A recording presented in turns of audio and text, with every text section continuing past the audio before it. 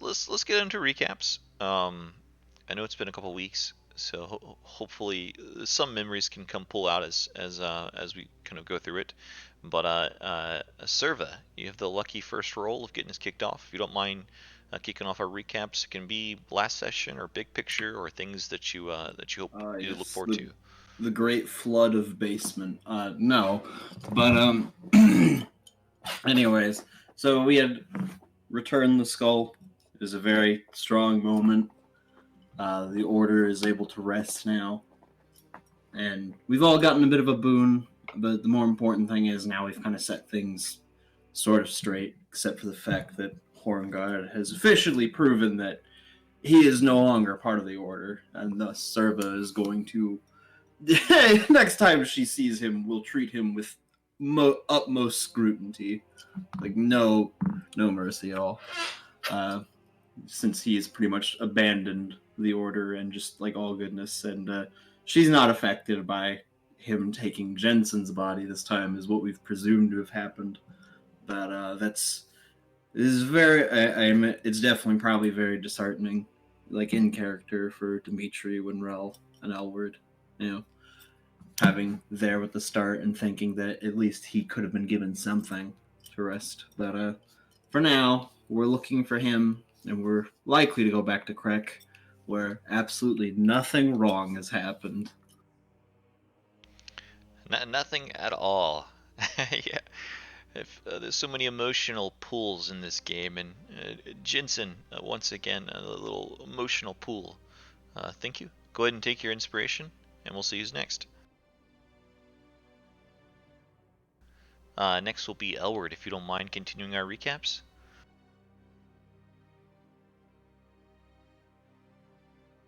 Yeah, a bit of a cool down session after a major quest line. Us being attacked by the treants is kind of a good marker to it, as while we were up in the mountains, our former enemies have been plotting and waiting. Fighting trees is a good callback to our time attacking the vineyard. And yeah, once again, we dealt with most of our enemies, but haven't completely wiped them out as of yet. So it's interesting to see if they've been gathering their power, or maybe they called it quits, or maybe they just don't have no power whatsoever, and out of desperation, they're just gonna make one final push at us. Interesting to see what callbacks might have come after returning back from the mountains, because like always, we could be doing something up in Nowheresville, but the environment is always changing, and the story goes on without us having to be there. Like the cults, some demons we might have pissed off. I can't wait to see what callbacks are gonna try to get their revenge on us. Yeah, I'm glad you noticed that and indicated that. I think it's always kind of nice to see how the world is forming, even when we're not participating in that part of the campaign or that part of the setting. Yeah, the tree blights definitely trying to get that seed. You guys withstood the attack for sure. Thank you. Go ahead and take your inspiration. And next will be Dimitri, and we'll save Winrel when she's able to return. Yeah, last week the abbot was so scared that he attacked Lennon's apartment building and took out his water and power. But yeah, the callback on the the druids with the tree blights there, that was cool, just like Elward was saying. And then, yeah, now we just got to decide where we're going. I think we said we're going to go to Krezk to try and find more help there, try and get some more people on our side before we actually commit and start our final assault on Castle Ravenloft. And we did find out from no, I can't remember who, that there was someone found at the old windmill, or seen at the old windmill, that matches the description of Ismark, and he was, from what it sounded like, looking for people to go attack Castle Ravenloft. So we should probably hit there on our way to the castle to see if it's him and see if he has any, actually found any, reinforcements. But yeah, the Markovs were very happy and thankful that we returned the third and final seed. And they treated us to a bunch of free wine, which Dimitri is very happy about. And yeah, finding Jensen's body, dug up, or finding it not there, and just assuming that Hornguard took it over is definitely hard for Dimitri, and I'm sure it's hard for Winrel and Elward too, considering he was from the beginning. Um, And I guess the only good thing from that is at least we know what body he has, so at least he can't surprise us like he did on the bridge. So I guess that's one positive. But yeah, that's about it. Yeah, the Abbot needed an extra week to plot how to get back Mother Knight's gift, and yeah, indeed, I think that was one of the old the old windmill clue. I think was one of the benefits of gaining the raven's blessing kind of stuff. A lot of good rewards with that with the last week. Thank you. Go ahead and take your inspiration. And Winrel, are you back with us? Okay. No worries. No worries at all. I am, actually. Oh, awesome. Go ahead if you don't mind closing up our recap tonight.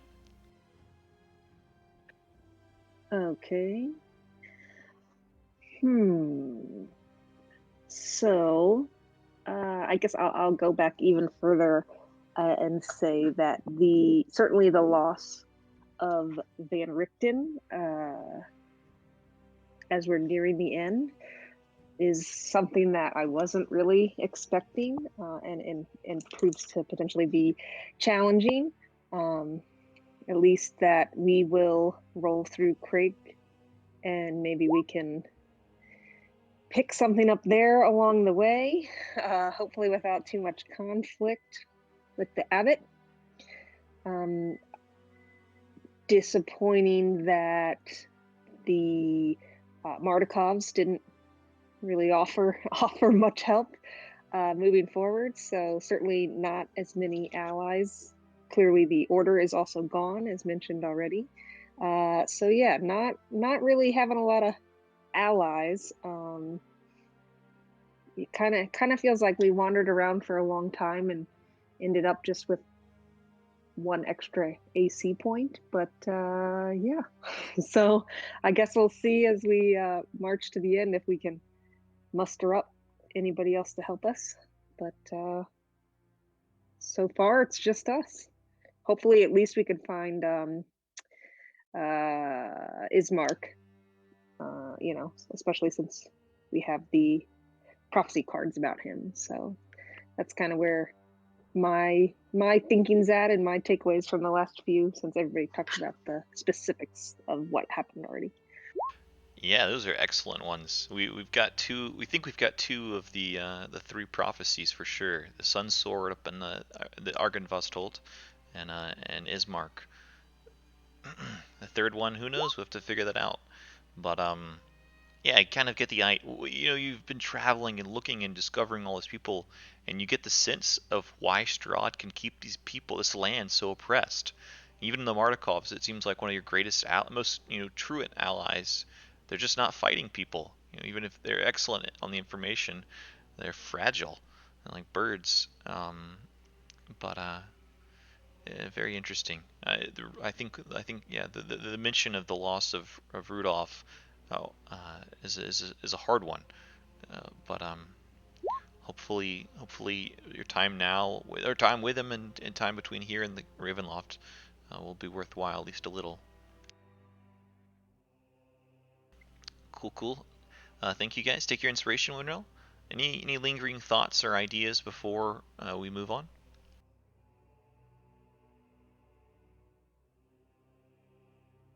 Cool. Let's move back into session.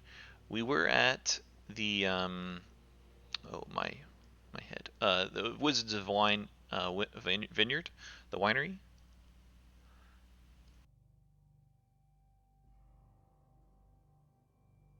We just rested for the night after a kind of a long travel.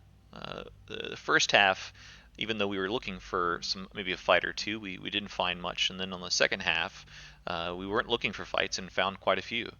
But we get to celebrate with a bit of wine. We even received a charm. I can't remember. Someone received a restorative charm. Winrel, you received quite a beautiful, bountiful charm from drinking the wine. The first to drink the wine, the fancy wine. But stories in your hands as you kind of wake up of a rest at the vineyard. Martikov's treated you quite well. I don't remember that at all. What happened? Oh, she hit the bottle too hard. yeah, I mean, I'm trying to remember the exact specifics, but you received the charm of restoration. Let me double check what that reads. So essentially, for returning all the magic seeds, all of the grapes are now growing. Yes, I wrote it down. I got it. Luckily, I wrote it down. Nice. But it was kind of the quest reward essentially for returning all the magic seeds, and thematically it was like you get to be the first one to drink the fanciest bottle of wine that ever existed in Barovia, kind of thing. Aha, yes, it's all coming back to me now. Maybe it was aged so long it was super strong. But yeah, wake Indeed. up. Maybe a little bit of a buzzing head, but we wake up feeling refreshed nonetheless. You would notice that the Martikovs, kind of early in the morning, have already started to work. Quite a few of the young ones, especially how a new third of their patch has already kind of bursted back into life. It looks like they're going right away to try to, turn this crop into some wine. Oh, wow. Well, seeds work fast. Oh yeah, they're magical. Good to see that stuff's starting to be a bit better where we're going now. Oh, did the group that we freed from the Baba Saga get here safely? That'd be awkward if they didn't. Oh yeah, the Ravens. Indeed, yeah, they would be here. So some of the workers and stuff, some of most of them you notice are family. As you kind of hang out around the Martikovs, it seems like that some of the keepers of the Feather Society are not quite like directly Martikovs, but almost all of them are cousins or related in some way.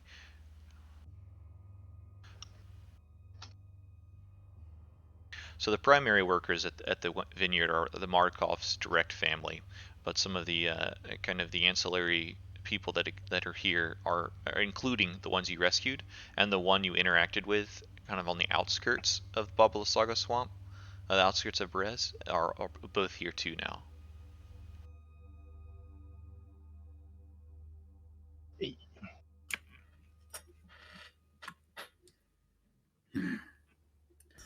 So, where are we off to now? Well, we should probably head to Krezk, see if we can actually get some, see if we can get some people from there before we make our way to the... You don't want to look for that friend of yours that you think might be out there first? Well, if I remember correctly, he was said to be at the windmill, which will be on our way to the castle. So we can do that afterward. Would I know anything about that windmill? Just like being from here? Sure. Would I have heard of it? Give me a history check, and we'll see just how All right. much. What's your background, too? Your background feature? Knight of the Order.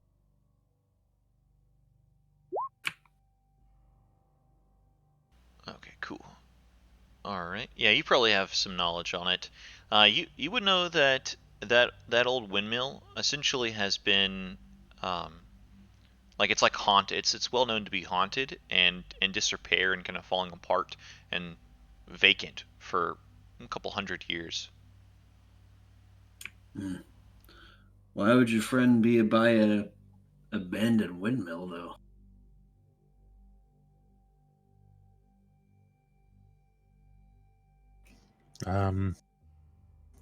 Not really sure. Probably because Mm. people stay away from it, so it'd be safer for them. Hmm. But there's probably a reason they're staying away from it. After all, superstition holds a lot of power here. And also, he's not the brightest of folks. He's more listening to his gut and heart than his brains. Well, if there's nothing there, then your friend might have already moved on from that spot then. Where's he from exactly? The village. town. Yeah.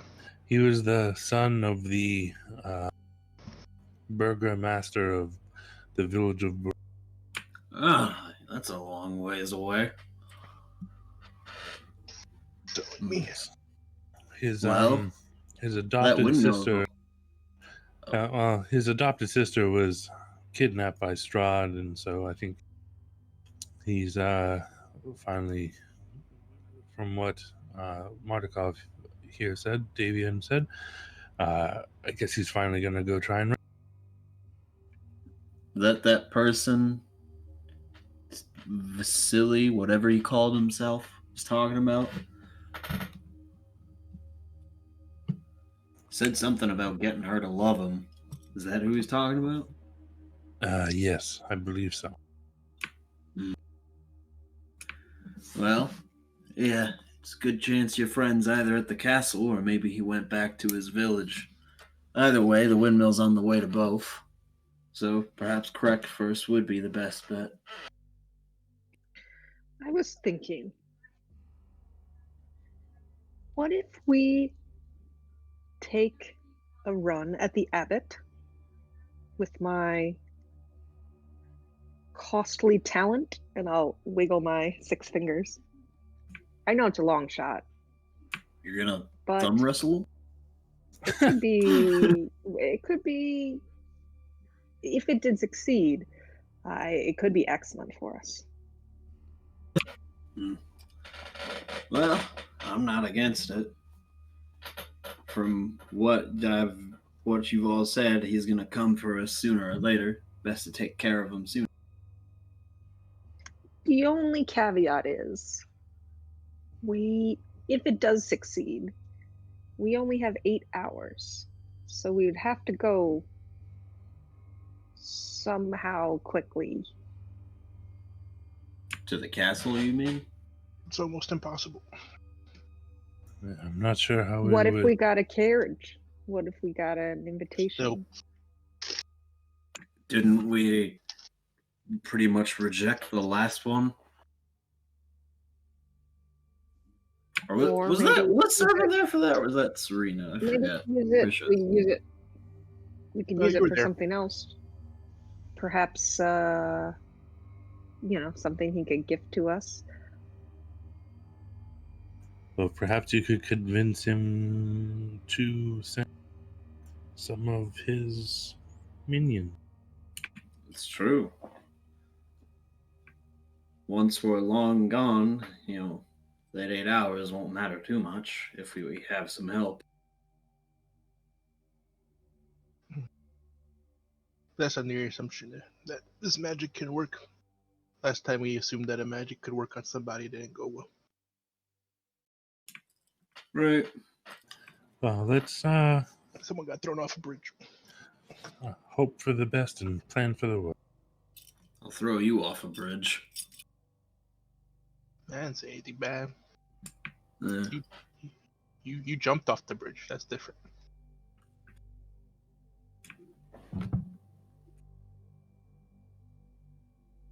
She was thrown off. Context matters.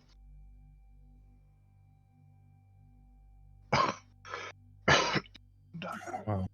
All right, then, Elwood, what's your plan?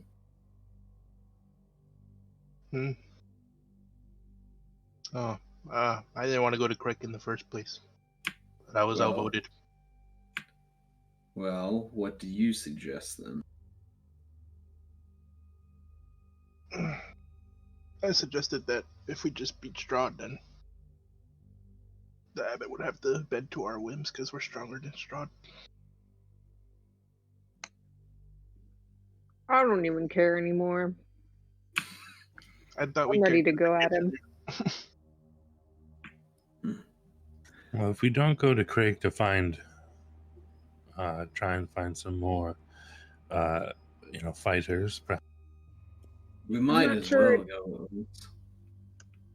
I'm not sure anyone there was the type of person that would be any more than a sacrificial lamb other than the abbot. So if we don't have a plan to somehow recruit him or get him to help us, I don't see value in going to Krezk. Yeah, we haven't had much of a plan, and we've gotten this far. Oh, the other argument that I wrote in my notes is the fear of being sandwiched by Strahd's forces and the abbot's forces.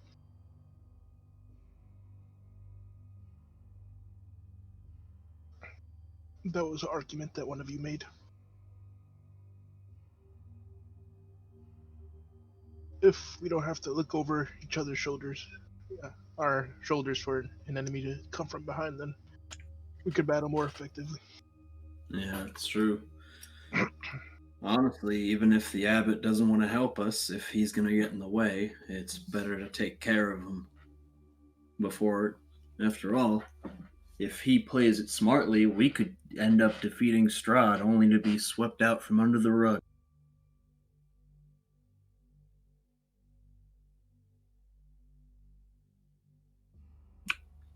I'm willing to try your plan, Winrel. I guess just be ready just in case it doesn't work.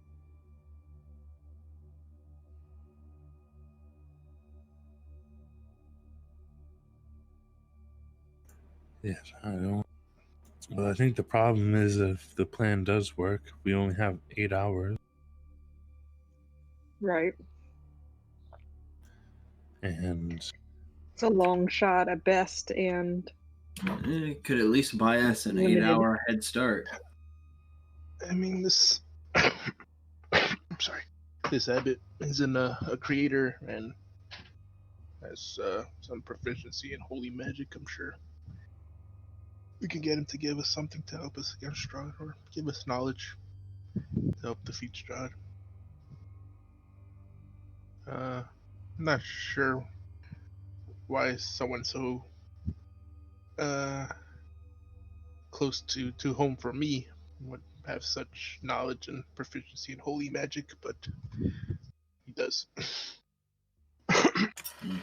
He seems to be sort of a inventor like me, but instead of wood and gears, he uses body parts. Perhaps that holy magic is one of the ingredients you're missing. Maybe that's a reason for you to check it out. Press X for doubt.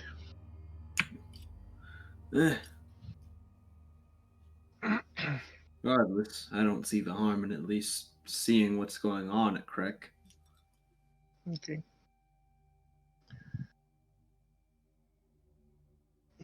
Let's just not go there with our Matilda blazing. Right. Subtle.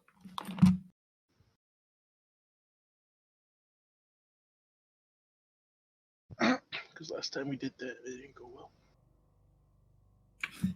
I can still smell Velaki from here. So it sounds like we're headed to Krezk.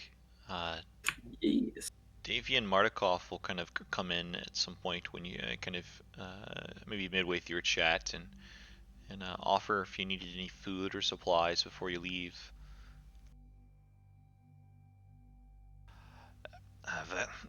You have been very welcome, and you're welcome to return any time you wish. Is there anything I can send you off with? A bottle or two of wine? My pleasure. There's not much more champagne de l'Estampe, but we've got purple grape smash plenty. Yes, perhaps a couple bottles of wine for the road would be nice. Certainly, it'd be my pleasure. He'll give you over 4 bottles. Cool. It'll come in like a little nice carrying case, little carrying pack. Oh, you're gonna offer the abbot a drink then?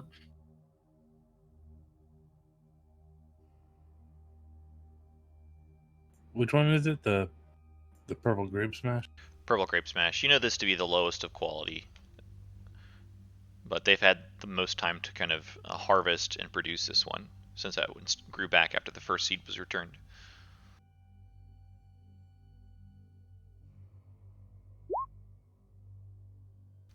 Welch's, yeah, Welch's sparkling grape juice. I like that stuff.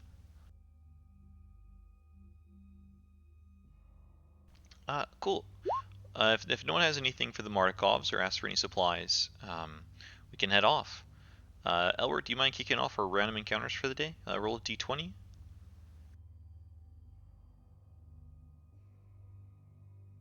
Oh, wait, they probably don't have it, but I think we've gone this entire campaign without it, so we should at least try. I'm going to ask him if he has horses. Well, he looks a little downtrodden. Well, we do have a couple spare draft horses, but I would give them to you, friend, if you need them. But with the new crops and the new produce, we are hoping to use them to ship our wine farther and faster and better. But if you really wish to have them, I cannot turn down this request. No, it's okay. Do you have an extra wagon that you use to transport the wine? We do. We've been building a few just in case, a few parts and stuff. We do have an extra wagon. That would be enough. If you just got a wagon and something like a saddle or just some reins, I think we've got something that can. Yeah, this would be easier, much easier to part with than the horse itself. We could provide such thing, yes.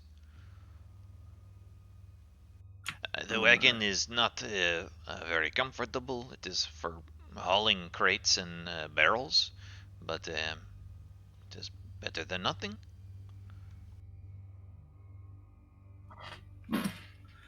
That's fine. I take it something for the sell word. If not, I do. I'm a good builder. Oh, for the transport, yeah, I got this thing. Well, we're just gonna put a little statue of a white horse on the ground. Yeah, I'm gonna send whisper so no one can hear him because it's kind of embarrassing. Wiggles come out, and share your giggles, and then a white horse should appear. Yeah, with the jingling bells and the kind of the polka dotted straps and harnesses and stuff. Jingles, share your tingles, and bust out the bangles. We had this. Got it from Happy Jack. It was on his desk. A wondrous figurine. Indeed. Yeah, the wagon can sit up to 6 people, which I think should suit you guys fine. Or 6 barrels of wine, so 6 big barrels, big barrels of wine, or 6 people. And Jingles could carry it. He can't go at like any extreme pace, but yeah, he could totally go faster than your normal walk.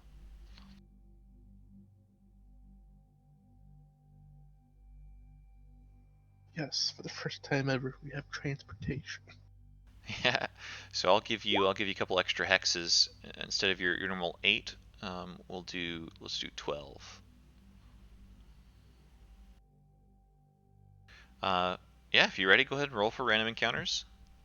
You could use your fine steed to help Jangles go faster. Oh yeah, True. if you can do 2 horses, we'll double your speed.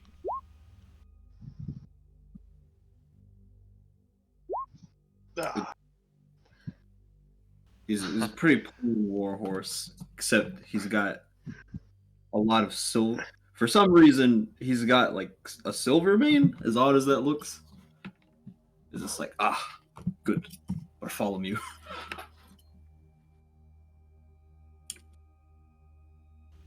Nice. And them pulling together, you can totally go at double speed. That is a random encounter, even on a safe travel day. Nothing's safe in Barovia, as we'll see shortly. Do you mind rolling? Yeah, there's so many random encounters at the end of this game. Roll a d12 plus a d8 for me, Elward.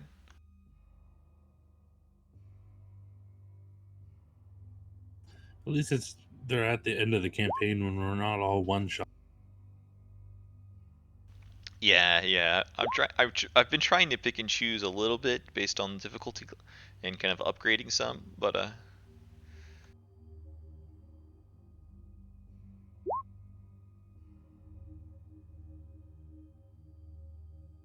all right, this one's pretty cool.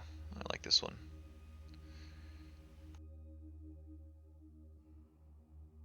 And I always try to spin them a little bit to whatever's kind of going on.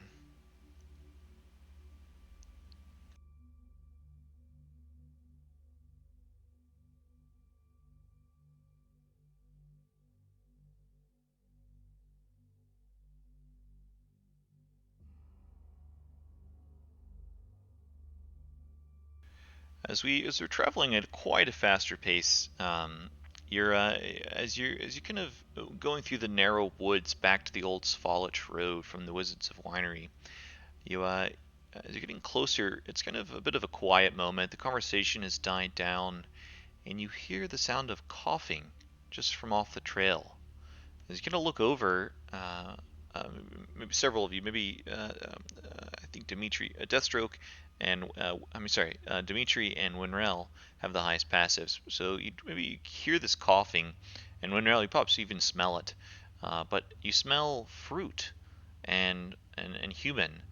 As you look over, you see this kindly-looking elderly man with white hair and a beard and orange-tinged skin.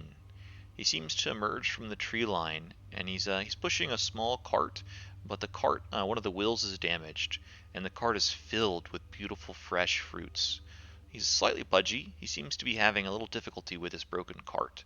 He's trying to push it and put his back into it, but he can't seem to get it back onto the road. He's kind of working so hard at it, he doesn't notice you guys going by.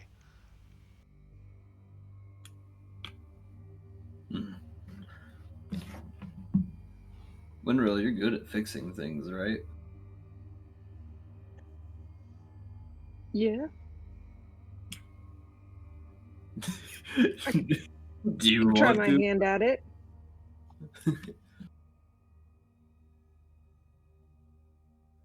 Yeah, I'll try my hand at it. Yeah, you kind of you call a halt to the cart and kind of pull over, and as you approach him, he kind of turns in shock a bit. Oh, top of the morning to you. Sorry, hi there.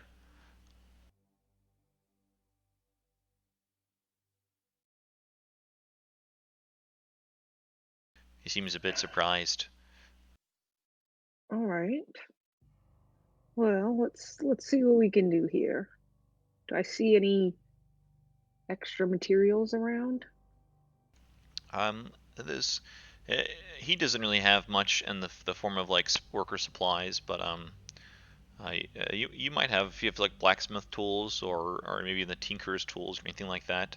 As you kind of look at the wheel, I mean you've got the forged domain. As you kind of look at the wheel, it looks like maybe some of the cogs and stuff are a bit broken and bent that you would just need to replace, like a screw here and a cog there.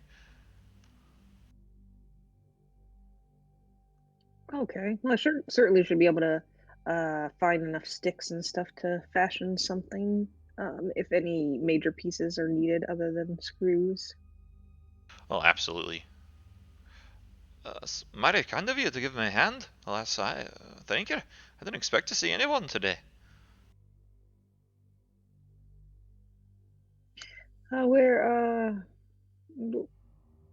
What are you doing out here? Well, I hoping to sell a bit of fruit, but when I reach my age, you have a lot of things the size of a walnut. Young Lanai, well, you see, I had to answer nature's call, and pulling my cart off the side of the path was a mistake. Broke my damn wheel here.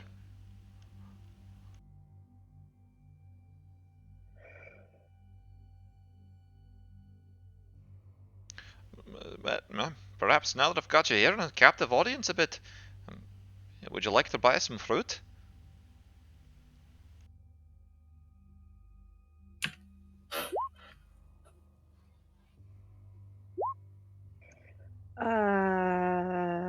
I think that I'm okay, despite that thrilling tale.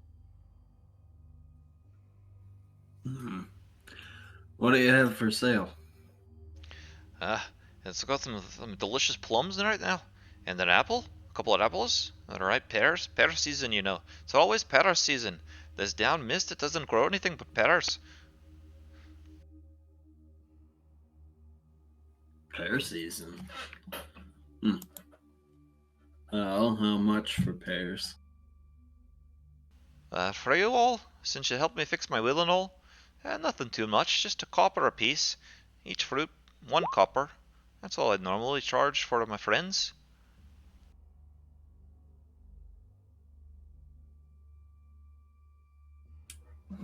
Hmm. I don't have any copper pieces. Oh man, that's gonna be doing the change. I actually haven't had a pear. How many pears do you got? We've got a special, a dozen for a silver. All right. You think you can get me 2 of those specials then? I don't hold 4 for gold piece. Sure, certainly. All pear, or like an apple or plums? Half pear, half apples. Alrighty then. You're a hungry little lass. Alrighty, I got to put on the muscles. Don't eat too many, I got the sugar high. And Yeah, I'll be sharing.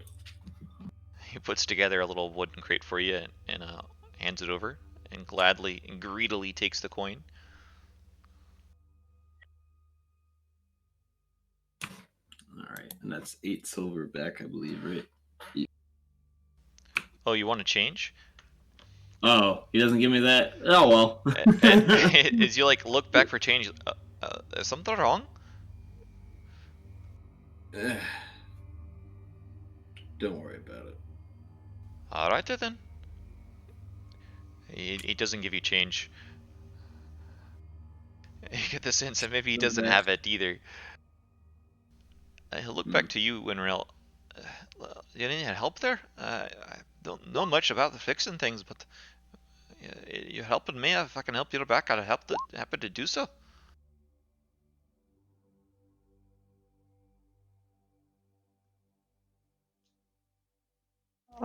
No, that's okay. Awesome. Yeah, you can easily fix the will. You can as you use your various innate abilities and class abilities and stuff. And in quite a jiffy, the will's fixed, and he looks quite pleased. And you kind of maybe help him push him back onto the path, and looks like he's ready to go. As he's back on the path, he kind of looks towards you all. Well, if you're ever in need of Brogran's fruit, I used to sell in Krezk, but well, I don't like his old fruit there anymore. Headed to the Valakia, see what I can do. I was gonna go to the vineyard, but Wait, what about Craig? nothing. You'll all be fine. You're not all the burden. That's concerning. Can you elaborate for us, friend? We did help you out after all. Certainly. What would you like me to elaborate on? What do you know about Krezk? It was only my bloomin' helm for who knows how long. But now that supplies and food are short, they're kicking those old folk out. There's nothing we can do. Some left voluntarily, some of us left by force. Eh, I'm a bit of an enterprising sort. I'm gonna make my way to Vlaki and earn my way. Why'd they kick you out for a food shortage when you literally sell food? Out of this stuff, you can get it in the woods. Still, that doesn't sound like much of a food shortage. What? What? That is weird. He actually he points over to a tree or two, and it looks like the mist was kind of covering the trees, but the mist kind of seems to part way a bit, and you actually see a tree bearing pear fruit, kind of hanging there. Well,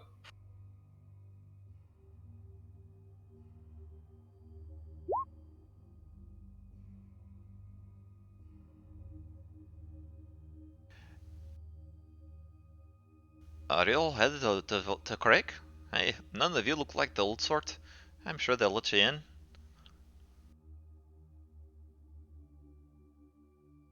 in. well, I guess travel safely to Valaki. You do the same. And yeah, you guys can part ways and start traveling some more. Little man gypped us off on these pears. All right, sorry, back. I had to help my great aunt. I would take the pear and eat it, and I'm not sure if you already covered it. Does it taste? You eat the pear like while he's there, or like after you guys take off? I just saw Serva say she passes Yeah. it to me, so It was while he was there. I would take a bite out of it. I need a Constitution saving throw. Oh dang! What?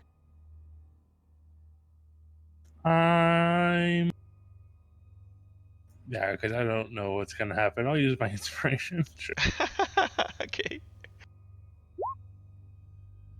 Oh my! Okay, I need you to roll 3d6 and 1d4.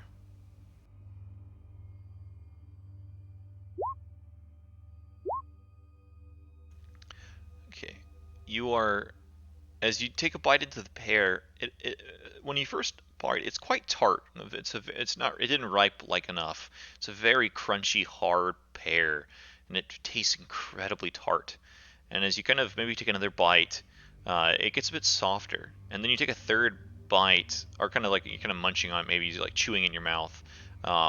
It seems to be sticky and wrong. It just tastes nasty. And you look down, and the pear itself seems to be rotted and just completely overrun with worms and horrible looking. You take 14 poison damage, and you begin to lose sight. You're blinded for 2 Not again! days.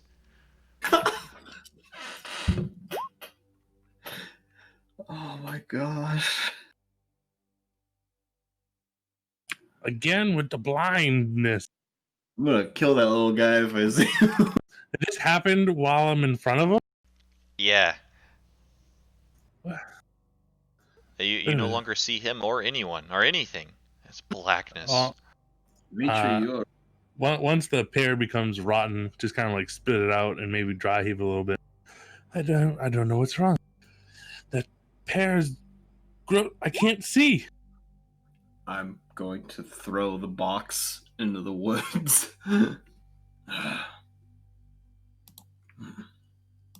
All right, hold still. Let's try this again. He was there when I ate this, though, right? Yeah, and you kind of Okay. see him. He's just like, if you guys, we'll go back to that scene. He's kind of maybe talking with Wenreal after he made the transaction with Serva. So he's kind of interacting about the will and kind of parting way, like getting ready to pull it back onto the path as this is going down. But yeah, you don't see him, Dimitri. No, I'd just be like yelling out, "You! What did you do to these pears? Why can't I see?" The remove curse doesn't work. It's a condition of poisoning. Oh man, this is even more reason to Oh my gosh. this guy's head.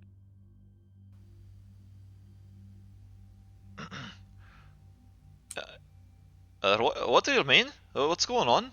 Something wrong with my fruit? What'd you do?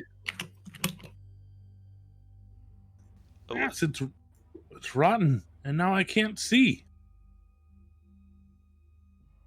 What do you mean you can't see? You're walking around and carrying the weapon? It looks like dangerous. You shouldn't do that if you can't see. You're the reason he can't see. I didn't know what with me. I just sold you some fruit.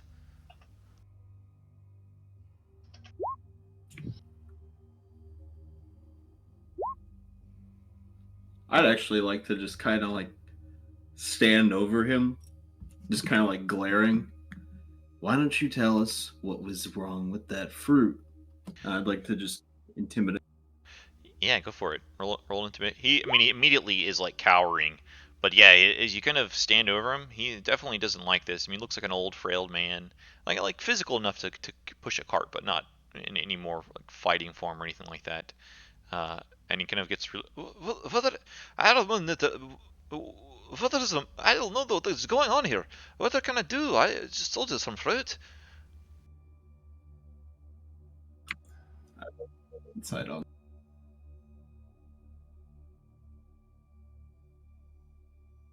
He seems to be crazy nervous at this point.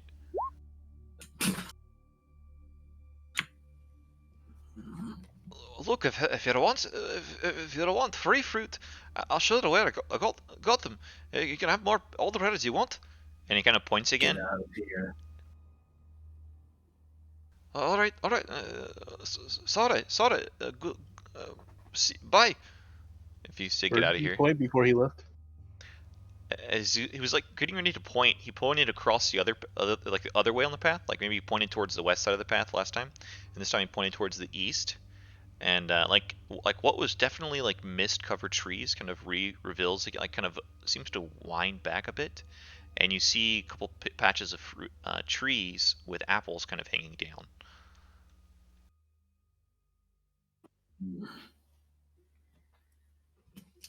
Oh, he gave us the clue. He said pears are the only thing that grows from the mist. Ugh. Clue. I don't. I don't think the old man purposely tried to blind you, but he got some bad fruit, and now you're like that.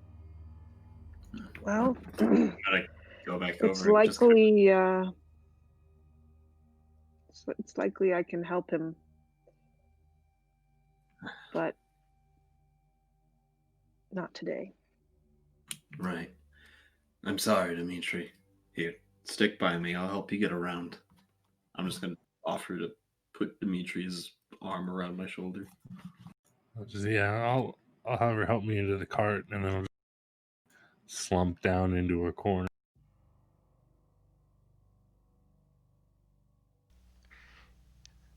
Because it's not your first time being blinded, I won't make you roll a madness. But I thought about it a little bit. Um, but yes, you kind of get once again blinded Dimitri into the wagon. You guys will take off. You kind of maybe repass the guy pushing the fruit as he's headed back towards the north, and he seems to like give you as much space as possible in the path, and doesn't even like look up. He's like hiding his head down.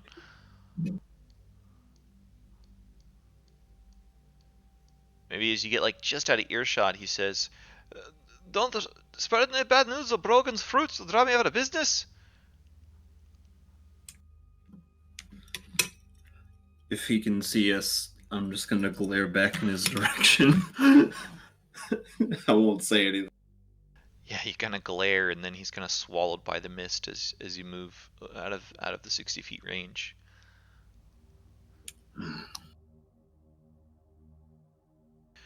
But we travel the rest of the day. We kind of cross back across the Raven River Bridge. It looks like it's kind of been mostly repaired since the first carnage you saw, but there's no one manning it. No one manning it anymore. Where you saw maybe a guard post there the last time you passed by. Let's see. And Winrel, do you mind rolling a d20 for our nighttime random encounters?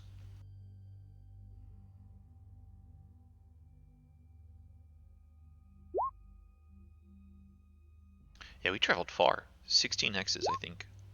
Yeah, 16 hexes. Oh my goodness. Oh my goodness. Roll a d12 plus a d8 for me, Winrel.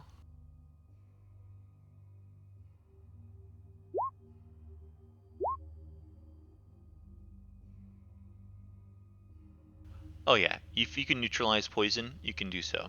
You can neutralize the poison as you. Ah, cool. Yeah, it's a poison condition, so you can neutralize the poison that way.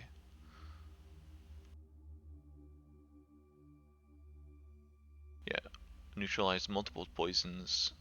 Yeah. Okay. Yeah. So it's just 5 points. That's cool. Dimitri, as Serva gives you a good back massage or something, or kind of a big slap to the back, your vision comes back into play.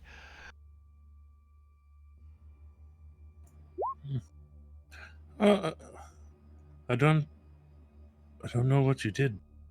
Thank you. I can. Well,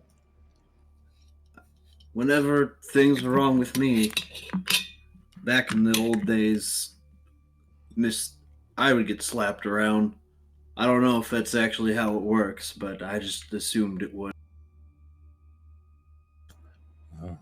Whatever it was, it worked. I Uh, see you again.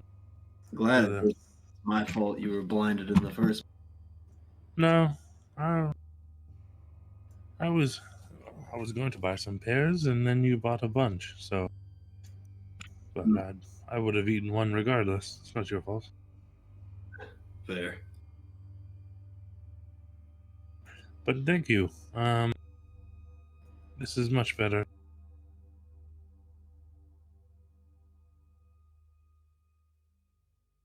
And I'll need a watch order, guys. 1, 2, 3, 4.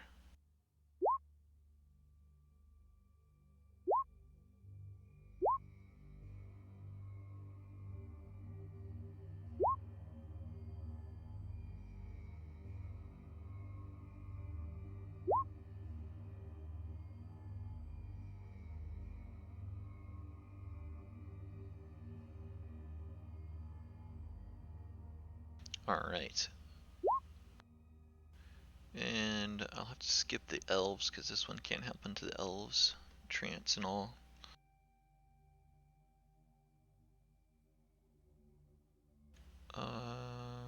Nisha, so... No, I rolled a d2, not a d4. It'll be 1, 2...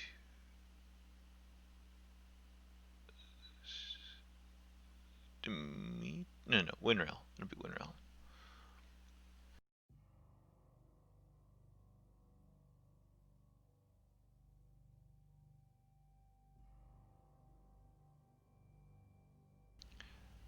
Winrel, as you kind of lay down to rest, maybe on during the first watch, you you're laying your all of you but Service kind of laying your heads down to rest. You feel just a little discomforted as you remember your current situation, trapped in Barovia, and the kind of the events that have taken place in your time here in this region.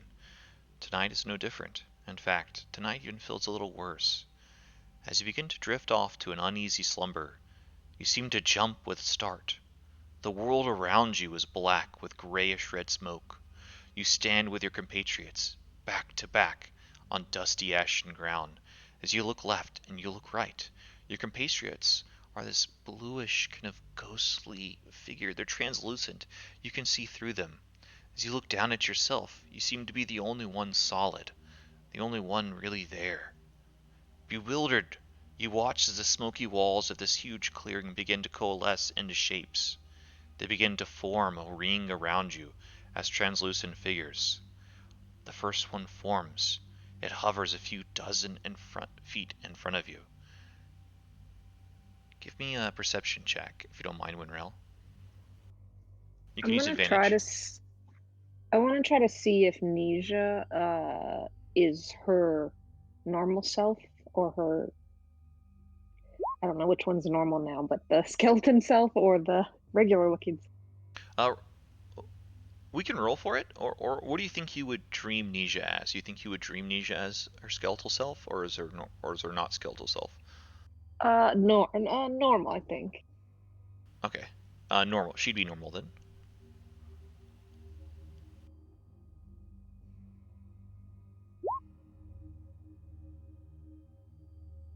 Yeah, you can clearly depict what this shape is beginning to form before it even forms. It's the ghostly figure of your most dearest, beloved soul. Aliquin seems to be forming in a ghostly shape, this bluish light right in front of you.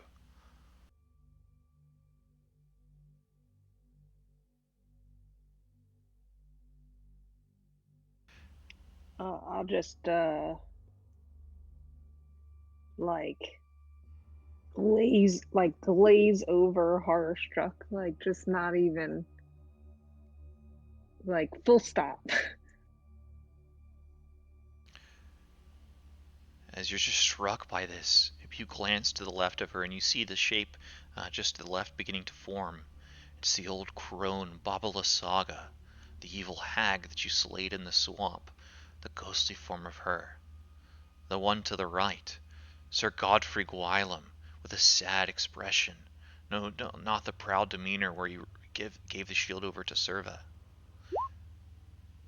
Even farther down the line, you see the Baron of Krezk, Dmitry Krekov, his ghost. You see the ghost of Jensen even farther down. Even farther, of Lady Wachter.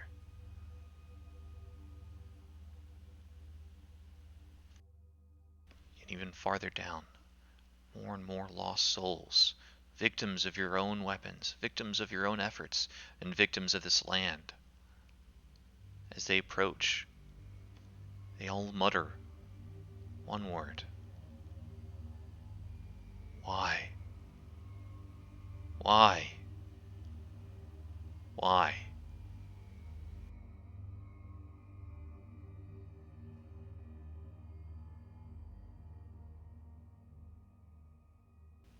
Do you react at all?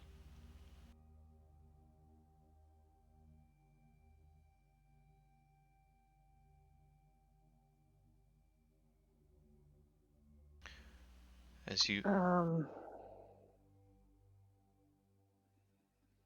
I think that the pain and anger it is too much that it'll force a transformation, even in my sleep.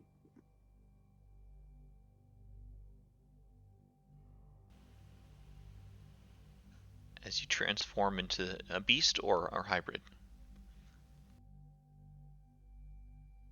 A hybrid. As you transform into your werewolf form, the final specter burst into ash, and you can tell its existence. It's Viktor Valakovich, the mad son of the Baron of Valaki that we slayed and burnt the house down. The crazy son of that burgomaster. The spectral ghost seems to be reaching out straight for you for your werewolf form. What do you do? Just stand there. Take it. The chanting continues. Why? Why? The growing sense of unease just seems to continue to settle into the pit of your stomach as the limb reaches out and caresses you. It's cold and dark, and I need a wisdom saving throw.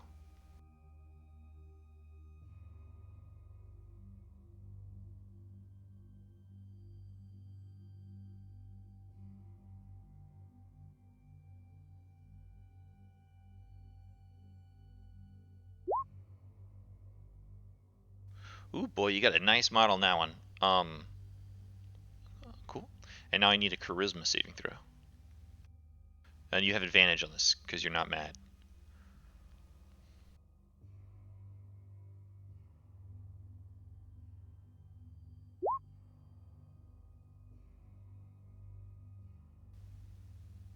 Yes, as the cold hand seems to pass through you, you maybe shake yourself awake. As you look around, you find yourself kind of in werewolf mode, just on your bedroll, but shaken, a bit stirred, a bit sweaty, but unharmed. Your mind is still yours.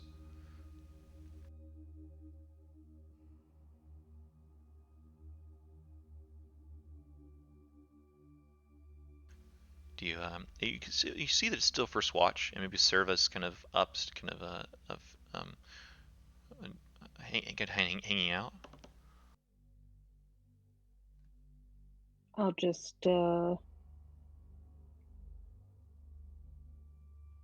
lay,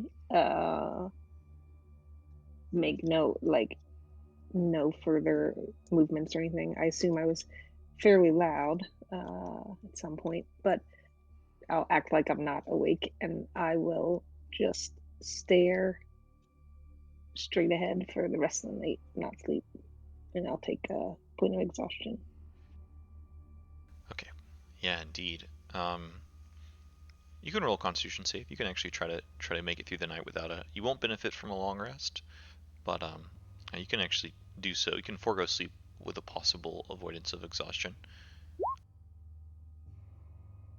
No, that'll be 1 point of exhaustion. I mean, I think that tracks anyway. Yeah. Okay, cool. I'm gonna give you 500 XP for not being possessed or driven mad.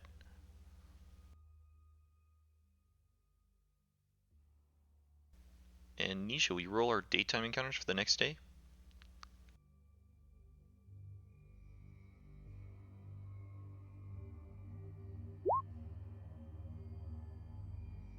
Cool. We no random encounters this day. And with our extra speedy travel system, we can make it to Krezk about midday. Nice. Winrel won't talk the rest of the way. Does anyone react to this silence by Winrel? No, as traveling with her for so long, Dimitri realizes that sometimes she needs her space.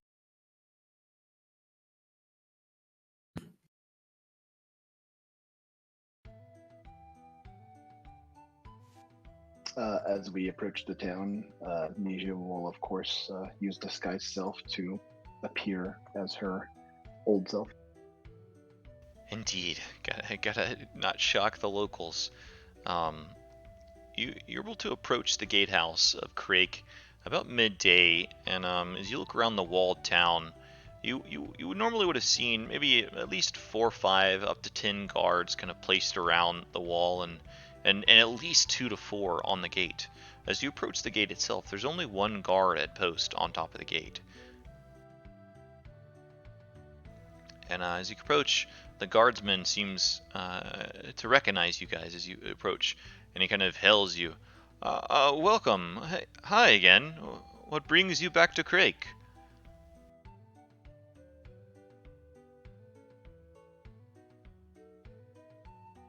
I'll speak up for the first time today.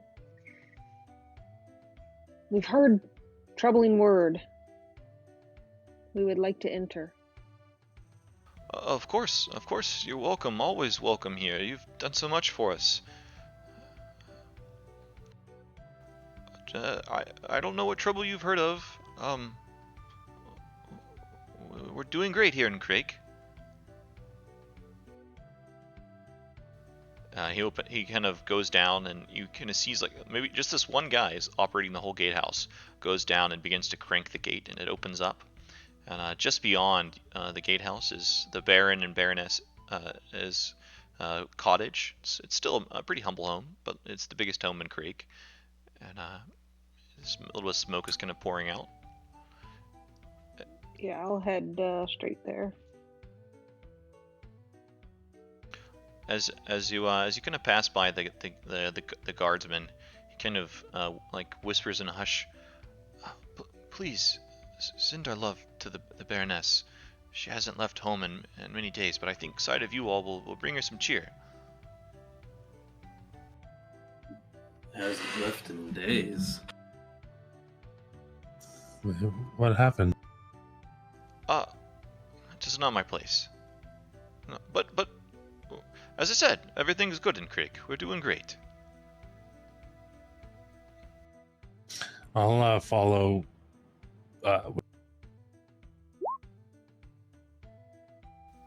Yeah, you guys can approach. Here, actually, let me pull that map out. No. We'll just stick with this the big village map. As you approach the big cottage for Krezk, but maybe you knock on the door and there's no answer. But you can find that you test the door handle and it does open up, and you see Anna Krokeva at the kind of the table with a huge mug of ale kind of poured out. It looks like several bottles have been emptied nearby.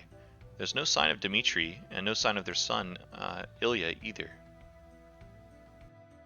Seems like she's been drinking most of the day and doesn't even acknowledge you entering the room.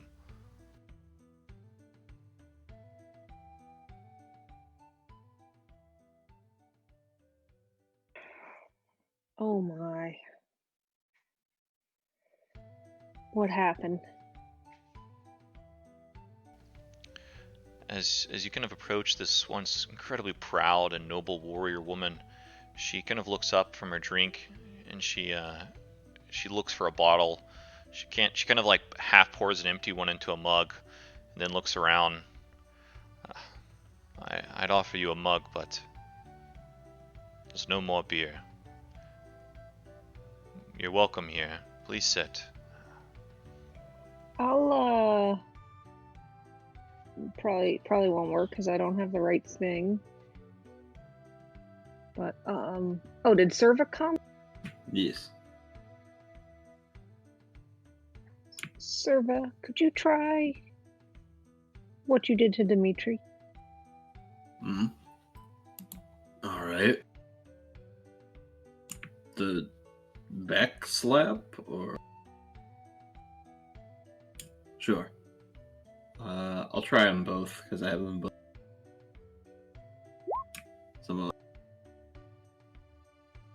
And Oh, that one will work. You don't have to use your okay. spell. That one will work. It's poison again. It's alcohol.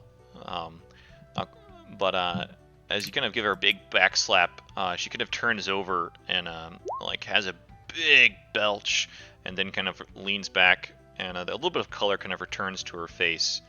Welcome. What? Well, if it is a welcome, but We've heard disturbing news. Tell us what has happened. close that door. And you see her kind of get up and shutter some of the windows. Please, come in. She seems a bit downcast. The abbot would rather us not speak of such misery, but he has caused us such. I am sorry to greet you like this.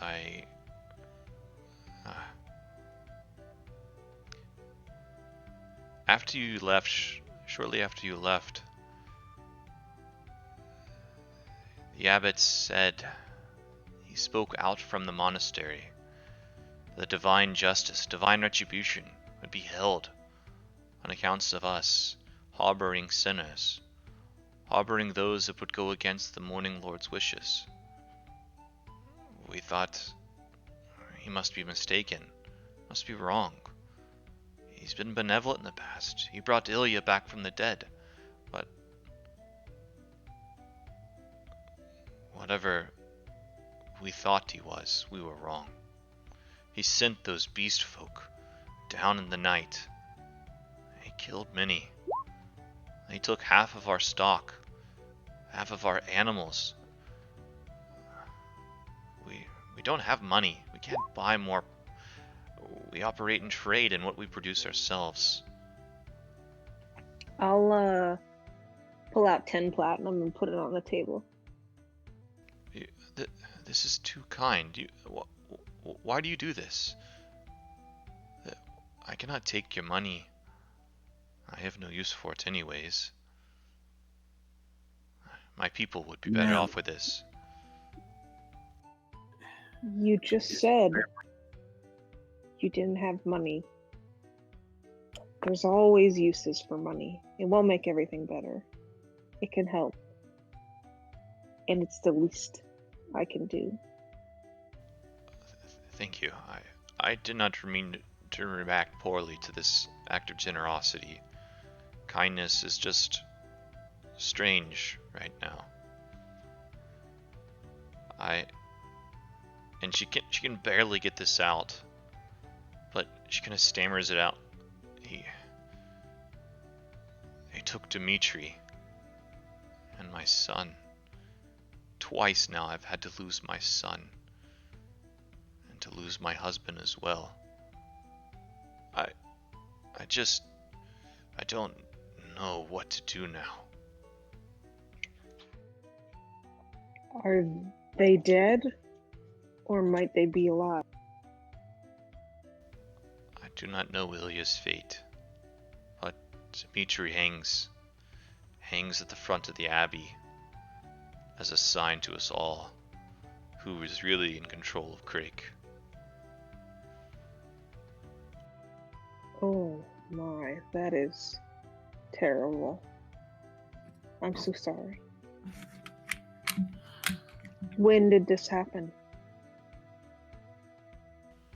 It has taken place only a few days after you all left, and we find ourselves here in this situation for a few weeks now. I would search out for help. I would reach out to whoever I could if there was anyone, but in addition to what they've already done, anyone that speaks out or has left the town or in search of aid is hunted down by the Abbot's beast folk, those mongrels, and brought here, or worse.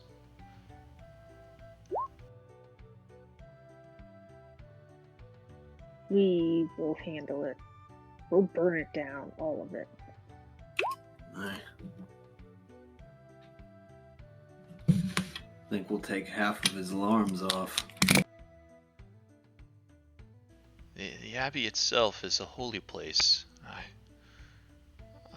I'm sorry to see the state of affairs it is in now, but Saint Markovia was a hero of our people.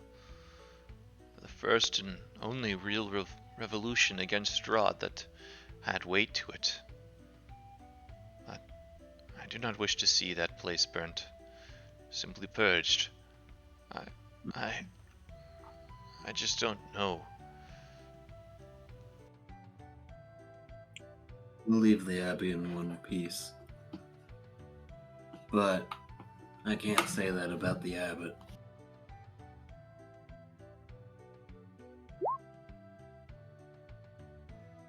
Winrell's visibly shaking, just barely holding on to the anger. I don't feel the will to fight, but if my axe can do you any good, I shall offer you my blade. No. You stay here. This is our fault.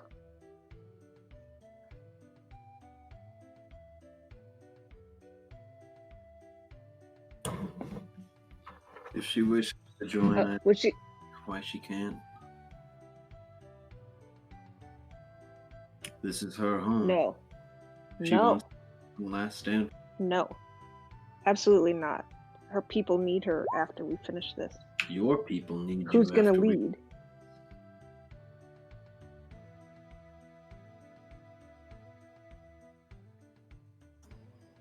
Winrow's right. She also needs to be down here just in case the Abbot sends some while we go up.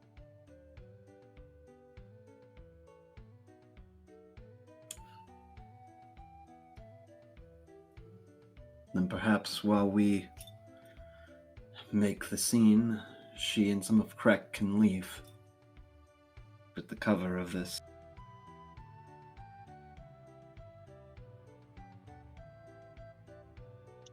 That won't be necessary. We're gonna handle it. I think what should happen though is perhaps you should gather the townsfolk somewhere safe while we do this, just in case. That's wise. That is wise. We have but 4 guards left alive, and most of the town folk are scared. Scared to leave their homes. I will do what I can. We shall gather at the shrine of the White Sun. It was a holy place once. Maybe it'll protect it in some way.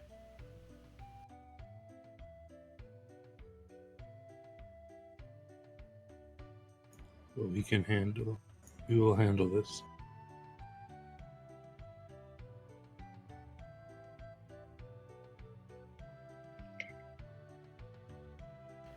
I will, or die trying. You all have done more than we ever deserved. I do not know how to thank you all. Krezk is forever in your debt. Thank us by staying alive. Indeed. I may call upon that debt if I survive. We shall heed whatever you call. Fight with honor, and we will live to see another day.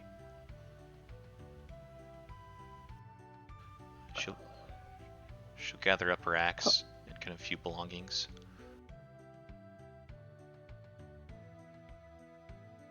I'll turn and go. I'll just start walking right at it. Cool. She'll walk out with you, and you kind of see her head towards the gatehouse and kind of get that guard. And looks like she's kind of knocking on doors as she goes. As you see this, you see in kind of a nearby tree what maybe you initially thought was a bat kind of take off and kind of fly up towards the abbey. And it actually looks more like a small humanoid with bat-like wings.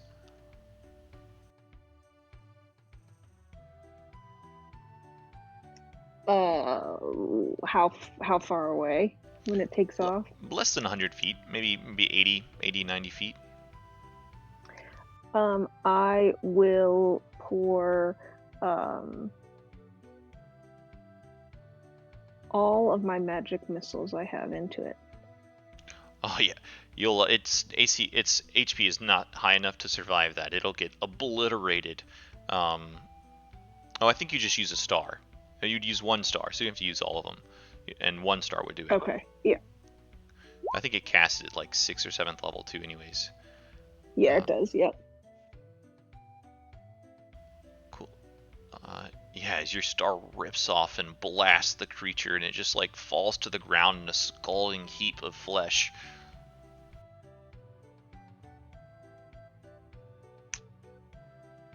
Just keep on trekking. That's what I like to see. Cool. I will shift you guys to the Abbey map. Oh, I was so in it, I totally forgot. What did I get? 500 experience for?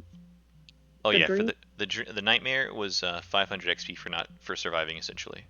And I'm gonna give you all role played really well at the apple and at the vineyard and so far. So I'm gonna give you all an additional 700 XP for roleplay so far. That nightmare was a dangerous random encounter actually. You can get a madness level and be possessed without your party members knowing. Wow. Should have been by Victor. Yeah, can you imagine? If it was Eloquent, I don't know if that'd be that bad, but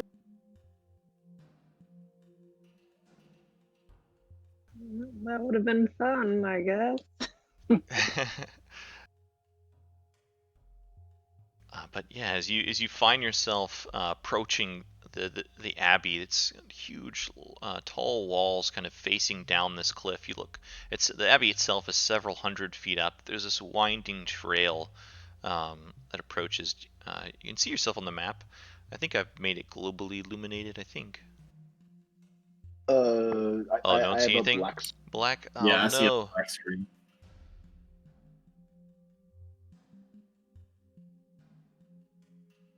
Oh no.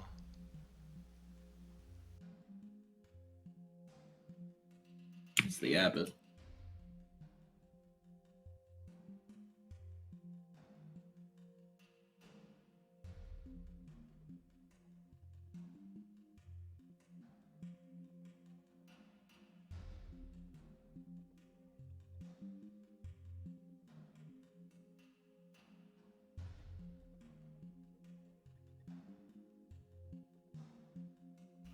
Does that change anything? Did that change? Yeah, we can see. I can see now. Mhm. Yeah, I've got a. Oh, there's I've got a sliver. two of Oh, them. there we go. Okay. Yeah, there we go. Yeah, I can see the. I can't see the inside, but I can see the outside. Okay, excellent. Excellent.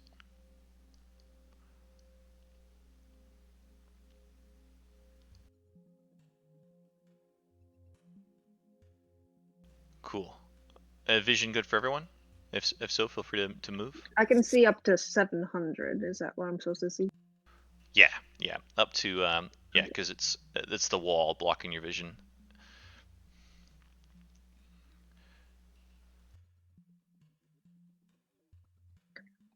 And how far are we from the gatehouse that we walked through where they tried to stop us before? It's like a winding trail. You're probably a couple you got to ascend a couple hundred feet and then around the west. I can move you over that way if you'd like. They won't mess with you along the path. I am going to take out, because I think I'd said I was going to put the star robe away at some point, but I'm just going to keep wearing it proud, like as out in the open as I possibly can. Nice. Yeah, the Mother Knight's chosen gift. Did you want to approach the gatehouse? Sure, yeah. All right, I'll shift you guys over so you can move along the trail. And I'll just when we get there, I'll just shout, "We request an appearance with the abbot."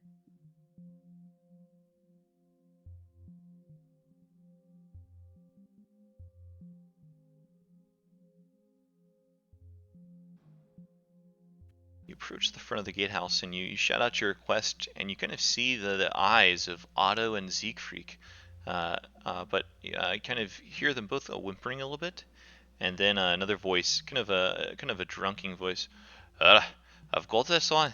Yo, you just wait there. I got this. I got this.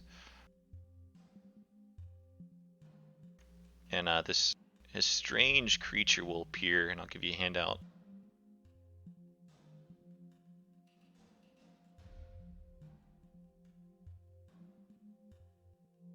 Okay, so this individual stands 4 feet 7 inches tall and has a barrel-like shape.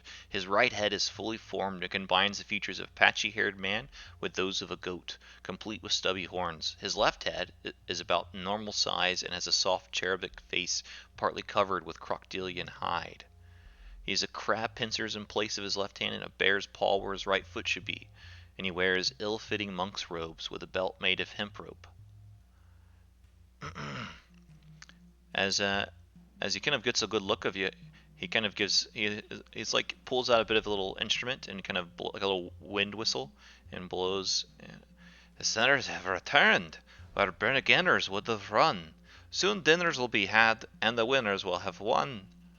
Welcome back to the abbey. I'm gonna shoot him.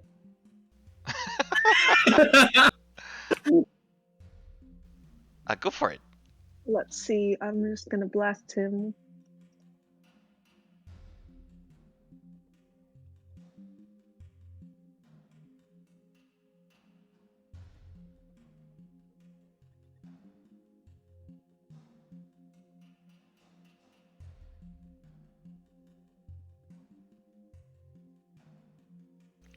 That is a hit and is a kill. Do you want to describe the kill?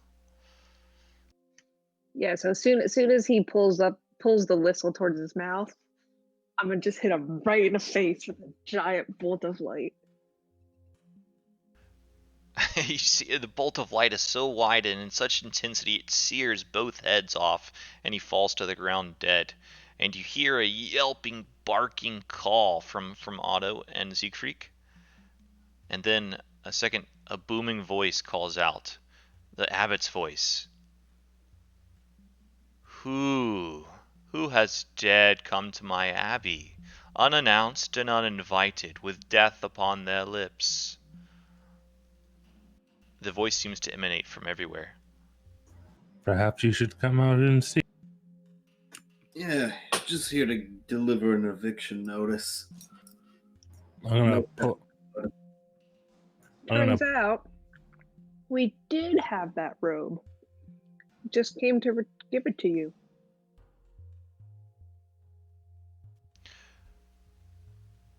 Then do come in, welcome guest. We have been waiting for you, waiting for your return. I'll greet you in the main hall. Keep your violence away from the Bellevues. They mean no harm.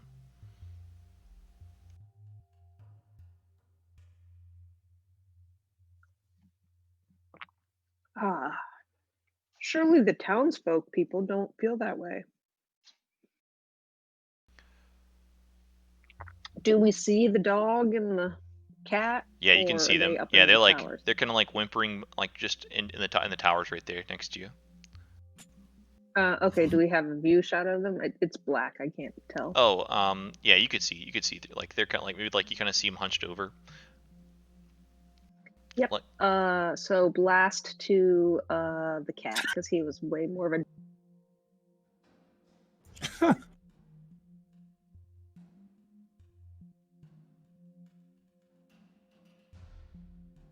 I'll go for it. I'm gonna give him half cover. Doesn't matter.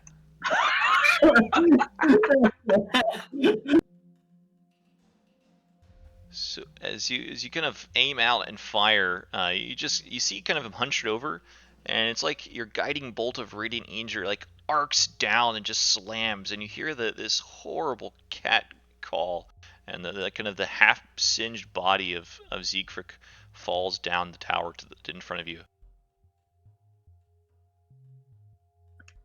All right, I'll turn for the other one.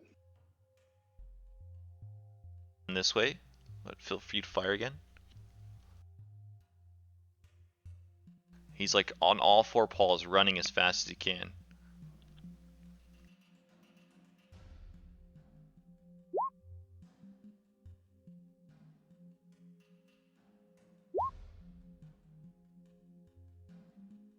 And you hit Otto right in the tail, and it just scorches through the tail and up his spine and into his skull, and he falls dead. Kind of skids a few feet. All right, I'll just keep on marching forward. I guess at this point, we'll take out the sword and gun and make the.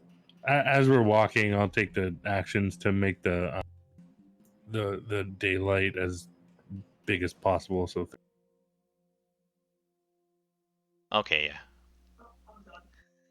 Can I actually preemptively summon my meteors as well? Their concentration for 10 minutes. So I'll as things are starting to happen, I'll conjure them up.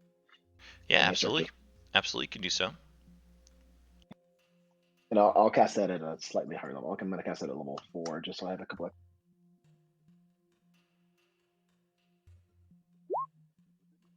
That's a good call. Also, before we start getting into like serious stuff, do you mind if we take? Oh yeah, this would be a perfect time for a break. Let's take a 10-minute break. Let's come back at 39 minutes past the hour. Okay, and when we come back, I am going to cast a death ward. So nope, don't let me forget. Cool. See you guys soon.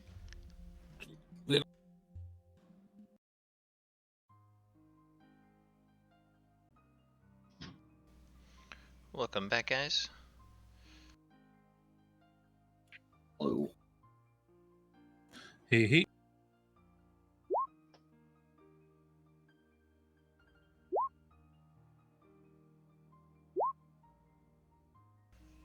Alright. Slaughterfest ready to ensue. Everyone all good?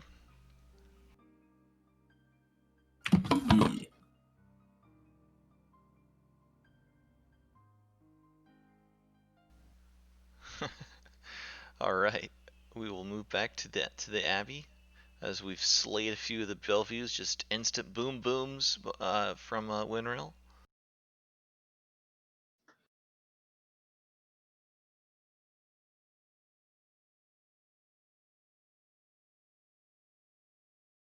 Should be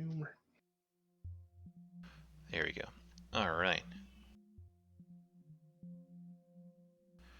As you move into the Abbey, it's still cold and frozen over with snow, the wintry green snow. You see the graves kind of unmarked to the south.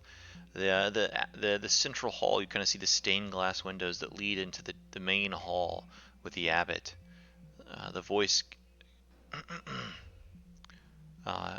seems to have kind of died down after the initial invitation.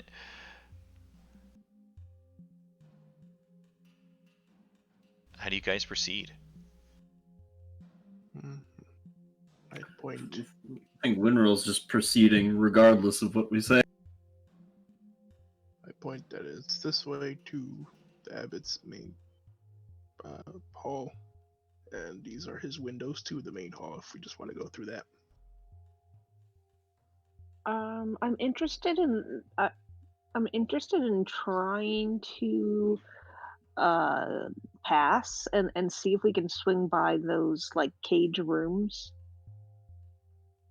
I see something right there. I don't know if I'm supposed to see that. Oh, maybe you can peek in through the stained glass windows, and it looks like the abbot, along with Vasilka, and some other horribly fleshy, large creature kind of are in the main hall. The abbot's sitting at the table with a cup of tea in front of him. Looks like the Vasilka and the fleshy creature are currently dancing. Okay, yeah, I'm just gonna try to just walk on by, and I think it wasn't it over here that They were. led to the crypt and was like the cages of. Oh yeah, In... like not hundreds, but tons and tins of them. Yeah, I'll shift your token over there. As you move through, it's eerily quiet, and in fact, as you step through, you don't see any of the ravings of these mad creatures. Almost no sound at all coming from these cages. It looks like they're empty. In fact, as you kind of move around, you're certain they're empty.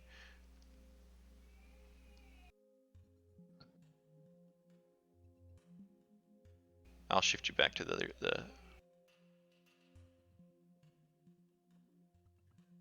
Okay.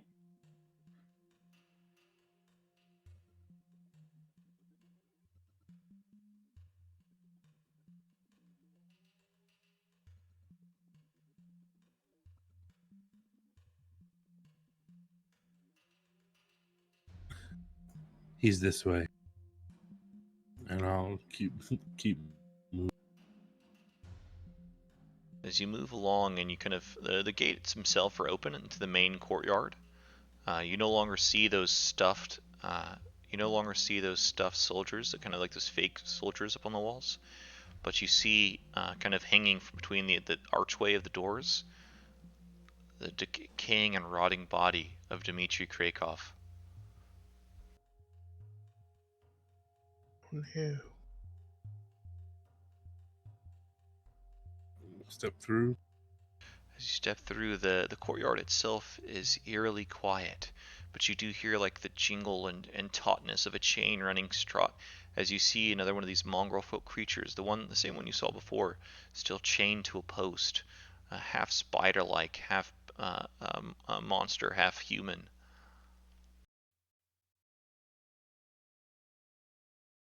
Careful of that well, Dimitri. Remember, one of them popped out of there to try to bite you.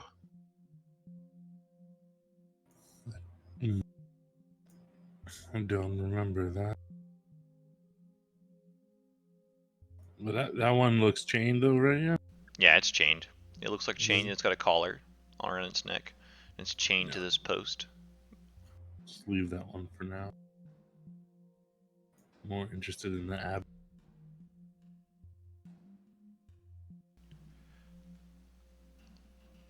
And the abbot, the main hall's door is open.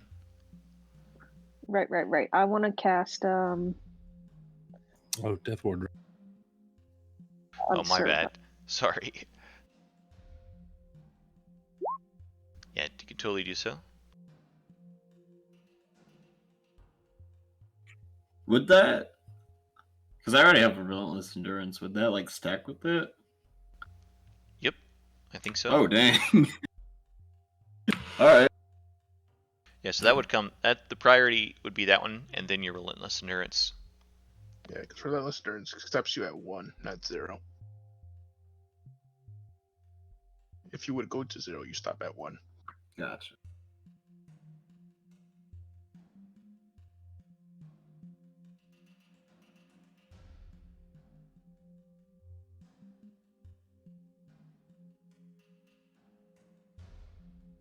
Seems like an ambush and a half, but we'll take it. As you enter the main hall itself, you see that the abbot stands up. Ah, welcome, my guest. Vasilka, dear, that is enough for now. Well, unbegetted violence is unfortunate, but the Belleviews needed to meet their ends sometime or another. Regrettable creatures that they are. A lot of talk for a regrettable creature yourself. You may see me as regrettable, but that is because the divine word of God does not speak to you. I don't think the divine word of God would have you kill innocent Tom. Punishment must be met with sin. Going against the will of the Morning Lord is one irreparable sin.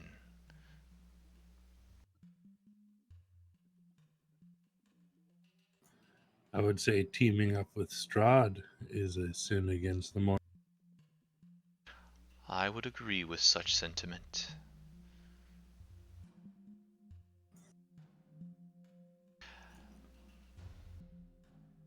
Well, then I don't consider think- it. Oh, sorry. No, you go. I don't think he's teamed up. I think he's just in this for himself. Even more reason to get rid of him. It Either way. seems that you all are in this for yourself as well. I gave such a simple task, but it seems that you bear this item of power for your own personal gain. And he kind of gives you a scornful look, Winrell. It was not for our own personal gain, it was to keep it out of the hands of Strahd. I think that's enough. And I'm going to cast banishment on the fleshy guy. On the flesh golem, yeah. Cool. I need a wisdom saving throw first, actually. We use advantage.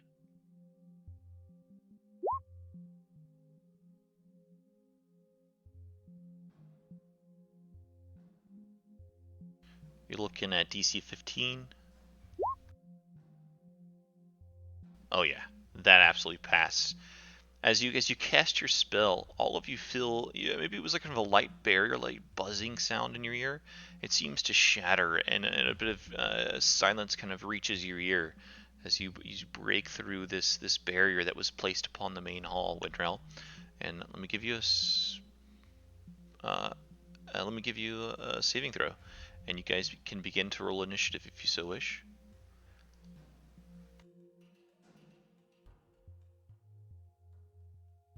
God damn it, every time.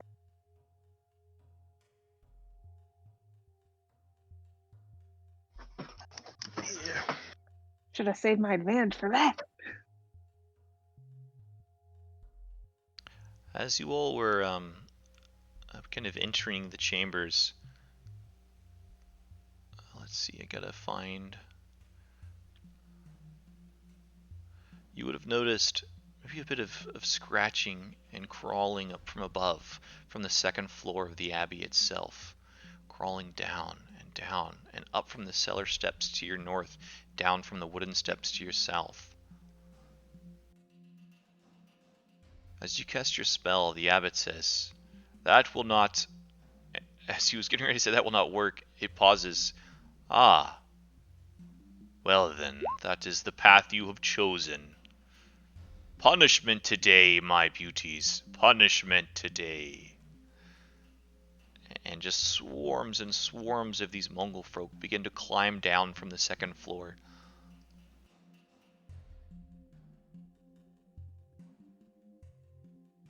Some appearing on the outside, some coming from the stairs. So those ones came from the basement.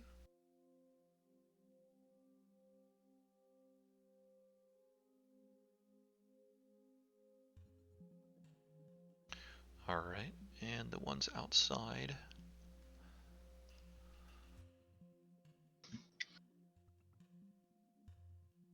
Nisha, I'm going to move you just for a second.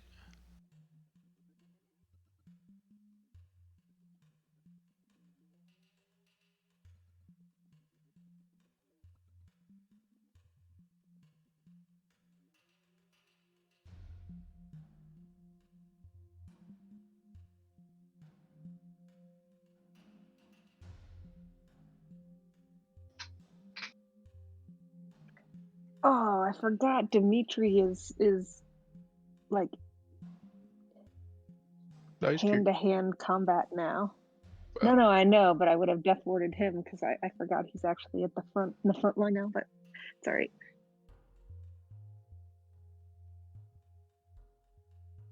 He does both.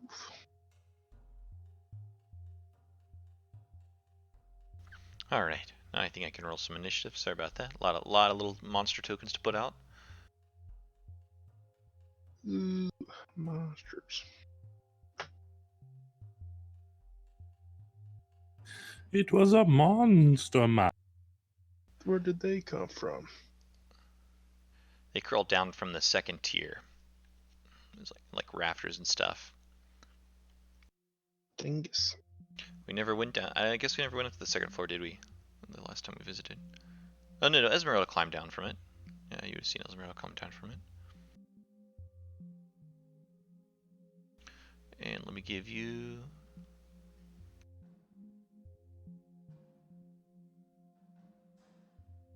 these various mongrel folks. You've seen some of them are like amphibious monsters. Some of them are like nocturnal, like bat-like monsters. Some are made of spiders and two-headed and all sorts of awful things and beast mixtures. Reptilian, all sorts of things. Let's see. Yeah, he can totally... where do you banish him?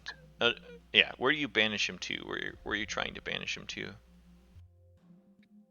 Oh, I think it designates it. If it's like, if he's not of this plane, he goes back to his plane. Otherwise, it's like an empty space.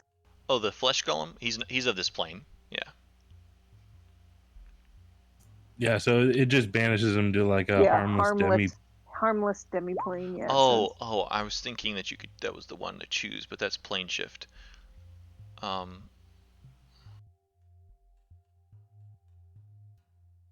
Poof. Yeah, no charisma for that flesh golem. Okay, cool. Now we're back into regular turn order. As as combat starts, the abbot does not have lair actions. Let me just double check. No, it does not. Yay. Let me put some boss music on. But Dimitri, it becomes your turn. All right. So I'm going to stow the sword for now and pull out the alchemist fire, and I want to just pull it out for now. Okay. I'm going to take a shot up the stairs at these two with a pierce.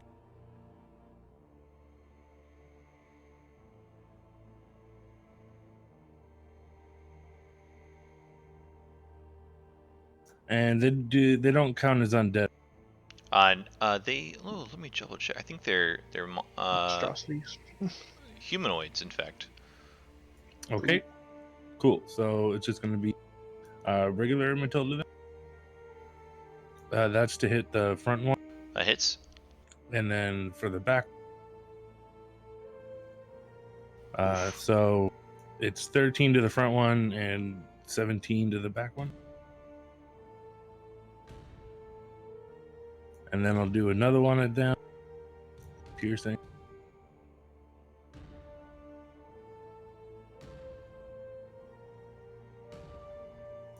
So 5 and 6. And then I want to take the alchemist fire and just throw it. Can I throw it like in between them so it kind of like explodes out and hits the 4 at the. Yeah. I'll just give you like a higher, instead of like maybe a 10 AC, I'll give you like a 13. Okay, and I'll just do dexterity. Would my proficiency bonus be added to that? Yeah, of course. Yeah, it's like a range. Okay. Yeah.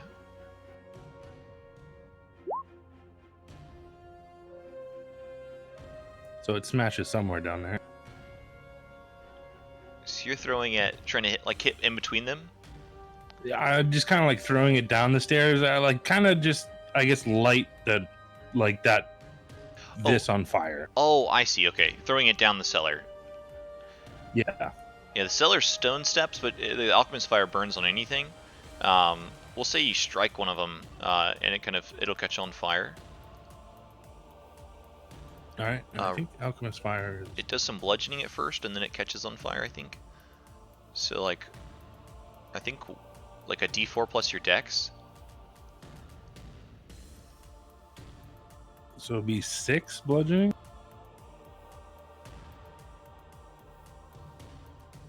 And he immediately kind of erupts in some flame.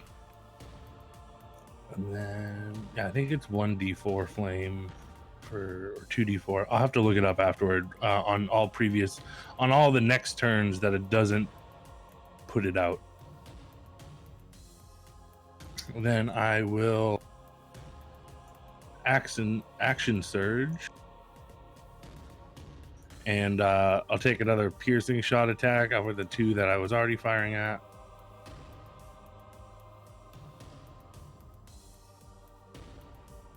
$12 is still a hit. So 9 and 13. And both those monstrosities get slayed as you just fire bolt after bolt into them. All right, and then I'll take the sword out and move up, and then take another piercing shot at the. I'd hit. So 6 and 4 for the ones at the other ones at the top of the. Oh, okay, yeah, cool. And then I will move further into the room, kind of around the table a bit. I think I can get to there. And then that is. At the end of your turn, a legendary action is going to come out. Legendary. Oh man, this guy's got some cool stuff. He's going to use this one. As the abbot kind of points a finger, and it'll direct it right here. So it'll hit Winrel, Serva, and Happy Jack. And each of you need to give me a dexterity saving throw. As a little burst of radiant fire explodes out. Divine punishment for you, sinners.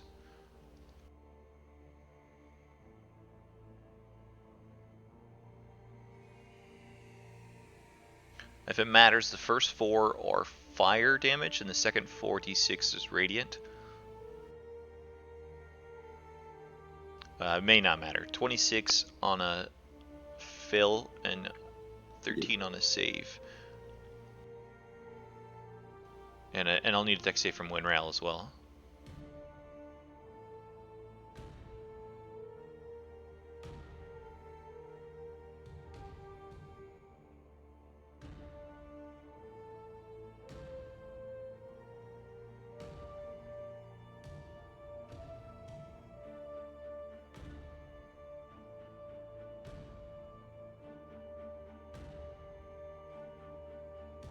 Are you there, Winrail? Oh, I'm here. I'm sorry. What now? I need a I dex. thought that was on. Oh, yeah. It's like an okay. It's an AOE.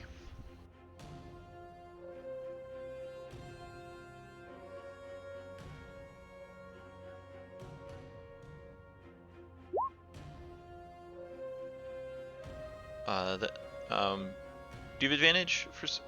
No, no I worries. just forgot to turn it off. 26 damage.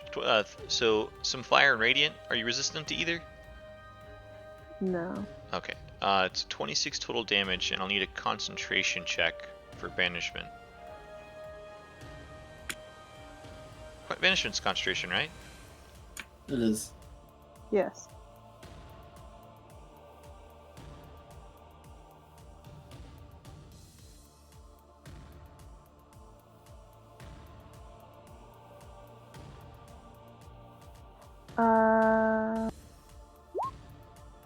Do I get a benefit or something?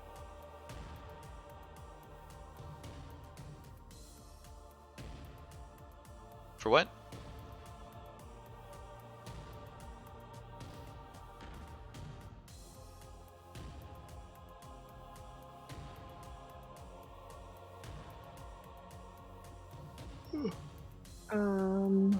Shit. What?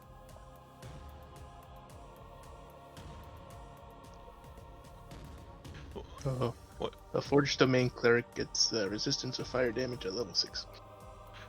Yeah. Nice. Okay. So then what's the total? Instead of 26, it will be 4 plus 17. 21. 21 damage. While you're wearing armor, you get +1 AC.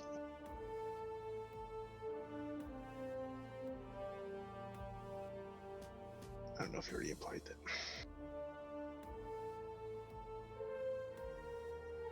I don't think so. Anybody want to give me advantage for this? I typed in chat that I am. Oh, sweet. Sorry. Thanks. DC 10 con save.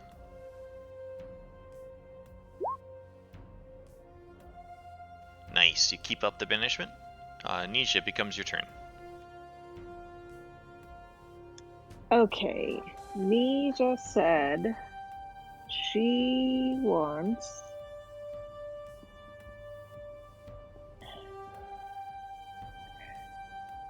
for her action, she wants to cast Hypnotic Pattern with Careful Cast to protect all of us.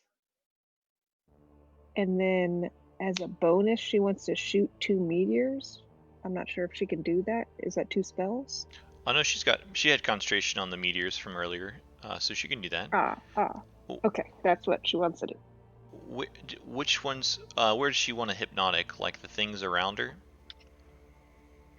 Yeah, I would say that would make sense. Yeah. Okay, cool. I think hypnotic is a pretty big radius. Not concentration, so I think you gotta do the meteors first. Oh yeah.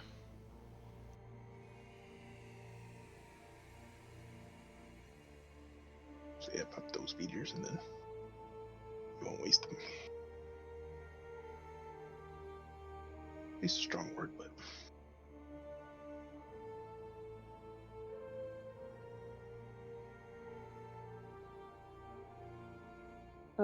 I don't know. He just texted everyone. I don't know. I guess that's the hypnotic pattern, but The range is 120 feet with a 30-foot cube. Yeah, I guess just fire the meteors first, wherever they would. Yeah, probably just the ones right in front of him, yeah, for the meteors. Okay, cool. The meteors have a 5-foot radius, so could go for the middle person and hit all of them for the most part. Indeed, yeah. Alright. Do you need me to cast the spell off the sheet? Yes, please. Cool. I will cast it 2 times.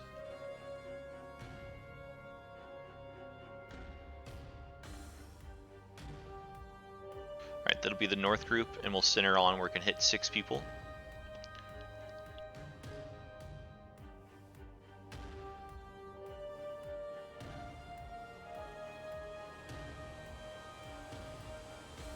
Alright. Double crit pass. You've got a negative to dex. 2 pass, 2 fail. I mean, all the rest fail.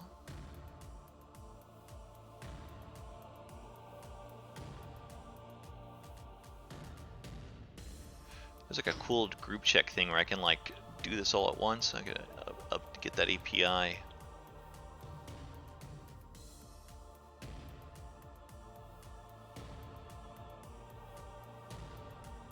Sorry about that, guys. I'm back. That was really unfortunate timing. I was like, ah, crap. He like woke up like just as I,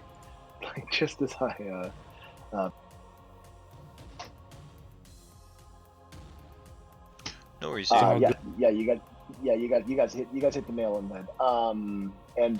Because I'm casting hypnotic pattern, I will lose my concentration on my meteors, but I got 2 of them off, and I will expend 1 sorcery point to protect everybody to pass their save on if anyone who would be affected by the hypno. It'd just be me.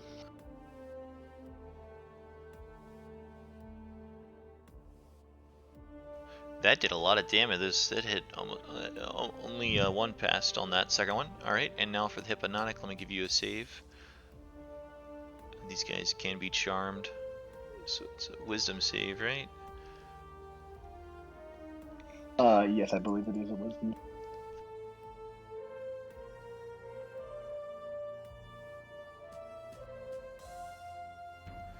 What's your DC? DC 17. 17. That's gonna hit a lot of people. Only 1 is going to pass. Literally 1 out of all 16.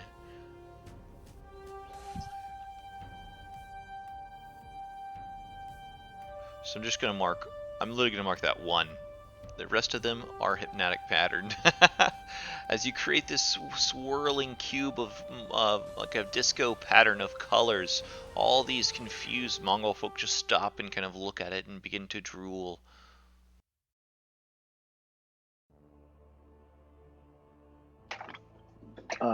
Let's see. Now, I am gonna. Let's see. I will then spend some movement to get out of the crowd, and I think I still probably take an AO, so I'll move this direction. Nope, they're incapacitated. Oh no, the one that wasn't is still. Yeah. I was gonna say he's diagonal, so I figured I'd take the 1A. This one will try to claw out at you. Yep, 21. Concentration. 5 All right. slashing, Yep. and I'll need a concentration check. Yes, indeedy. All right, here we go. No whammy. Ooh, save. Stays up. Perfect. And that will. Let's see, where's? Holy crap! My done button way up there. All right, perfect. Yeah, a lot of rolls. Serva, it becomes your turn. I'm gonna use my channel divinity, take the greatsword, and then coat it in ice.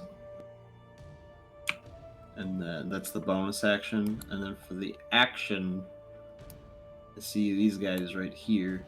So I'm gonna just kind of slash the greatsword in the air as it throws an ice knife. Oh, nice, yeah. This is at level 2. That's this guy. That absolutely hits. That's should be an extra D6.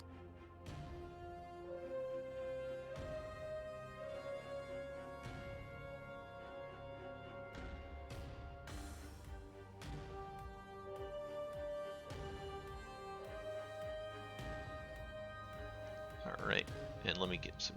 Let's see, 3 pass. It looks like, yeah. But I still take half damage, right? Yep. The shard of ice just explodes out, intensified by your silver dragon blood, and you.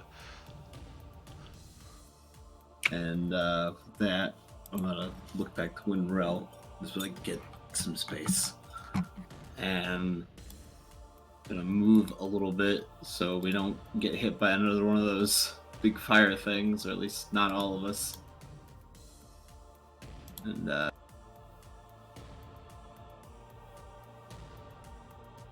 Your turn, Elward.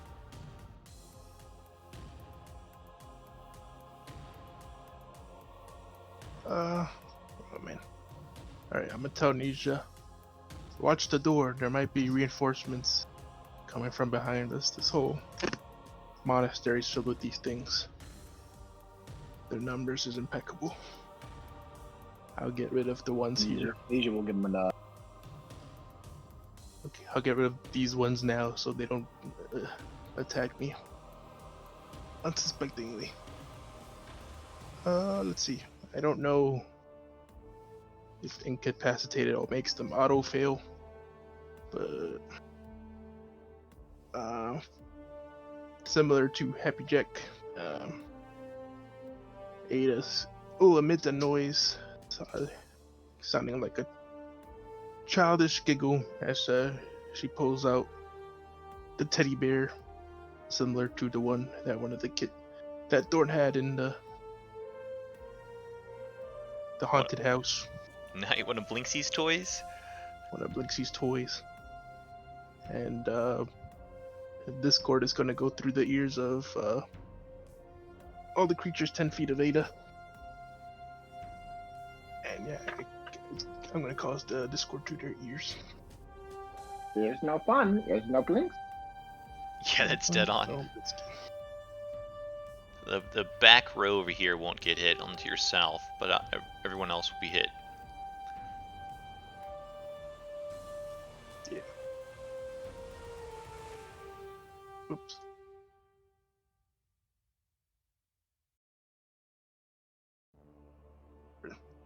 Center 80 is. Might. Actually, I might. I'll have her move down one because the south one has more people than the north one. Ah, cool. Yeah, so now just the top 3 on the other one will not get hit. Yeah. Doop doop. Sorry, Len. You got hit with a lot of saves. No worries at all, dude. Ooh. Oh my, this could wipe a lot of these guys out. They can't take actions or reactions. They can totally take saves. Con is a +2.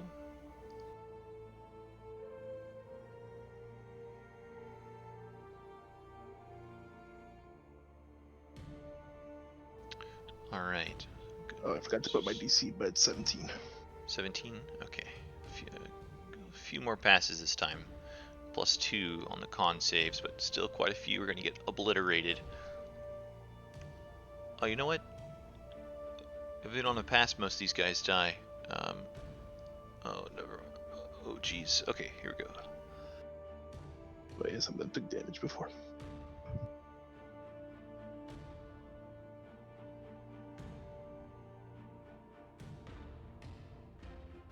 Feel free to take care of him. We've been as like almost all of these guys are going to get obliterated. It looks like. Sure.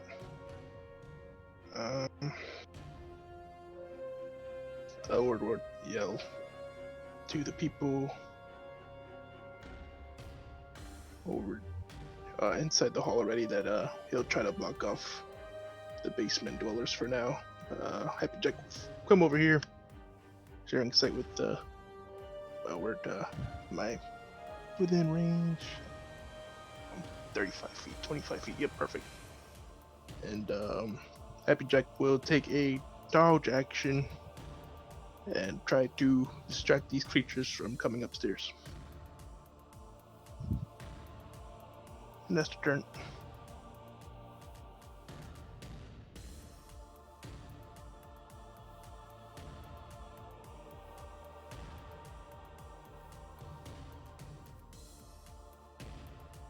Alright, quite a few fell right there. As their eardrums just explode out and scream, these bestial screams of pain.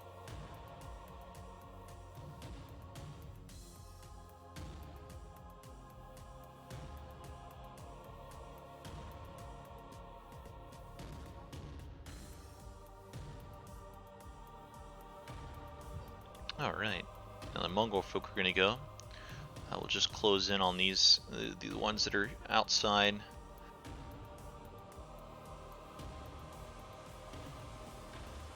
More survived than I was hoping for. Oh no, these are all, sorry, these are all hypnotized. I think they're unhypnotized when they get hit. I don't remember.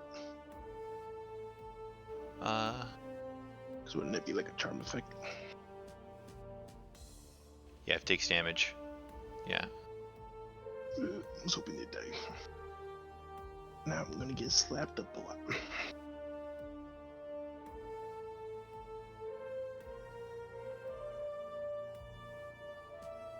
I didn't hit the ones up north though. Oh, thank you. Thank you. Sorry.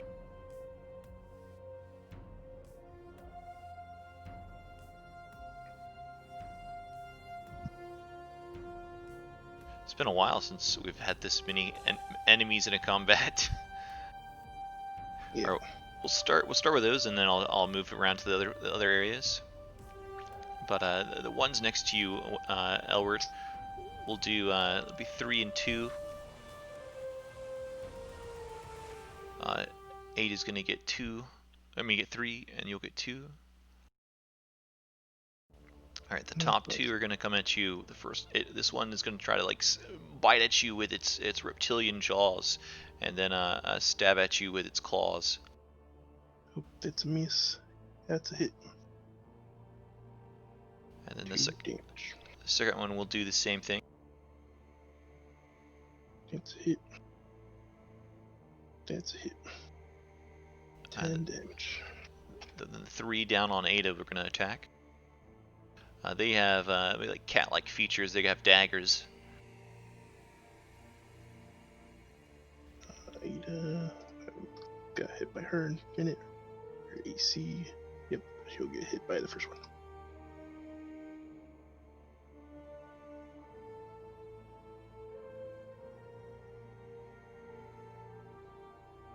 Those two will miss. Alright, that's all the ones surrounding you guys. And now we'll move over here.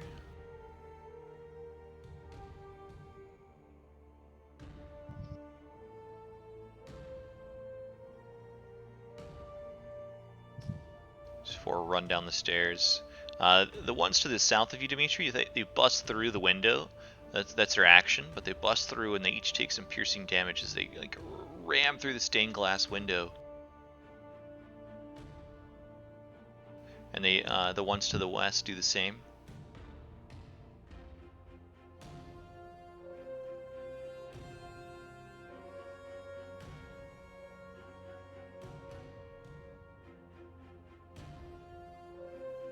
The ones to the north do the same.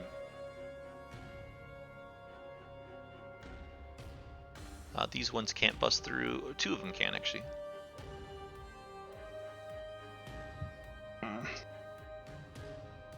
Probably should have cleared the monastery before going to Alright. The only ones left with attacks are these ones here on the stairs.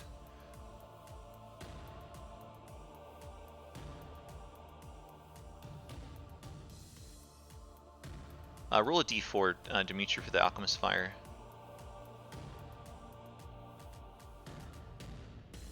Yeah, 1. Anything's better than nothing. Our Alright. party member has a fireball. Yeah, this is where the dissonant dissonant chord got a lot. All right, we'll do so the first two. Let's see, 1, 2, 3, 4 on Happy Jack. Sure. Oh, with disadvantage. Disadvantage. All right. And if anyone passed him, you would have taken an AO. One got on the opposite side, but didn't actually pass. Okay.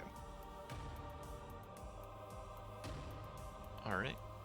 Disadvantage, bite claw. Bite claw on the next one too. Nice. Keep him distracted, Happy Jack. You got this. And a final fourth one.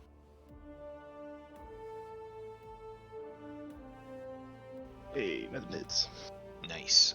All right. The next two will be on Winrel. These will have daggers. They'll bite dagger.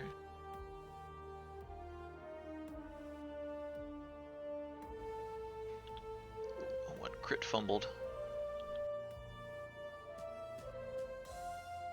Just a miss. Didn't roll high enough. And the final two on Serva.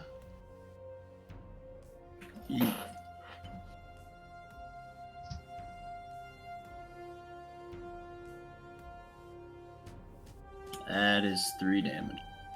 Alrighty. Whew. And now the Abbot goes.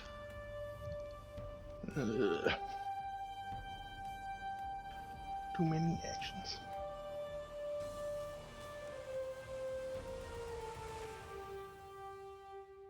The Abbot. He's not too scared right now. Oh, I know how he's going to use his turn.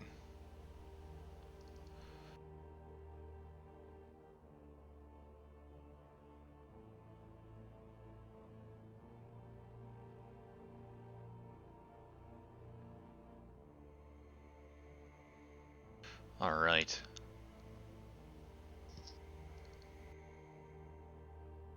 You see him kind of float off into the air and over the table, and he lands right here in the middle of all of you. Middle of all of you in this room. Divine punishment you will find. I will have the robe, and the Morning Lord will praise this victory in the annals of all time. See what radiant energy. See the glory of a god. And the Abbot, 2 golden wings burst out of his backs as he transforms, and this searing light shoots forward. You see the creatures have kind of been ready for this, and it all looked away. But I need Constitution saving throws from Dimitri, Serva, and Winrel as the Abbot reveals his true form.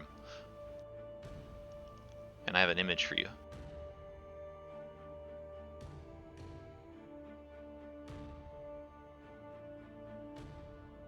He is none other than a fallen Deva.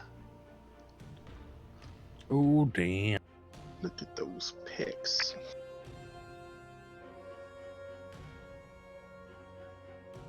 But DC is 15. He could have found a better hairstylist. I'm going to use luck. It's cool. Winrel, you're blinded until the end of the Abbot's next turn. You are as well, Dimitri. Yeah. No, Dimitri's always blind. It's like canon at this point. This is ridiculous. There's an 8 and a 9. That is his turn. It's gonna be his action as he transforms. Vasilka's gonna go. The Abbot will kind of give a command. Show these sinners what you have learned, dear. Are Devas bigger than me? Some Devas are. I don't think this one is, though. This Okay. one- yeah, this one is specifically a medium. I think Cool, some cool. Devas can be large, though. Yeah, that's what I was curious. I didn't know if he like, changed size. No, he's still medium. Let's see whose Vasilka's gonna go for. One, Servaz, she's gonna follow you. She steps up to you, she's gonna try to attack. Vasilka curtsies as she moves close to you, and she kind of turns her curtsy into an uppercut.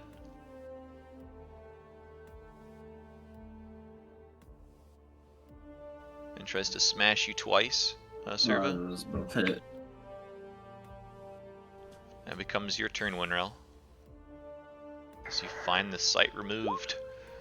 Alright, well, I want to cast Wall of Fire.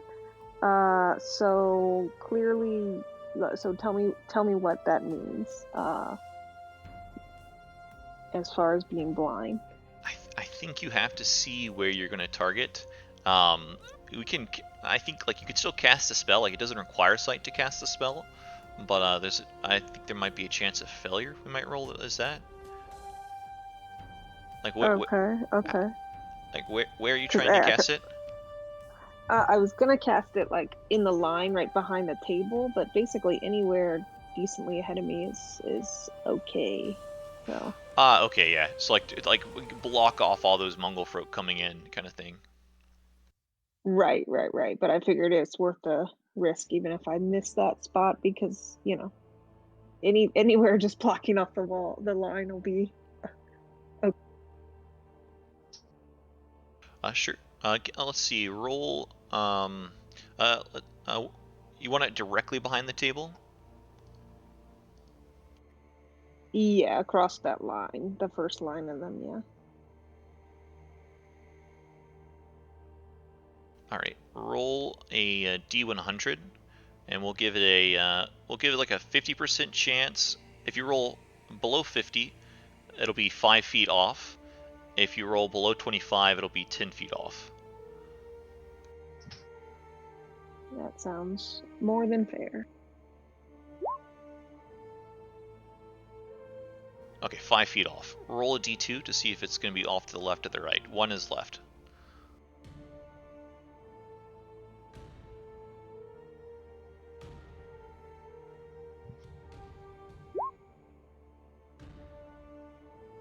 Okay, so it's going to be off to the right, which is good.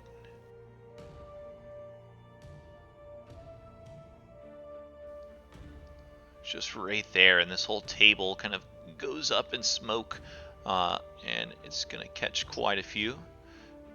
It's initially, and then when they start their turn, and it's 10 feet out. Let me get the 10 feet. Well, I think, or enter it for the first time, right? I think so. Yeah, enter the first time in their turn there, and when you cast it, I believe. Yeah. Mm-hmm. Yeah, because casting it counts as the first time. Right.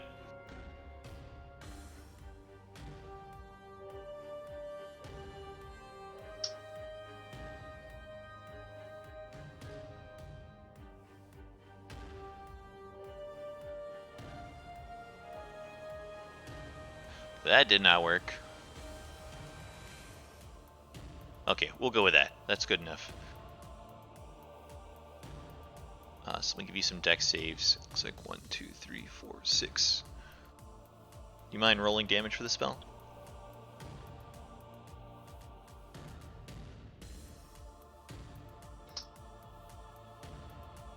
They have a -1 on their dex.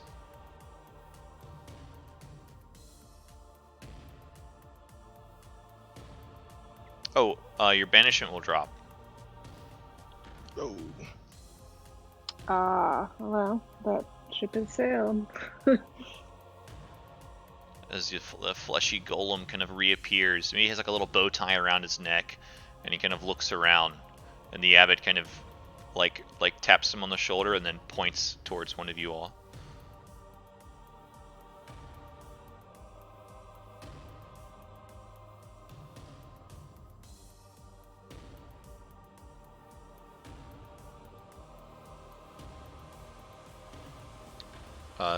Go ahead and roll damage for your wall of fire, Winrel. Yes.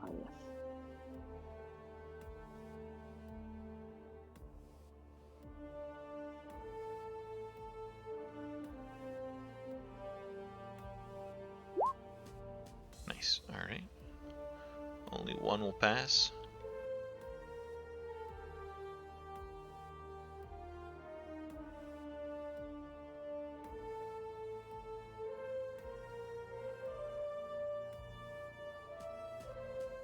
All right. Anything else in your turn? Nope, that is all.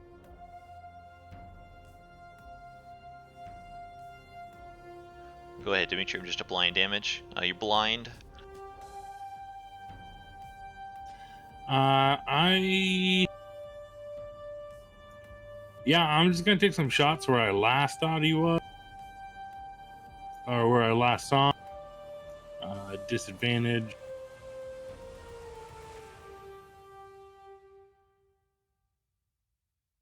Cool, go for it.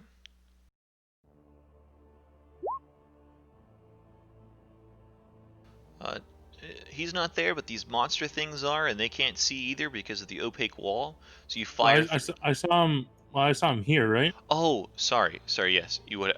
Sorry, you absolutely would have seen him there before he kind of transformed.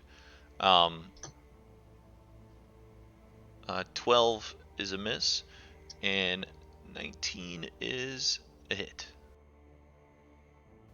Hey. All right, so 9. And then I know these dudes came in behind me, so I'll just take a swing at the one that's right by me with my offhand. I'll go for it. 11 is still a hit. All right, for 9. And that one's radiant, if that matters. No, but it does affect them for sure. Okay, and then In fact, as your blade kind of slices through, the abbot kind of look towards you. How dare you?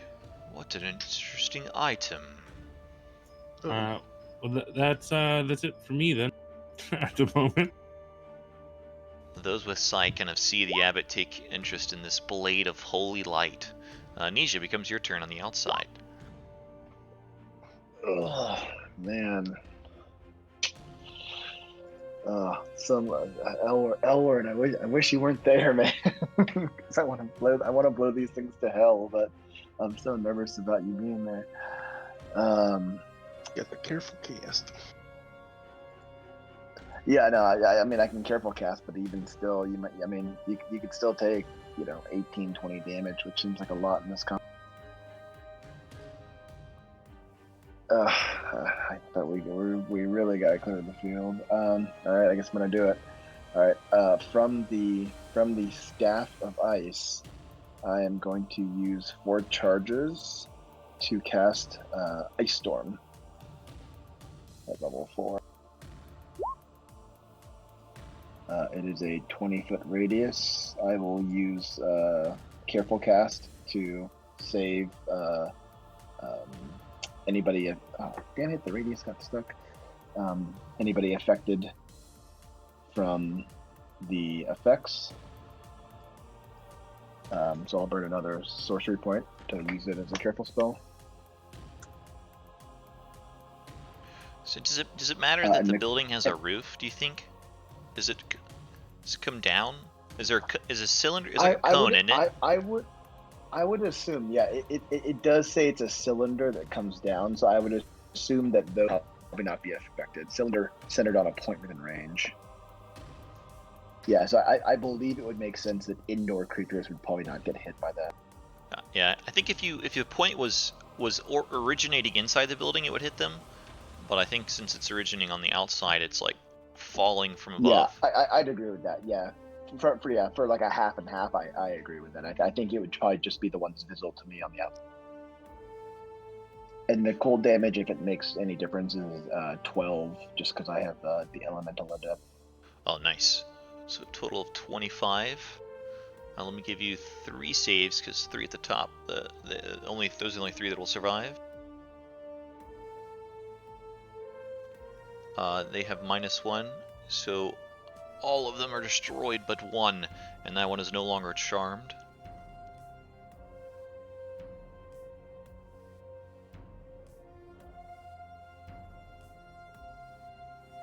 All right, so I'm just going to start Alright, removing these dead bodies for you. You feel free to continue.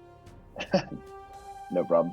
I'm gonna creep over this way a little bit, just enough so I can see this new form of the abbot. And I am going to kind of draw in some of my unnatural energy, and I am going to expend 3 sorcery points and summon a hound of ill omen, right at his side. Oh crap! Did that work? Here we go. Oh yeah, it appeared. On it. Oh, did? Oh, there it is. Oh, okay. Yeah, I just didn't have visibility on it. And then I'll roll initiative for the hound, Did that give you vision on it? and Does- yeah, I can see it. Yeah, I can see it now. It's fine. And then that will end my. Cool. At the end of your turn, as this wolf appears out, you see the abbot is going to use a legendary action. It's going to teleport. Is this an ability I can counterspell now that I can see him? Can you see through the ice storm? Is it opaque or is it just Yeah, it's just rough terrain. Okay, cool. Just 'cause I wasn't sure if it was heavily obscured or something. Double checking. Let's see. Hailstones turn the area's effect into difficult terrain until the next turn. Yeah, it doesn't say anything about vision. Yeah, then it's teleport. It's like a natural magical ability, but yeah, you can totally counterspell if you so wish. Okay. If I see him trying to teleport, I will counterspell. Okay. I'll need a charisma check. It's DC 17. All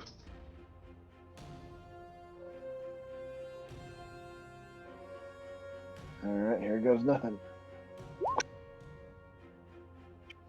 The Oh, wolf that fails. was almost a 14. Damn it.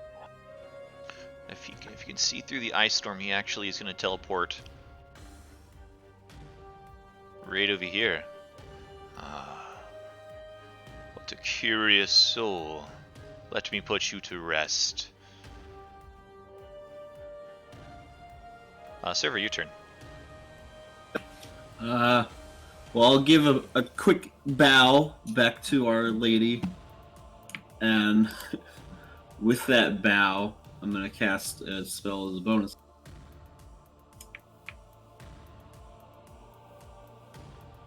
I'm just casting Thunder Smite, so... Oh, I don't know why it rolled the damage twice. Never mind that. It's... I don't know. But, and we're going to attack... Some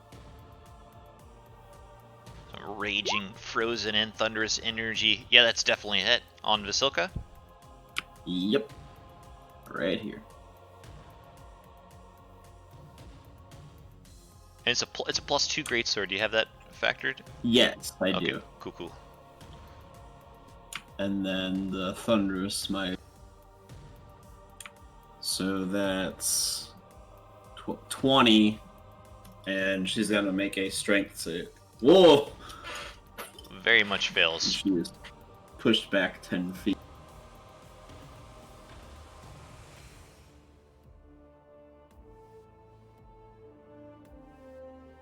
Shoved back and kind of knocks into the railing. And still got movement, but these two guys behind me.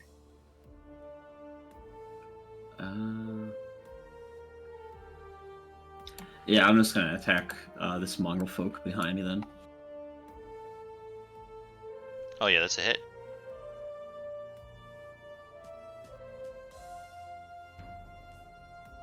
Give it a good slash.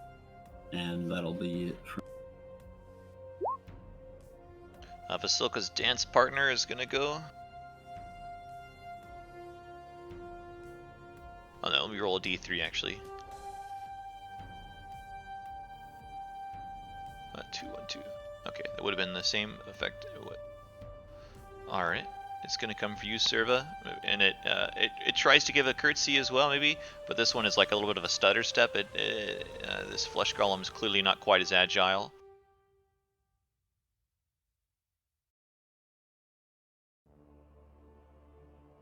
swings twice and just Both misses.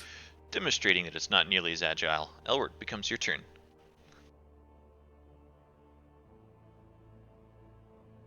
Okay. Everybody knows Dimitri's the best dance partner. But he's not blind. I managed to the guy up north. But, Diva's right there. That face. And Happy Jack is surrounded. Got a curious battle. Okie dokie. Let's take this turn to test out Diva's, the Abbot's resistances. I'm gonna fire off a firebolt at it. Go for it.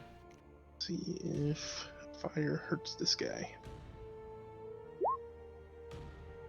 21 is a hit, and fire seems to be fully effective as it strikes into the Abbot. Ooh, nice. Alright, I saw that the Abbot was shooting flames at people, so I am going to separate with Ada so we're not together. Oh wait, I have to stay within 45 of Happy Jack. I think that's 45. So, yeah. I'll go over there. Ada will go over. Oh wait, there's the difficult terrain. So I'll just go here and Ada will go here. Split up the dangerousness. Oh, I think we missed my wolf's turn in order. He rolled a 15, but he would have only been able to move. So I'll just put him there. My bad. Oh, Disengage. it's all good. I mean, it's not like you don't already have like 800 minions on them. So what's one more PC? You know. Yeah. Okay. Looks like got some backup back here, which is cool. Happy Jack unfortunately does not have a big AoE spell for these guys, but he will, in fact. I will turbocharge his gears and add my intelligence modifier into his AC as my bonus action, and that's my turn. At the end of your turn, the Abbot's going to use the rest of his legendary actions. You sinners, how dare you attack a god, servant of God. He's going to use his other two actions for the Searing Burst. Be a 10-foot radius as it explodes out with radiant fire. Let's see, can I hit? Yeah. Ooh, radius sucks. That's cheap. Just gonna leave that one over there on the battlefield. So I'll need a dex save from Elward, Nisha, and her hound.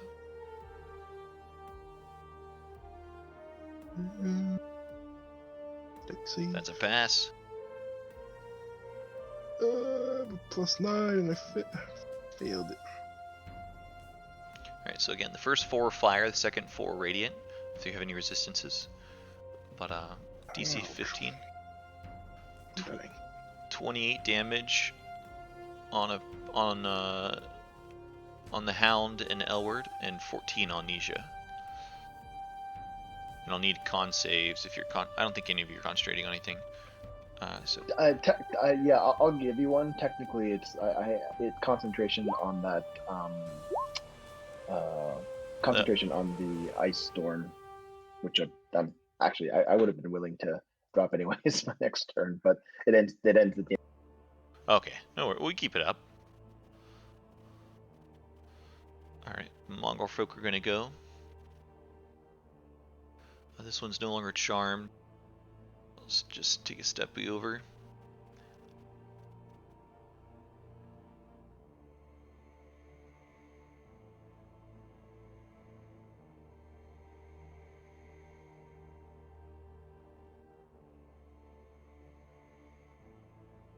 There's too many Mongol folk. Roll a d4 for me, Dimitri.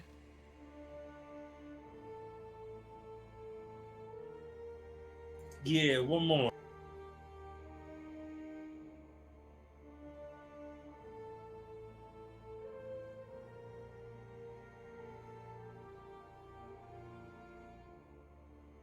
These will use their climb to get up. Uh-oh. Cone of Cold coming out? Yeah, I'm debating it. That's too many of my allies in the way, and we're getting this.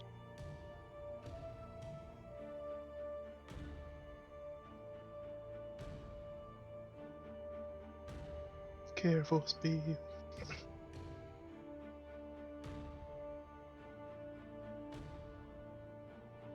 These guys are just gonna get burnt up in the fire.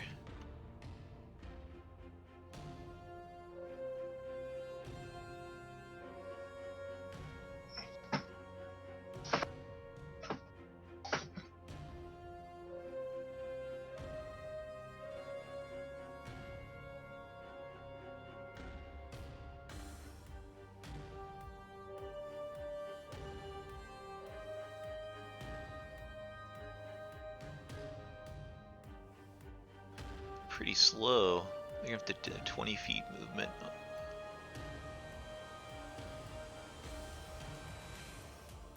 These ones will dash over there. Just gonna continue to kind of file in. I'll squeeze past over there.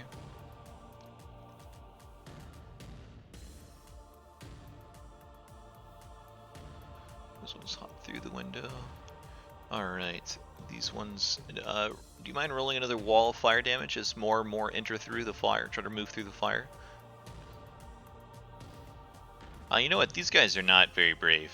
Those ones are not going to rush through the fire, they're going to turn tail.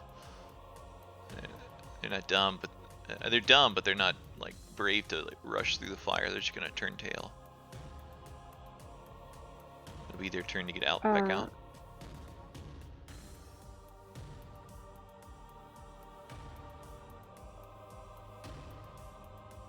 Okay, so did any of them take it, or they all ran? The ones that would have taken it, I just auto-killed because no matter what you rolled would have died.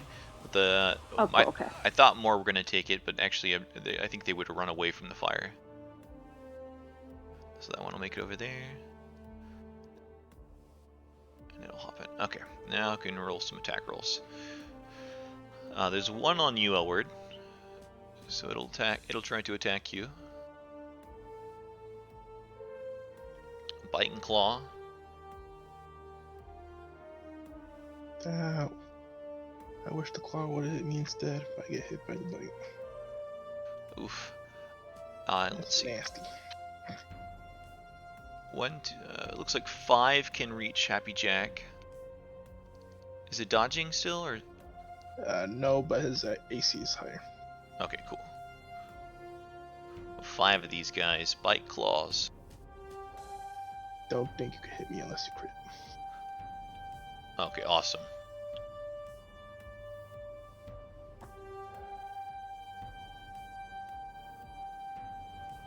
This only goes for a minute, so you gotta keep track of that.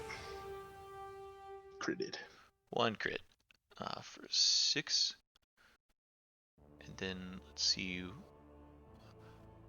On Winrel, there's 2 that can reach. These have advantage on you, Winrel, since you're blinded.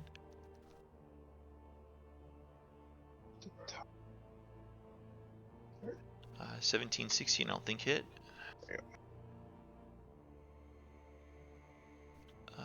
Does a 19 hit Winrel? No, not even close. Alright, and then 1, 2, 3, 4, 5 on you, Serva. Alright.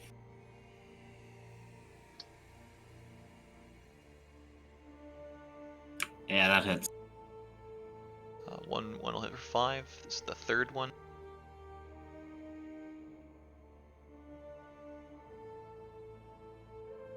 Final 5th one. 22 for 3. And last, So that's Dimitri. 10 damage total. 10 damage? I thought only 2 Yeah, hit. so far. No, because 17, because I have the grid. Oh, okay, yeah. My bad. That's with your blessing? The Silver Dragon blessing? Mm-hmm. Okay. No problem. And, alright, 5 on Dimitri. And they have advantage because you're blind? Unless you have some kind of boon? You have an unseen attacker boon? He's been blind so much that he's good at perceiving things. No, I don't think alert helps with that, but let me double.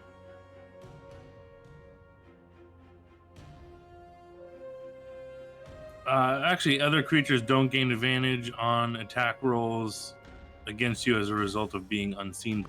Awesome. Yeah, I thought that was something, but I couldn't quite remember. Awesome.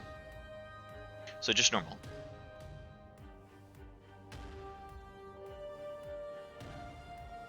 Uh, 22 hit. Fail. Oh, yeah. 2. That's a different person, so I won't infect much. Look at that. Just barely didn't roll enough. And it was going to get blinded as well. He flexed it on you. I won't get blind. 2 20s. That's the third one. Here's the fourth one.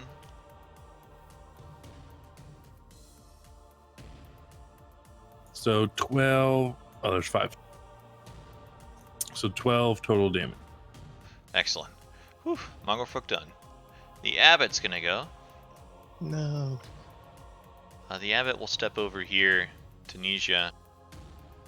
And you see him wield out this massive golden mace as he kind of pulls it from his robes and brings it down on you, Nija. Be smited, you undead fiend. Yeah.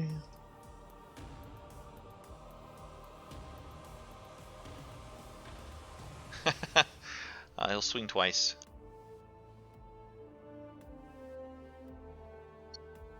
Yeah, so first one misses, second one, he... 9 bludgeoning, 14 radiant. And that's the Abbot's turn.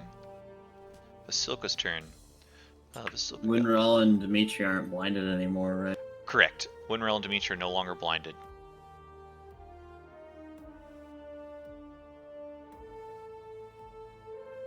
Vasilka's gonna kind of get caught in this corner, and manners are her thing. She's kind of looking left and right, and kind of even kind of get this gravelly voice. Excuse me. Excuse me. Move, please. And she's trying to get like the mongrel folk out of the way. Winrel.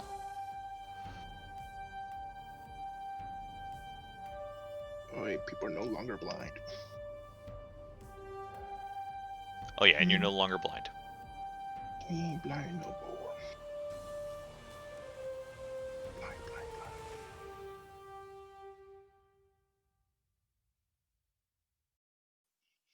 blind. Hmm.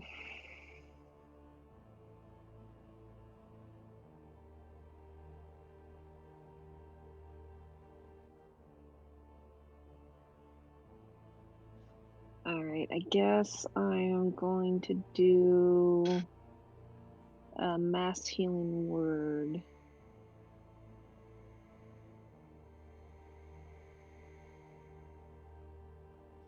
Yeah, I should be able to get everybody.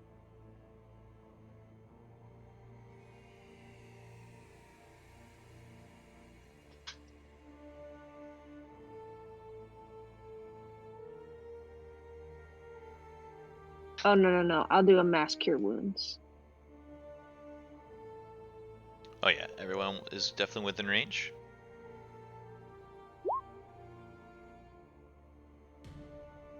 That is some big healing. Yes. Not an exciting turn, but hopefully worthwhile. That's it for me. Oh no, that could turn I the guess just tide. for the record, does my wolf gain healing back, or is a supernatural being empowered? No, it should get healing.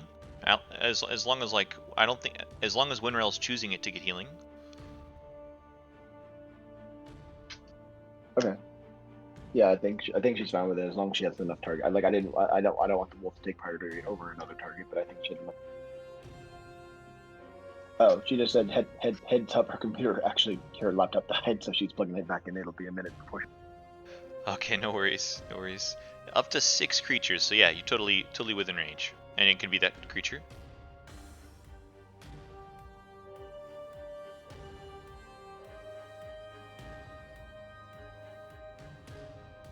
It can't go over its max HP though.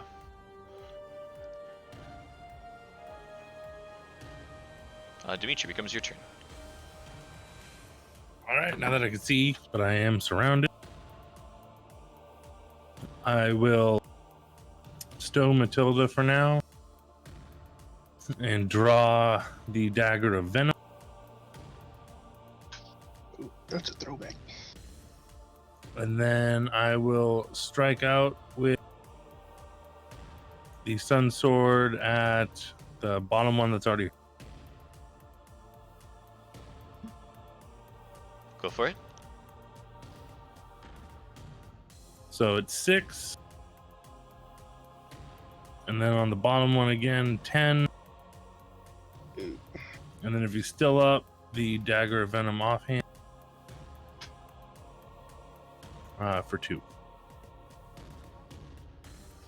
Slash and hack away until this mongrel folk is cut to pieces.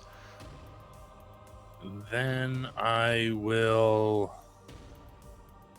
These things Oh, are I tiny. use my bonus. I use my bonus action. Then I won't do anything, and that is my turn. Becomes your turn, Nisha. All right, this is unpleasant company here.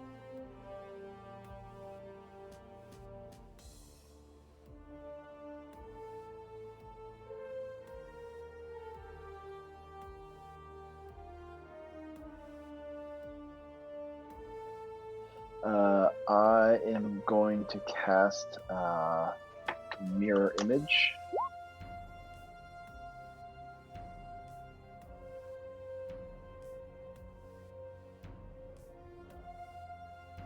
And hopefully give myself a little bit of a chance of...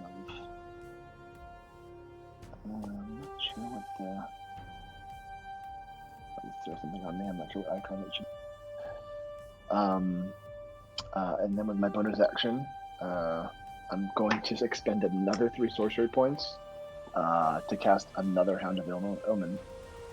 Now that he's being a dick and flying around. Oh, nice.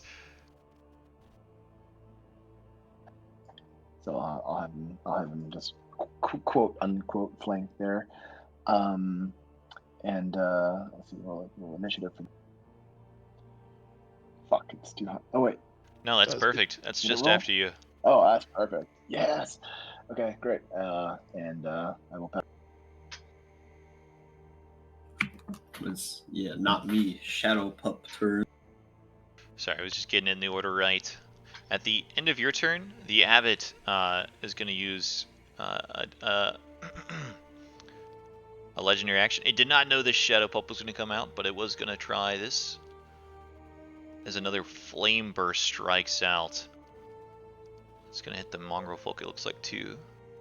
Yeah, he's not worried about the mongrel folk. Burn with the righteousness of the Morning Lord. I need dex saves from Nisha, One Hound, and Elward. Again, being the type of ability is this, can I counterspell this or no? Is this like an ability or is this? This one's like an ability. It's like he can like conjure like holy fire essentially. It's not so much a spell. Gotcha. Okay, that's fair. That's fair. I figured I'd ask. Okay, 15, going for a 15. All right. Oh, son of a bitch! Both me and Elward are 1 short. Oh, my Hound makes it for one. At least the Hound saves. 31 on a failure. DC 15. Elward and Nisha take 31. Hound will take 15. And it becomes your Hound's turn. All right, so the hound behind it will attack it with a bite attack. It does have pack tactics, so it should get advantage. Just a 23 roll is. Oh no, it's gone. It's obliterated. there. Nice. I need space to move. Yeah. That is absolutely a hit. As it like jumps into the lake. For 12 piercing. And he pulls him prone. Sweet. Suck it, Deva. All right, that's it. Oh, I don't know if the hound does have a done button. Perfect. Okay, there we go. That's the hound. The fallen angel has fallen more. Falling to the Nice. ground. Oh, bro. Ugh. Golem's giving me trouble. Oh, at the end of the hound's turn, the abbot is going to use his legendary action. Dude. I'm sorry. Not my royal robes. He'll teleport over there. Elo. Your turn, Sarah. Oh, I was gonna say if they wanted to, that you let them attempt to counter that last time, right? Oh yeah, if you want to, you totally can. Probably. Where is he? He's just teleporting there. Yeah, I'll try. I mean, well, I guess I wouldn't know where he's teleporting, to be fair, but yeah, I would probably. I mean, you yeah, would have keep him tried there, to just last because I time will and too. felt like the magic was like really powerful magic. So I mean, it's up to you. Yeah, I'll try it again. It's still a DC 17, I think, right? Correct. All right, here we go. Charisma check. Hey, you counter it. Hey, there we go. He does not teleport at all. He stays in the snow and the mud and the blood. Alright. I'm gonna bonus action cast Blindings, which is yeah. I think that's just gonna roll it. So I'll just roll to hit the flesh golem.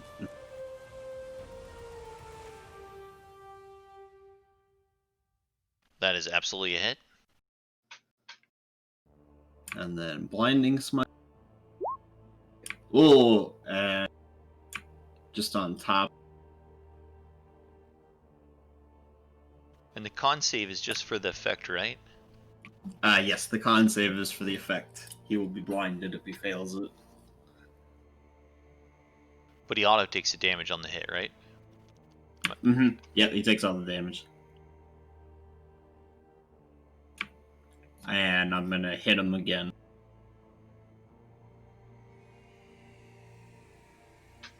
That is absolutely a hit. And I think he's a construct, not undead, unfortunately.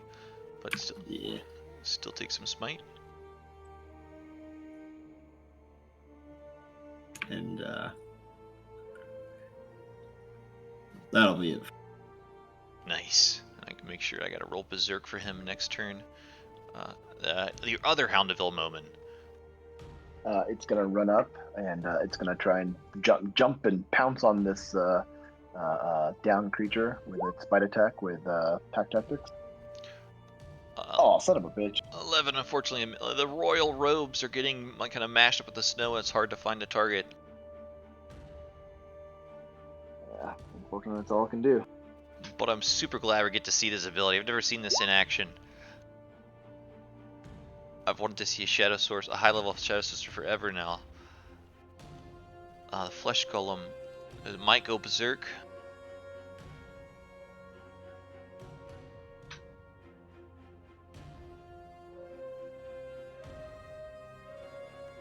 No, it does not go Berserk. So it's going to continue to kind of try to smack you, Serva. Mm-hmm.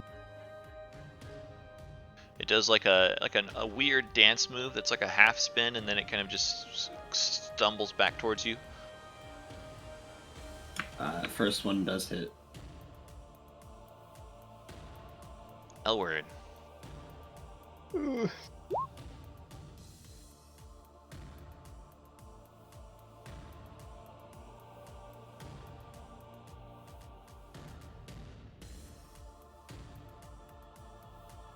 Okay. First of all, Elward is tired of taking these holy fires, so he's gonna separate from the group. So the Abbot will stop hitting him. Oh man, tough fight. The Abbot's prone, so not the prime target for Ada. He's gonna move. See what this battlefield's looking like. Alright, she sees that the flesh golem is looking pretty dire. Or Elward sees it through Ada's eyes, and he's gonna fire off a firebolt at the flesh golem to free up some space for Serva. Never mind. D&D.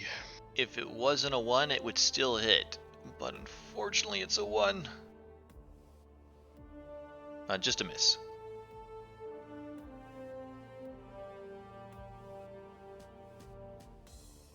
DD's hitting me with all the lame rolls.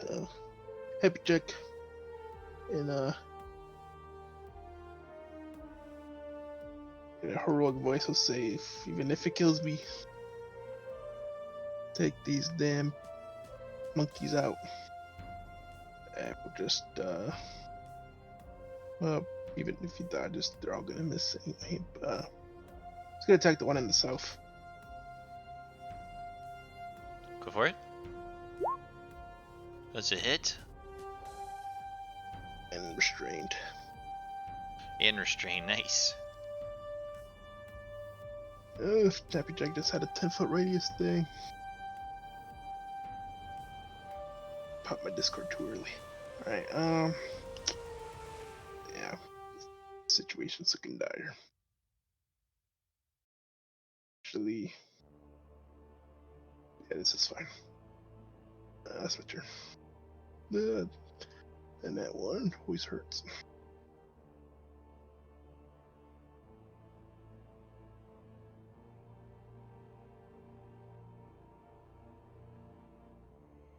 There's more of these things. They had to run from the fire. Those just dashed around to get to that window. These guys dash and can't even get to a window. Alright, now the one's still in the room. Gonna continue to surround.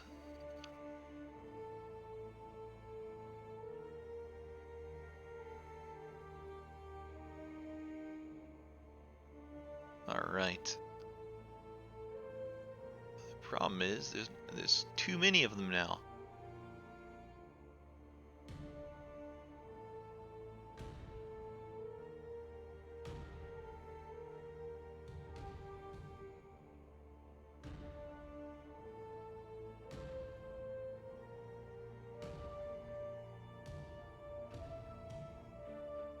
Alright, legit, none of them can make it past the other ones.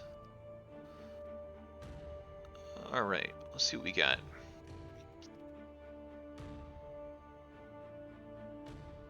We'll try to go right to left. Winter, it looks like you have 2 on you. So here's two attacks.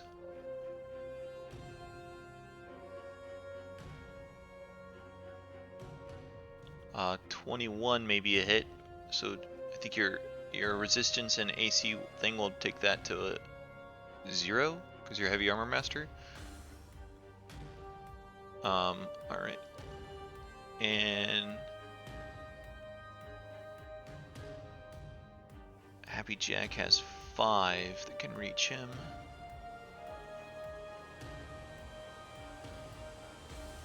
Or her, I'm sorry.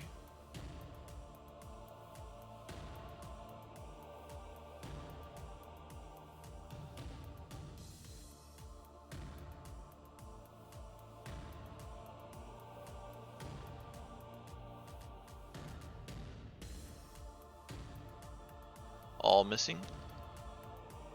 Serva has 1, 2, 3, 4, 5 as well.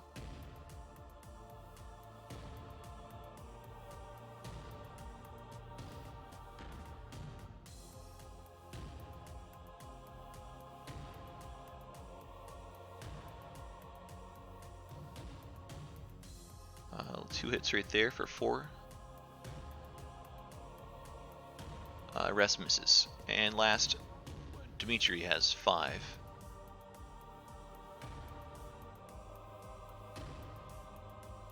I do. Looks like you have 5. 1, 2, 3, 4, 5. Yep. Where's the 5th one? One below you. Oh, I'm sorry, 4. I was counting you. I was like, you're hitting yourself. Monkey see, monkey do. So just 4, just 4. I just wanted to make sure there wasn't like an invisible one. I wasn't. Nope, just 4. Alright, so there's 2. The crit will hit for 7.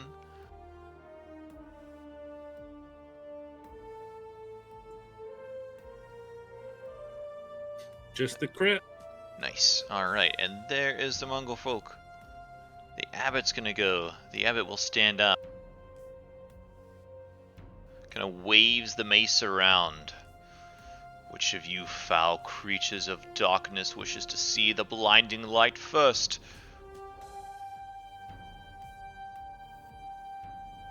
It's gonna continue to focus in on you, Anisha.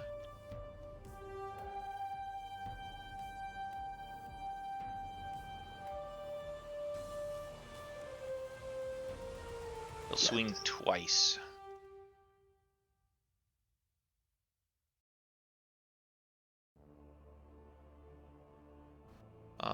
18, I think, might hit. I will shield.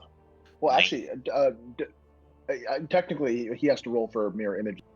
Oh, right, correct. Sorry, let me give you a mirror image. D20, right? Fortunately, the first one misses. Yeah, the first one misses my mirror image because it would have a 13.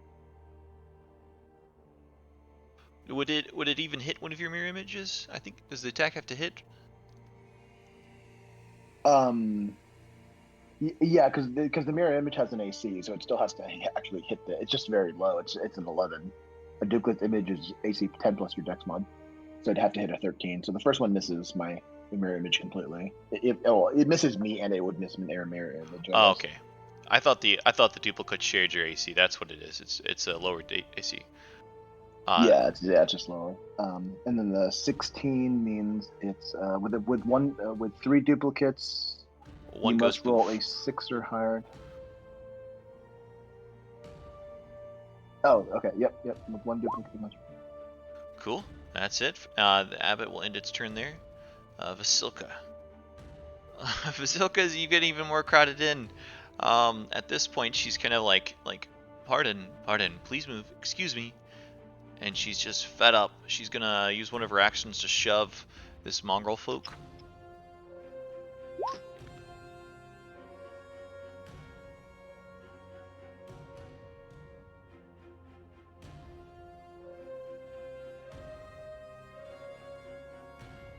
And she can't shove it out of the way. It'll try again. It'll use other attack.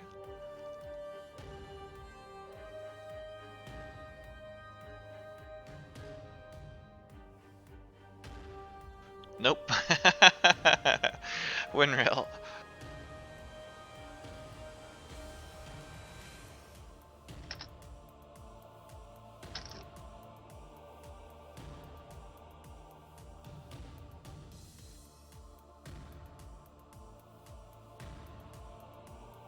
As you find these creatures, these horrible bestial-like humanoids, just encroaching.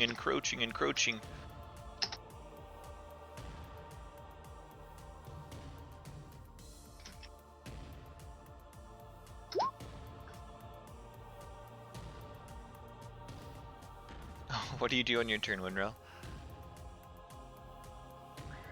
All right.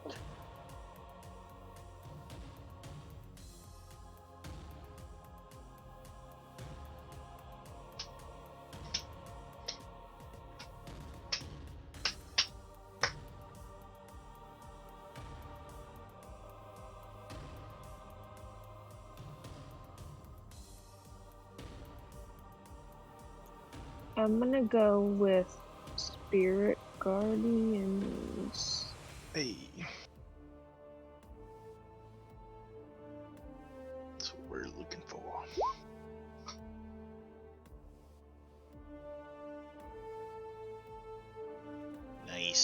I think it's 10 foot, right? 10 foot? Here comes the AoE.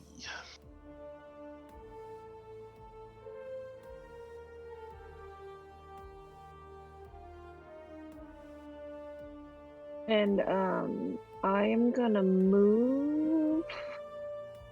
I will take that one.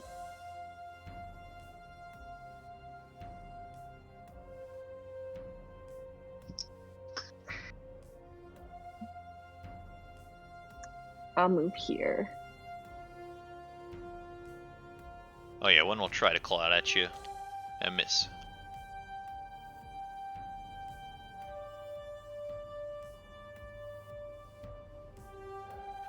How are you guys feeling as we start the next round?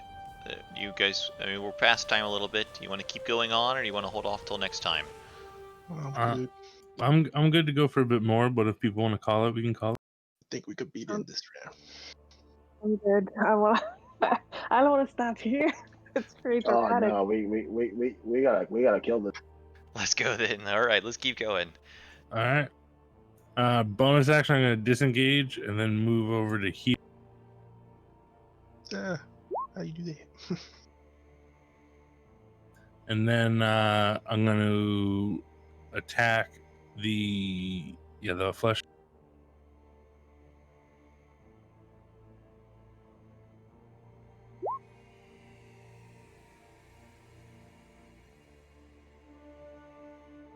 So I'm going to make sure I had sneak attack on. Oh, So nice. 21.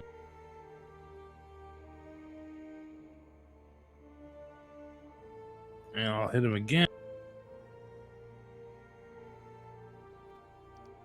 For 6. That is so close. And then I can.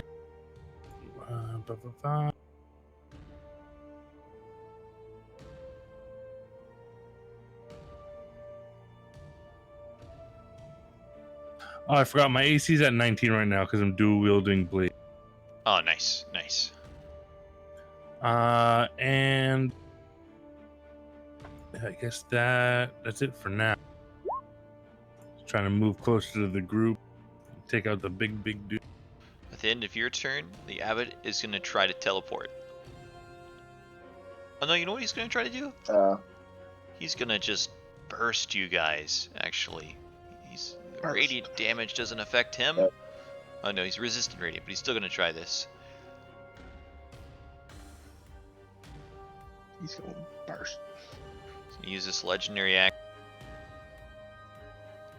and just kind of erupt from the wings as radiant holy fire flares all about. I don't know how much. Let's see. If I give you my advantage, do you think you survive? No, I wouldn't. I only have 6 hit points. Is this for everybody? No, just Nisha and the 2 hounds.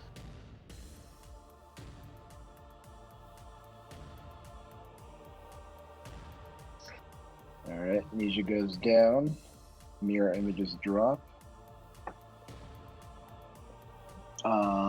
27. This hound is down. This hound goes down to.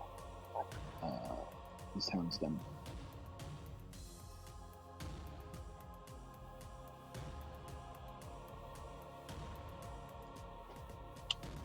Surprisingly, they're not concentrations. I had to look that up. I'm like, is that really the raw? Is that like they just stay? It's like apparently they just stay for 5 minutes.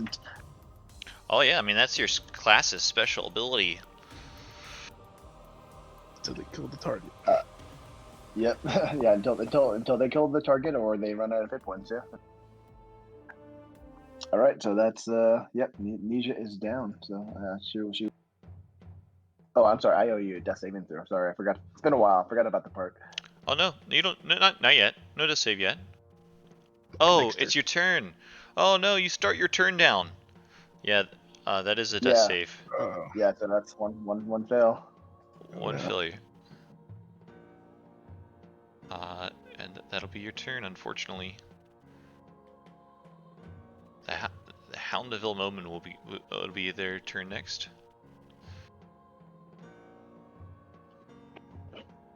Okay, so it will attack. I assume it doesn't get pack tactics from a creature that's down on the ground.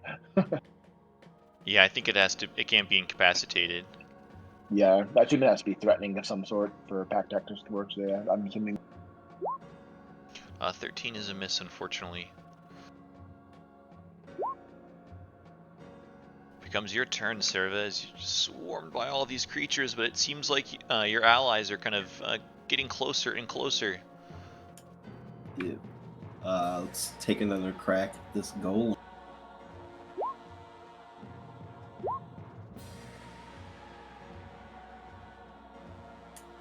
That is absolutely a hit. And then one. Oh, nice. You just shatter this golem as you slice through it. It kind of pierces all the flesh, and the stitching kind of unwinds, and it tumbles to the ground in a bunch of pieces. And then I'm gonna attack this one behind me. That's it.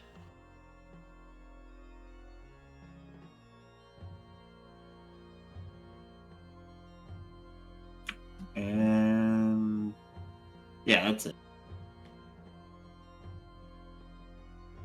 That dude is dead. At the end of your turn, the Abbot is going to use another legendary action and is going to teleport.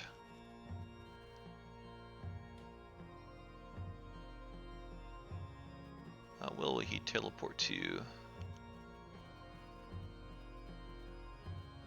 He's going to teleport just inside the Abbey, the entrance of the main hall, and kind of get a look at what's going on here. No, Your turn, Elward. I needed that space. Is he flying? He's kind of hovering. But yeah, he's flying. But yeah. Enough space to go underneath him. Not really. But yeah, you could if you crawled. If you went prone. Yeah, military crawled under him. You could do that just at half movement. Then I'm taking an AO.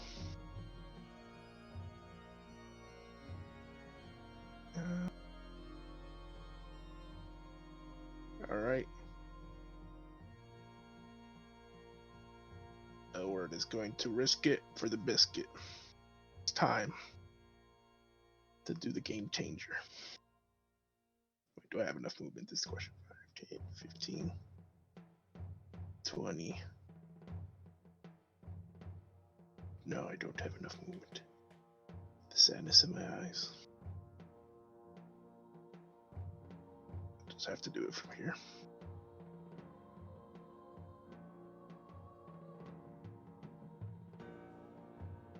Sucks. Why did you go there, Lennon? Why? I'm sorry. Alright. Now we're just gotta do it, even if it takes him out. I don't have anything to revive me. I'm gonna hop on over here. Now we're just gonna take out his pipes of haunting. Everyone within 30 feet, except for my allies, need to make a wisdom save or be feared. Nice. Everyone that can hear me. The Abbot can't be frightened. Neither can the Golem, but the Mongrel Throat absolutely can. I need DC 15 from everyone 30 feet within me. Alright, pretty far out. Alright. If I could have got inside, I could have gotten all of them. These guys can still hear you, and they're within 30 feet.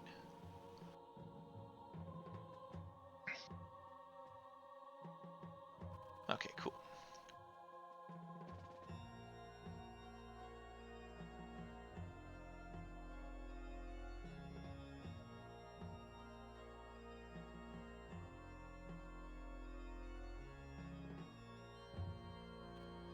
My goodness. See a lot of failures. DC what? 17? 15. It's on DC. And what's the ability? Wisdom. It's okay. Flat roll. All right. And they're frightened, right? Frightened for a whole minute.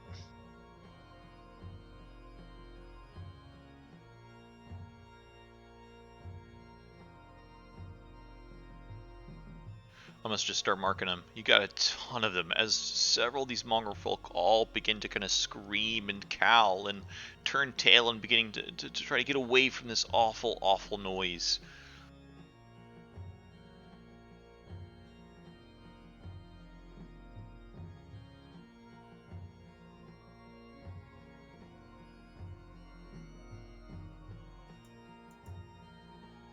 Nice. Ah man. The worst part is they could re-roll at the end of their turn. I did not read that part, but it's better than nothing. Bonus action, Happy Jack's gonna squeeze the life of this thing that's grabbed. That's a D6 because it's in subsequent turns. Happy Jack obliterates it, just squeezes so tight that it burst. Hey. Notice that a lot of things are feared right now. It's gonna move up a little. Actually, no. That thing does AoE damage, so I'm going over there. 5, 10, 15, 20. I got 10 feet of movement for Ada. That's my turn. The Abbot ruined my plan.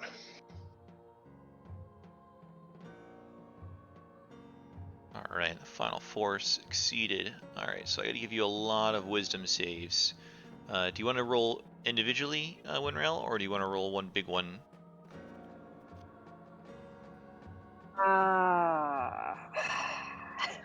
I'll just roll once. Okay, cool. Looks like I owe you 1, 2, 3, 4.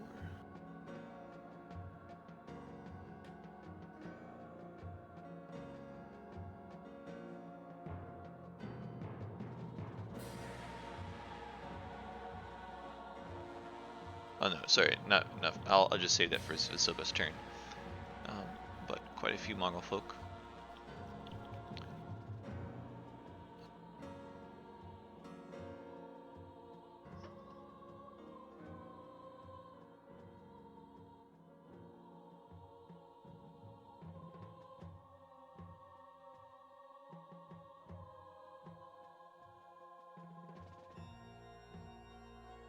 Alright. So flat roll, only one saves.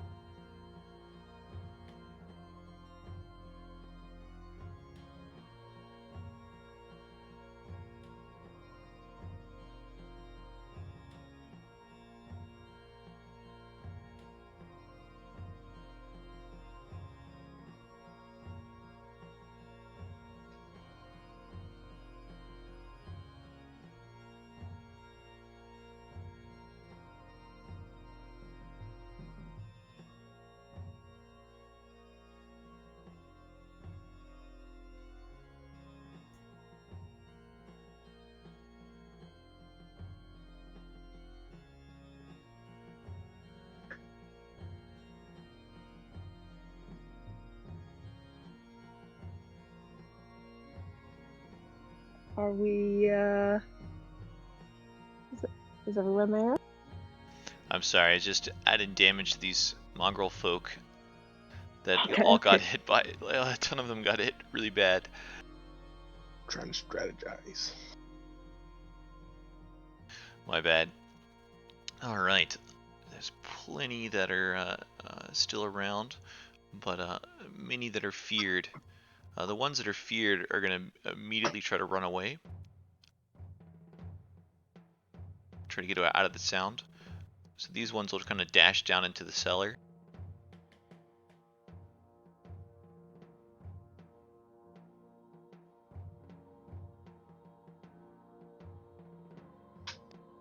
I'll just put those over there as they dash down into the cellar.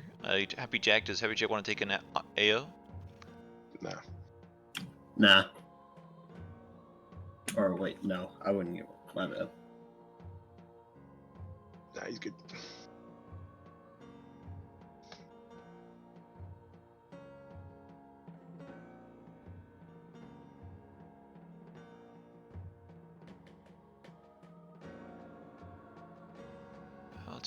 How are these guys gonna approach?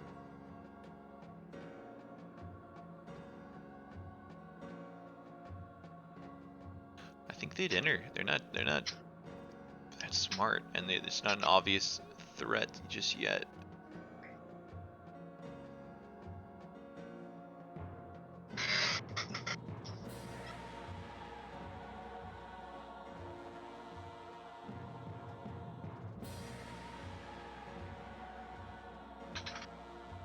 All right, 2 more entered.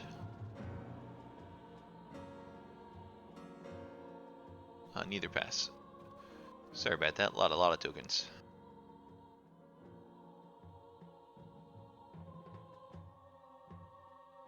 Maybe to help yourself, you put a lot less tokens on the battlefield, just for yourself. I generally do try to avoid these massive amount of tokens, but he had like 66 mongrel folk. We really just gotta have somebody with fireball sometime. Yeah. All right. Let me see.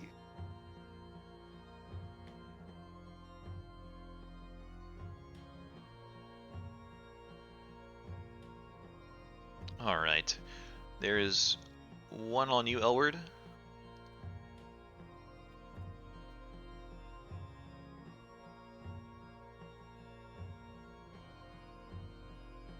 Yeah, it's gonna try to bite out at you through the door. Oh, 19 will hit. Hit for a little bit. 1 on Happy Jack.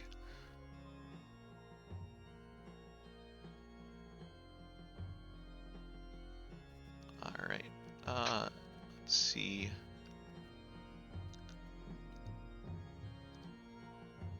One on Winrail.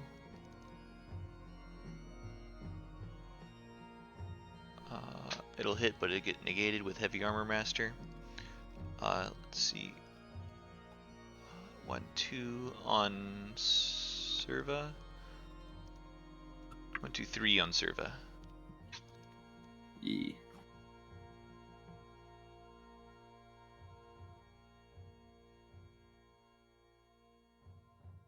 That's a hit.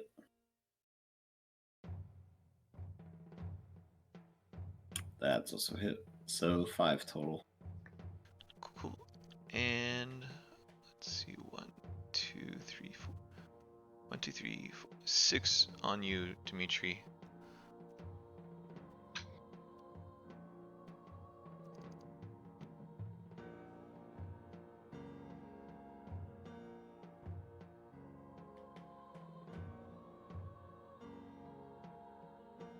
Oh, sorry. Ignore that second bite. Just the first bite on that one.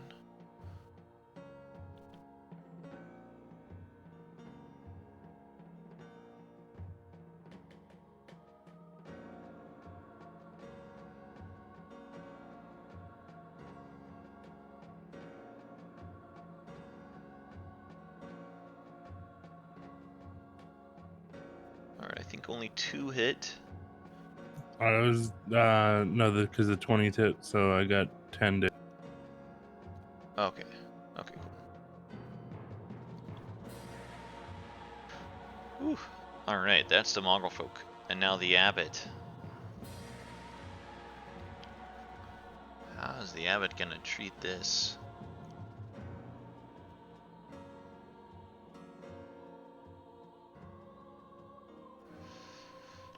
I'm sorry, Elward. He doesn't want to step into the aura. He's kind of like maybe sticks his mace into it a little bit and sees like the wolves kind of striking at it. Curious. And then steps back out. You shall be smited next. He's gonna make an attack on you, Elward.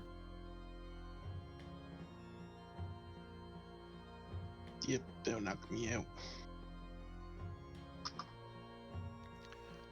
fly over here. Does Ada stay up, or does she go inanimate at this No. point? Yeah, both Ada and Happy Jack go limp.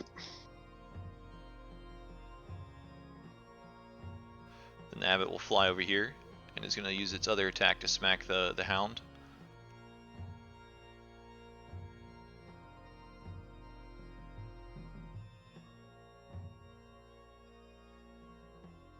I think that demolishes the Hound, right?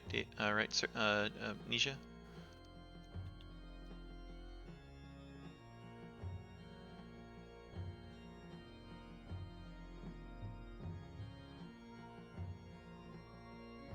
Are you still with us, Nisha?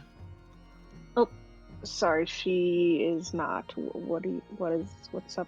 Oh, no worries. I just the Abbot attacked his last Hound of Illimumen, and it looks like it would have destroyed it. I just didn't want to remove it without him knowing. Gotcha. And that's the Abbot's turn. Vasilka's gonna go. Vasilka now has kind of like was trying to shove past, and then kind of bows at the Mongol folk. Oh, okay. I see what's next. And is going to try to attack you, Winrel. What went out to be like a handshake actually like turns into like a hand stab, just a slam into you. Oh, okay. Let's see what happens. Sucker so ditzy.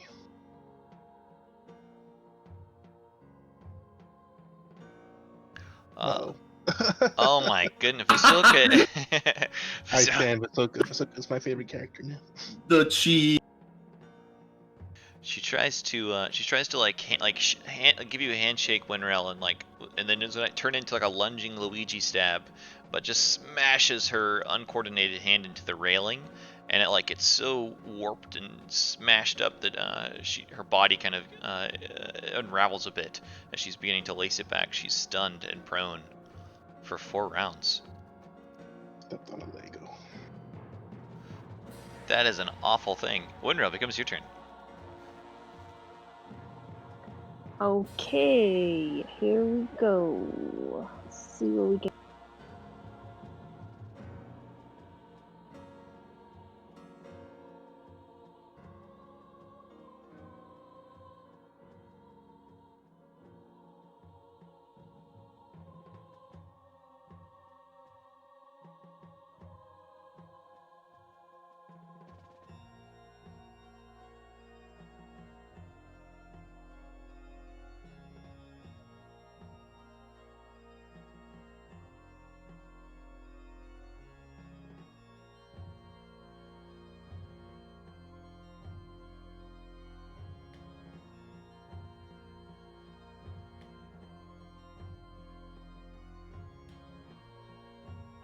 Okay,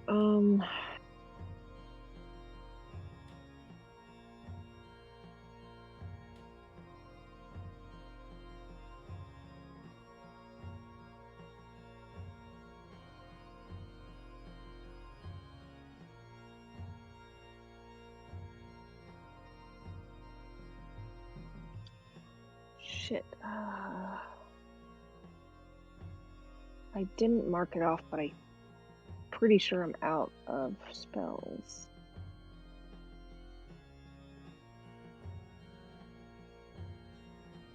Because I did Wall of Fire. I did Spirit Guardians at level 4. Banishment, guiding bolts.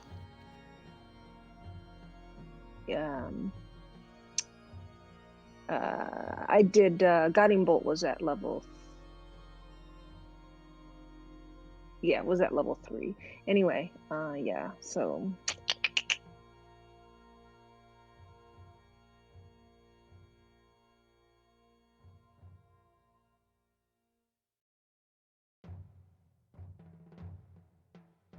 All right. Well, I guess that I will.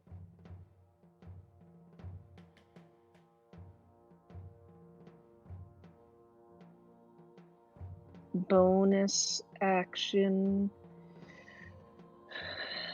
healing word on Nisha.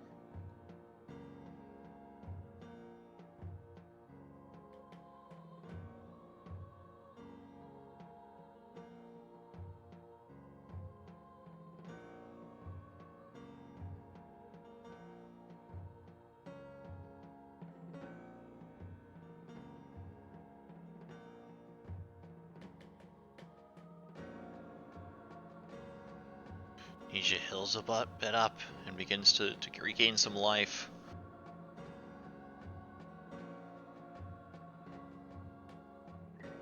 And who else is down? Just Elward?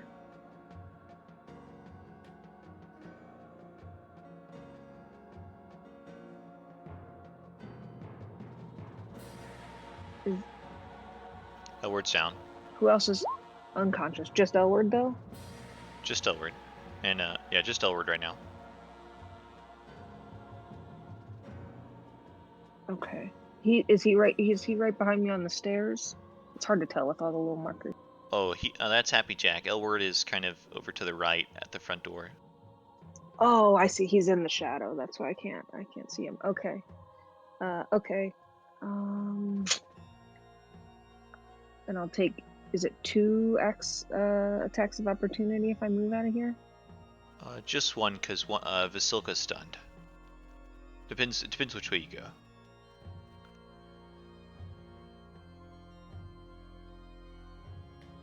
And one's a disadvantage because it's frightened.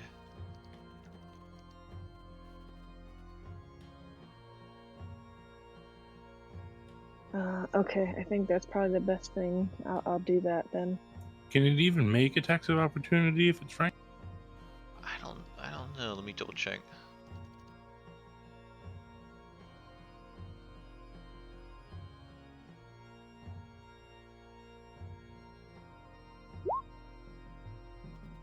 Yeah, I can.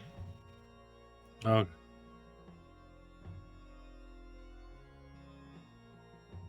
I'll use an attack disadvantage. A miss.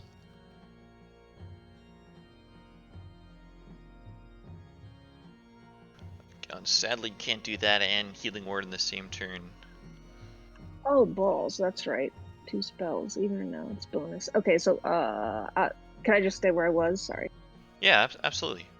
I'll just attack this one in front of me then.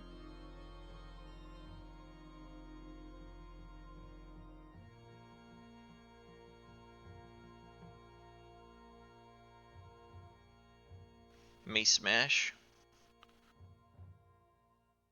That is a hit, and indeed you do smash this terrified mongrel foot out of existence. And I will actually move up into the fray. Nice, capture a few more in your aura. Yeah, I think I end up netting up 4 more. Okay, sorry, I feel like my turn was forever. No worries at all. At the end of your turn, the abbot kind of sees Nisha. There will be no returning from death for you. And a searing burst comes out.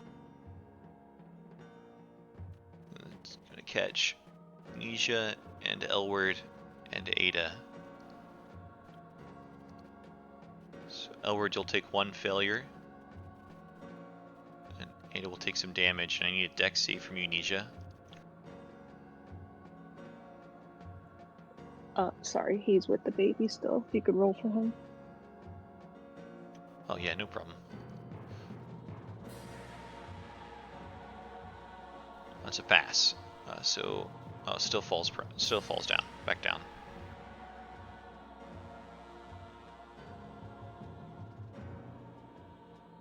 Ada will take half. Does she get a save if she's inanimate?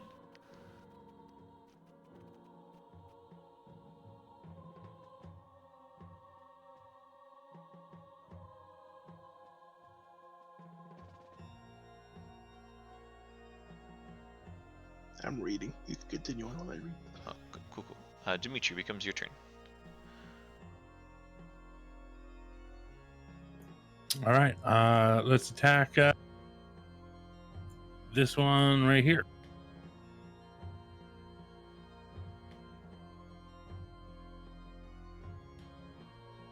Go for it. The one with the red dot on it? Yeah, the one below Serva and next to me with the red dot on it. Nice. You just slice this one head's head off with your searing sword. Excellent. And then I will... Do I see the Abbot? Do you see the Abbot? Yeah. It doesn't look like it with your angle of vision. Okay, I'm just gonna... Yeah, that's what I thought. Then I'm just gonna step over here. I'll just take the 3 opportunity attack. That's fine. Yeah, 1, 2, 3.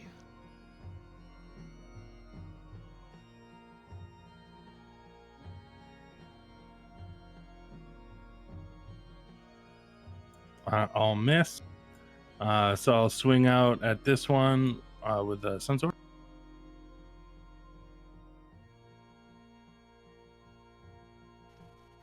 Obliterated.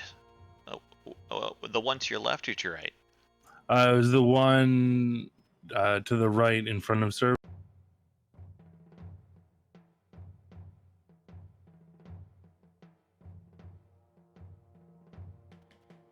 This one here to your No, that one right there. That's in front of Serva. My bad.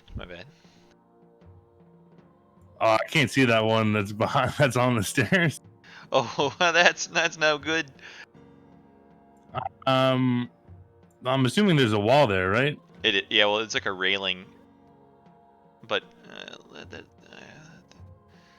yeah, I can't remove that dynamic lighting without really screwing things up. That's fine. Would I technically be able to see it because it's a railing? You should be able to see it. Yeah, you absolutely should be able to see it. All right. Could I attack it through the railing, or would that be disadvantage? No, you could stab. Yeah, I'll stab out with the dagger of venom offhand at that one. That is a hit, and you killed that one as well. All right. And then, yeah, just kind of stand here with Serva and Winralph. And that is it for... Is Nisha back with us? No.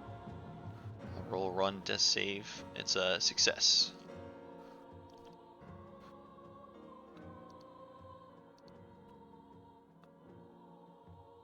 It's Serva, your turn. I'm going to take 2 attacks of opportunities from the mongrel folk and move. I'm just going to nod to Dimitri and Winrel, since they've pretty much got this, and move out this way. Oh, can I not get through the door? Is this guy blocking the way? Oh no, you can move through. Okay. And I'll take... Oh, nice. Then I'm going to cast a big one.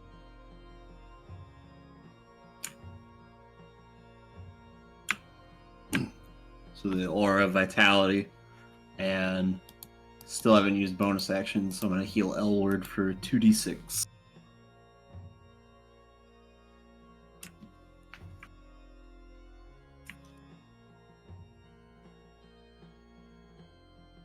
Very nice. Elward Hills and is up.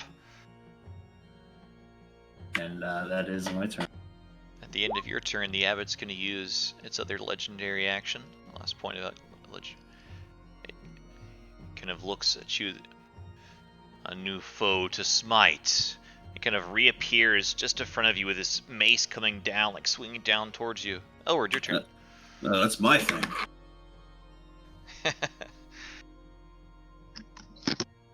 The Abbot keeps ruining my plans. As you keep ruining my plans. Alright. Wait a second. 10, I don't know, but I have to use stuff to get up.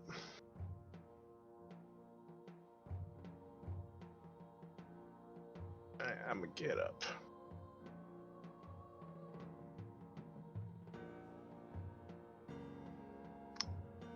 And I'm gonna use my action to disengage.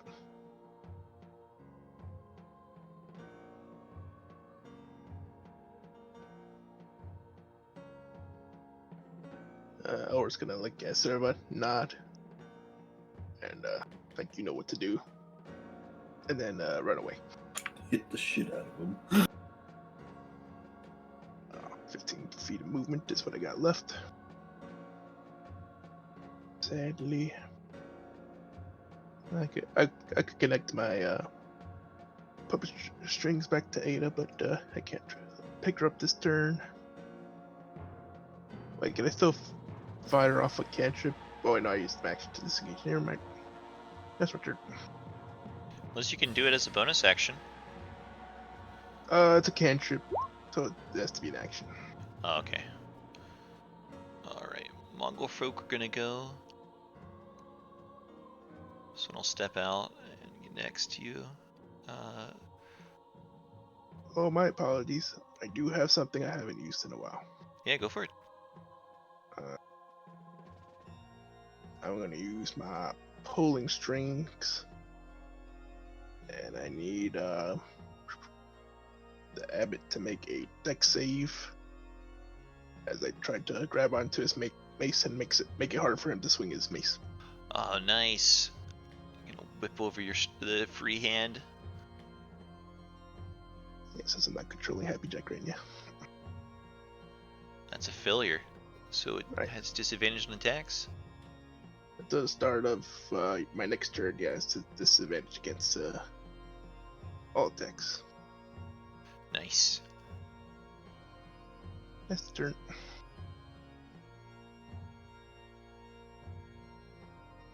Alright, the Mongols are gonna go.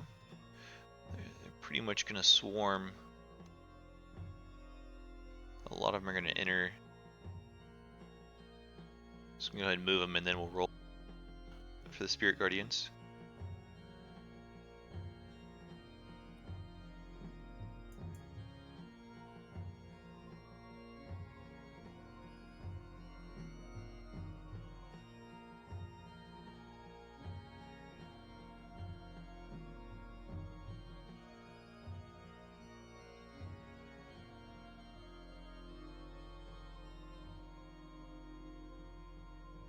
That one will climb down.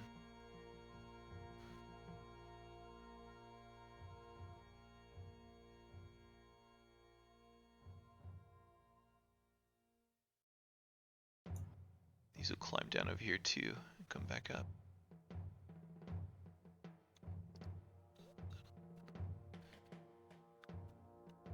Alright.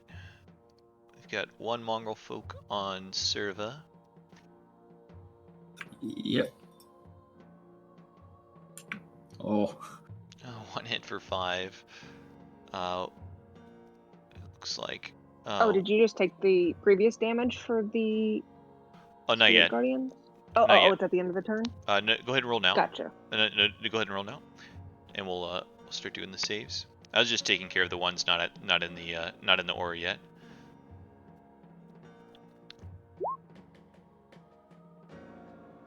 All right, 1, 2, 3, 4.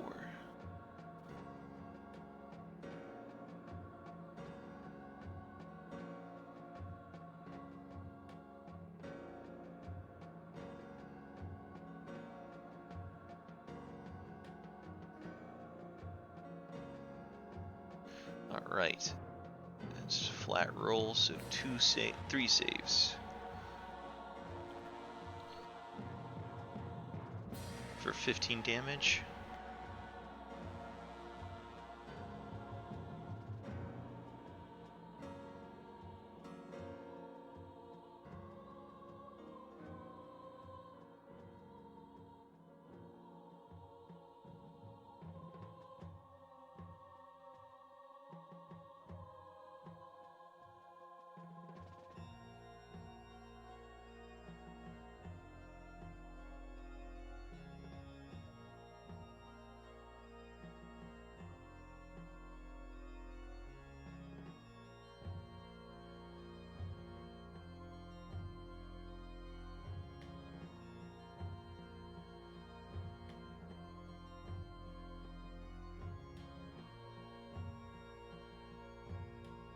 All right. Whew.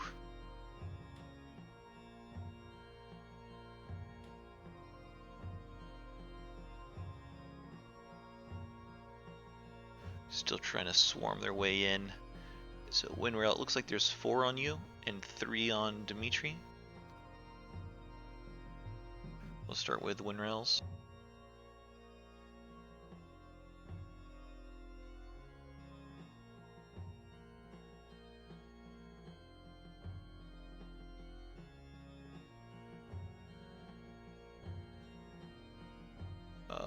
That one got stunned. Alright. The other one had a claw. 1 hit, I think. 2 hits now. Both of them have been negated by heavy armor. And the final one. Alright, all miss or nothing effective. Dimitri, 3 on you.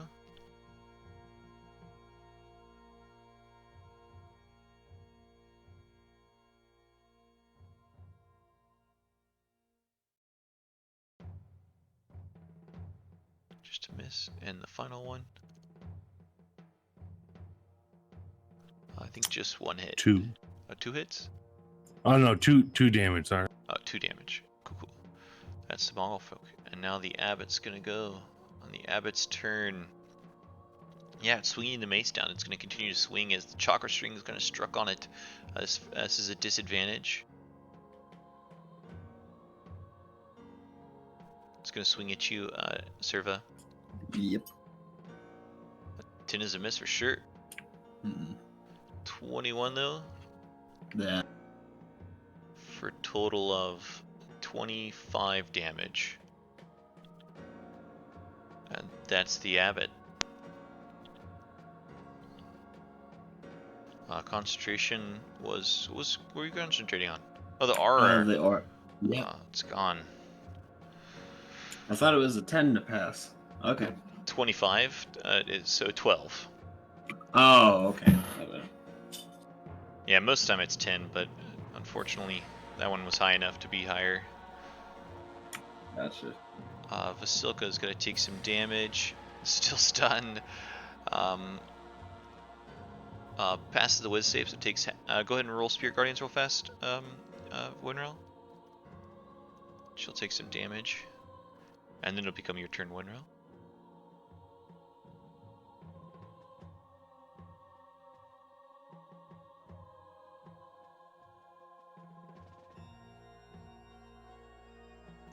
Oh, is it the higher level? Didn't you cast it at a higher level? I wasn't sure. I think earlier when you were recapping what spells you'd used, I think you said you cast it at 4th level. Oh, okay.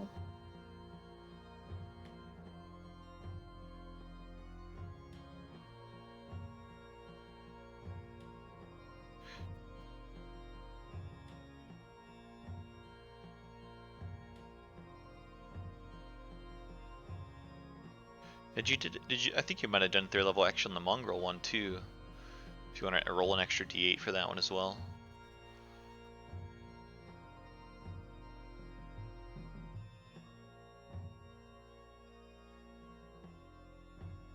I'll just take the first 2 d8s. So 6 on the Vasilka one and 5 on the mongrel. Right. And it'll be your turn, and I'll start adding that damage.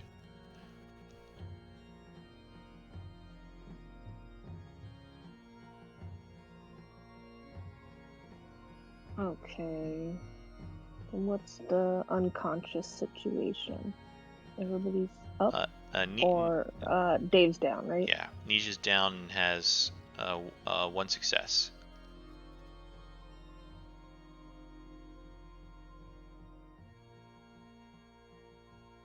Okay, let's see. Can I reach her with healing word from here?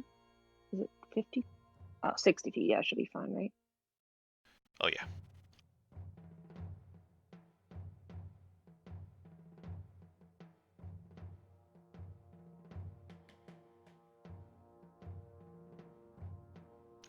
Heals up for 6. Okay, and then I'll just hit the one straight ahead of me No, wait. I'm gonna hit the one south. Go for it.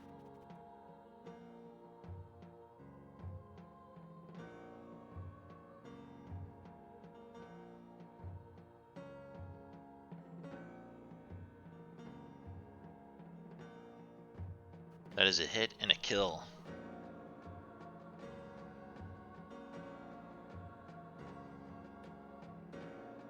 Becomes your turn, Dimitri. Oh, I was just gonna move into that space. That's why I picked that one. Oh yeah, go for it. It'll incur 1 AO, but I think it has to crit to hurt. Nope, I miss. Alright. All right, I will. Yeah, I'll attack this one right in front of me first.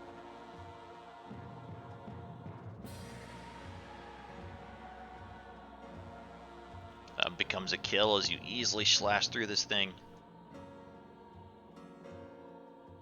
And then I'll attack the one in front of Winrel.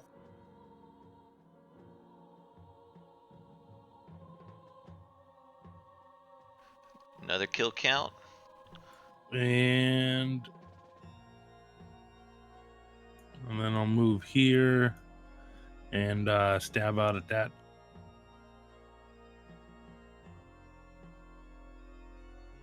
Oh, wait, that's just dagger. But it would just add 1 damage, so 5. Because it's magic. Another kill as you slash through it. And then I already used action surge. So then I'm done. 3 strikes, 3 deaths. Nisha is a... Oh, sorry. The Abbot's going to use a legendary action at the end of that turn. And what is it going to do?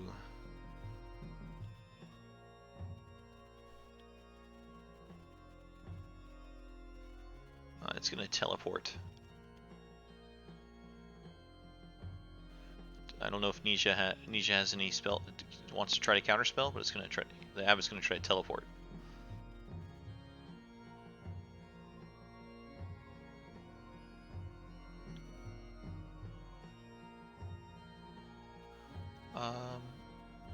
You guys have been trying. I don't know if you want to, but well,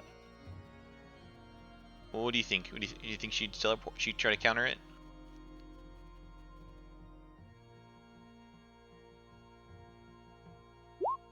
Probably not. Okay, cool. We'll save it. It'll teleport over there and becomes Nisha's turn. Uh-oh.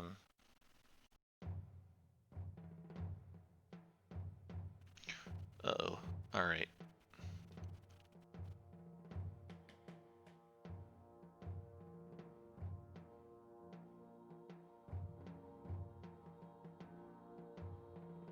Oh, man.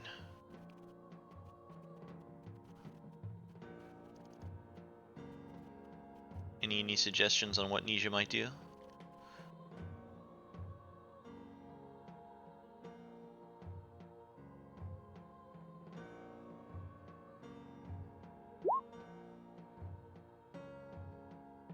That's kind of what I was thinking. Go ahead and Ray Frost that thing and just get it out.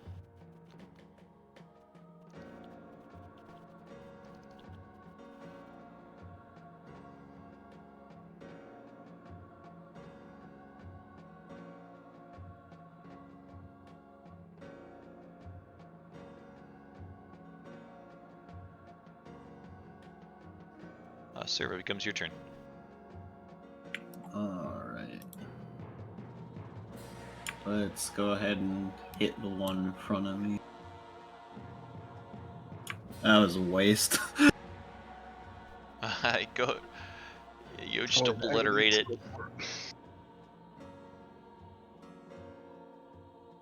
And then let's move back in.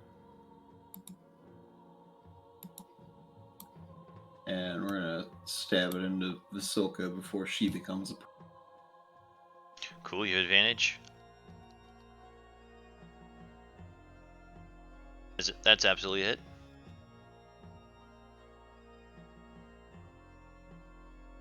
And that is it for... At the end of your turn, the Abbot's going to use the rest of its legendary actions with a searing burst. It calls out, grouped up again, die together as sinners.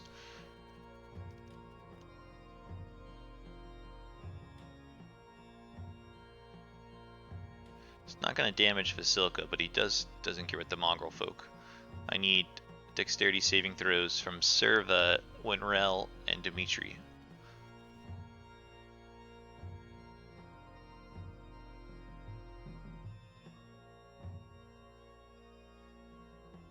That's about what I'm rolling for saves tonight.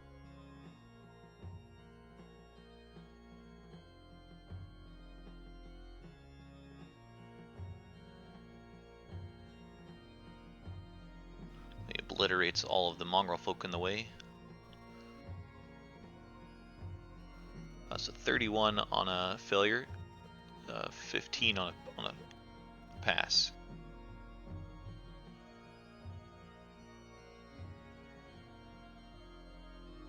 On your turn, Elward.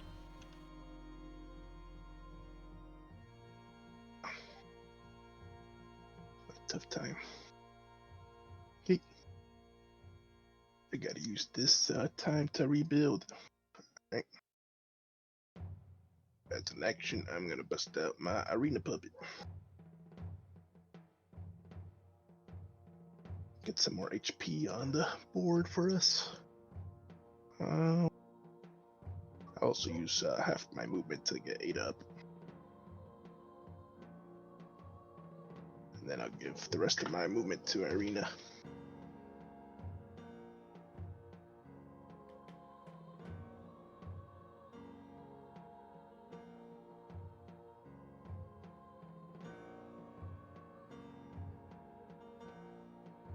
And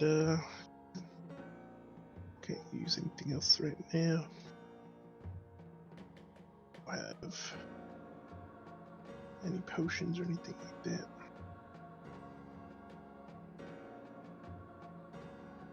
Oh, potions. That's my turn. That was hard.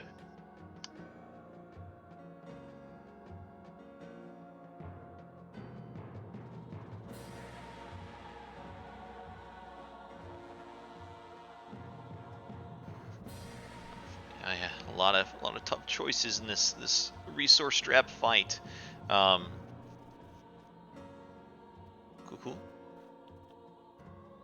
Winrel, I'll need a con save for the damage, but it got reduced a lot because of your save and your fire resistance.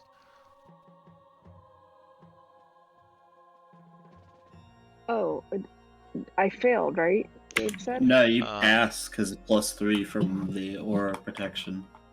Oh, okay. Okay. What was the damage?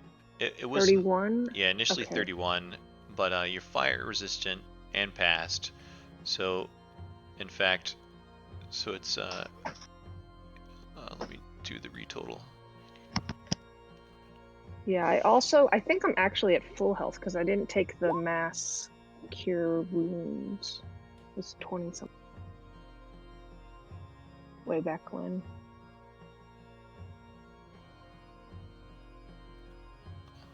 Yeah, I think you were at full health. You were at full health before this damage. So you half the fire damage, half the past fire damage, plus half the radiant. So I've got 9 damage. 9 damage, Winrel. And then a concentration Okay, check. and then con.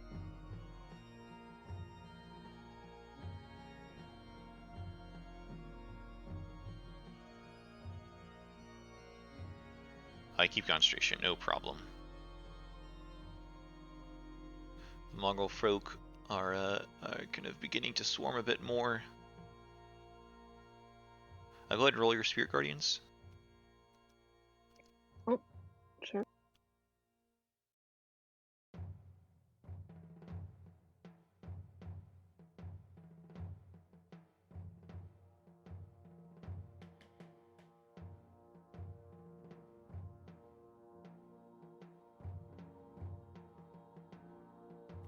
These ones will climb back up as it's clearing out of nowhere.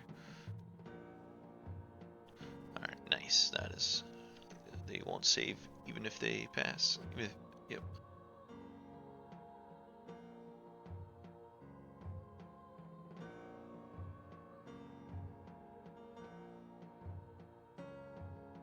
Alright, let me give you one wisdom, it looks like. And failure.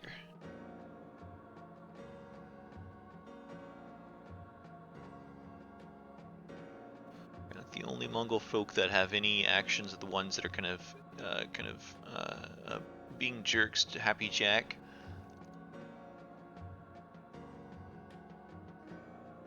These are advantage. I think you still have the intelligence boost, don't you? Huh? Nah, because I'm not connected. But the AC is still high. It's 18. Which you are hitting a lot. Alright. 7 damage, 10 damage, 10 damage. Nice, not too bad. The Abbot's gonna go. The Abbot's turn. Ooh, now it has to make a decision.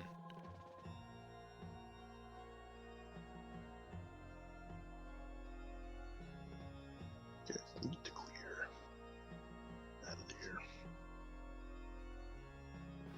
The Abbot's gonna take a few steps back.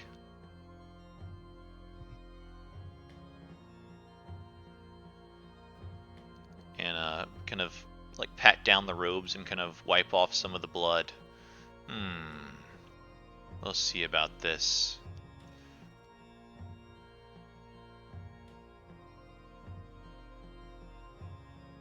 And heal himself a bit.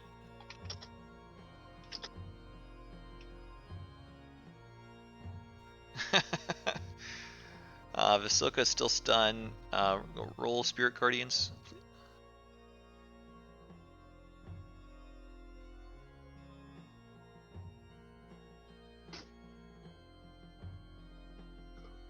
And to become your turn, Winrel. That is gonna kill her. Damn good roll. Yeah, that is a super hit. As Vasilka just gets pummeled by your spiritual wolves, they absolutely eviscerate her, and she kind of crumbles. The last thing that kind of comes out of her mouth is, "Pardon my intrusion."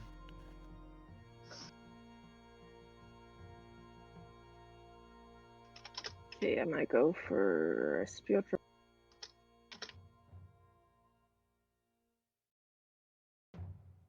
Your turn.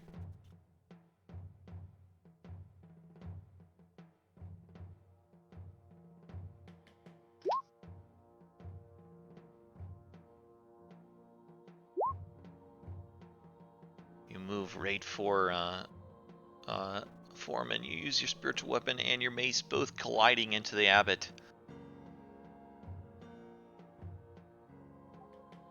That's all I can do. Yeah, At move around him. the end of your turn, he kind of points at a space. I warned you. You all will burn. How dare you destroy the beautiful soul that Vasilka was? It cost me so much to create her. Burn, you sinners! I need dex saves from Serva, Winrel, and Dimitri. Peace out, everyone. Am I in your aura, Servo? You are. So plus what, 3, right? +3, so it's a pass. A pass. Well, that's gonna proc Death Ward. Cool. Good spell coming in use.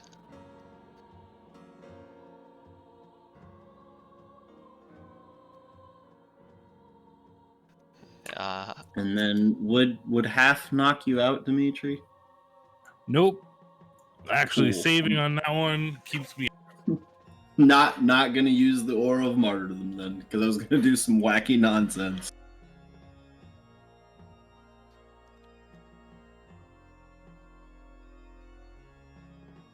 in a win roll, you only take 10 because of resistance in passing. And a concentration check for Spirit Guardians. So, yeah. All out on this one. I'll move down.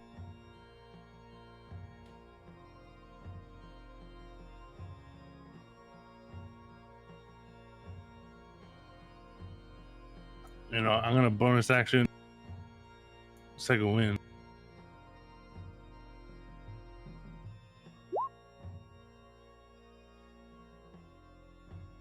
Not bad. That's what I lost. So I'm back to what I was. Yeah, and then let's he keeps giving off radiant, so I'll probably just attack with the dagger of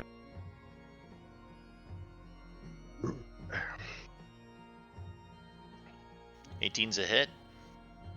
and then I will luck point that one.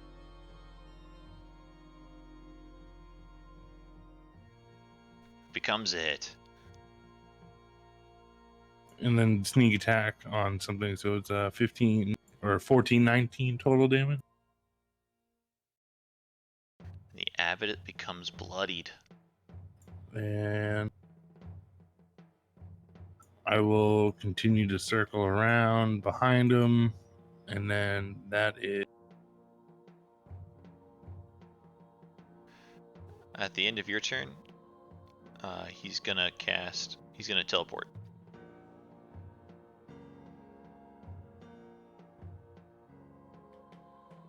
It's over there. Where?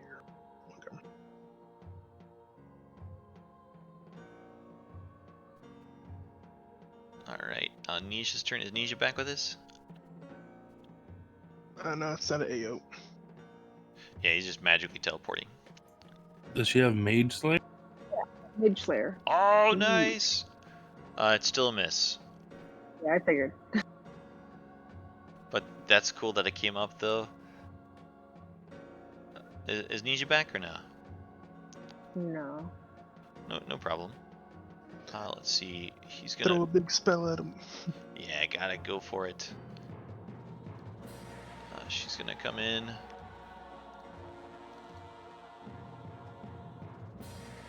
Let's see what spells we got.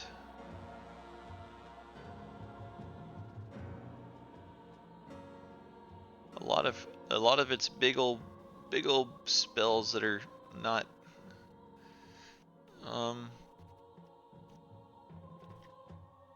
She wanted to be different, but we needed fireball. I think she can cast Ice Storm at a higher level in such a way maybe that it doesn't hit other people.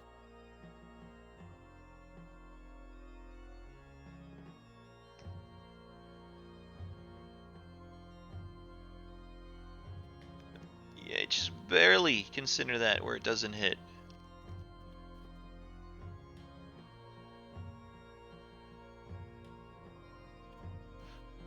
Yeah, let's do it. Gotta go all out.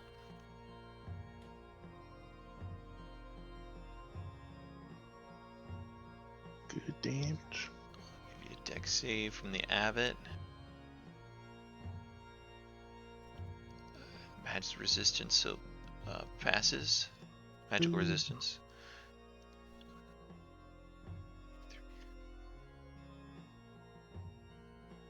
Still takes some damage though. Service turn. That's considered difficult terrain, right? Oh yeah, it is. But Okay. she can drop concentration. Well, I got something else I can do, because it's just, I can drop a weapon and pull out another one, right? Yeah, you can. Yeah, you can. Drop the greatsword and pull out the death knell, then. Oh, cool. Get that 10 feet. And we're gonna bonus action Thunder Smite. I'm gonna give you my advantage because I want to go to sleep. Yeah, appreciate it. 26 is a hit. Hey, worked. And then we're gonna Thunder Smite. And I don't. Do you want a He's real probably smite? either resistant. He's either resistant or immune. But I'm gonna throw on a normal level 2. He is resistant, but he is a fallen angel. And I'm gonna use Orcish Fury and deal another D10.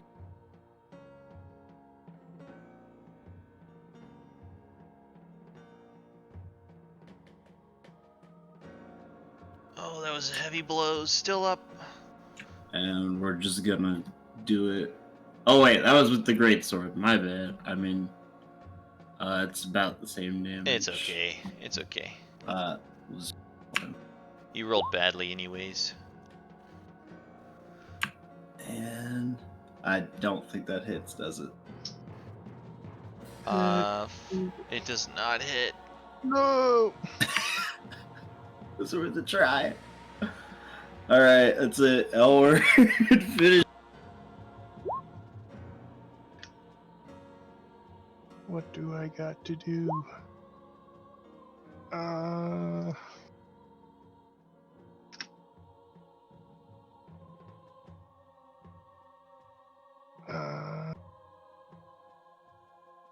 All right. Took the turn to get Ada up. Gonna move 30 feet. I don't care about the AoE no more. We just gotta kill this guy. Fire off a firebolt at this guy. He needs to die already. Go firebolt. No. Just miss. Why does D&D hate us? Alright, I got this from downtown with disadvantage. It's just within throwing distance, but it's with disadvantage. Irina Puppet's gonna throw a bloody spear at him. Go for it. Unholy weapon. The weapon of the tribal folk. The wild folk. The attack plus is 1 off, so just +1 on the attack. Yeah, it's like an extra bonus to you. Is it a disadvantage? Yeah, disadvantage. I don't know. Well, that's not rolling twice. Would have been nice if it would have hit. No. I'm sorry. D&D sucks. I don't care about this race stuff. I care about the dice. The dice is the problem. Alright. That's the turn. Alright, the Mongol folk are gonna go. These two are gonna pick on a target that's revealed itself.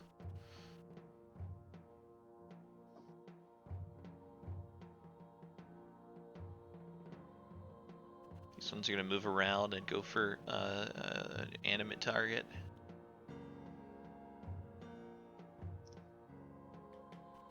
Alright, so it's 1, 2, 3 on Ada and 2 on Nisha. Is the ones on Ada? Sure. Yay.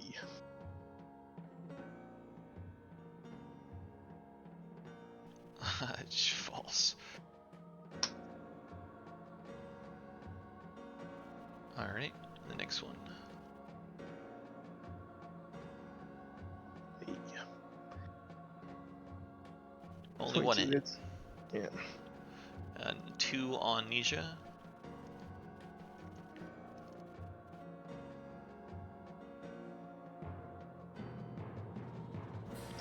These guys, it must be slippery in here from all the blood.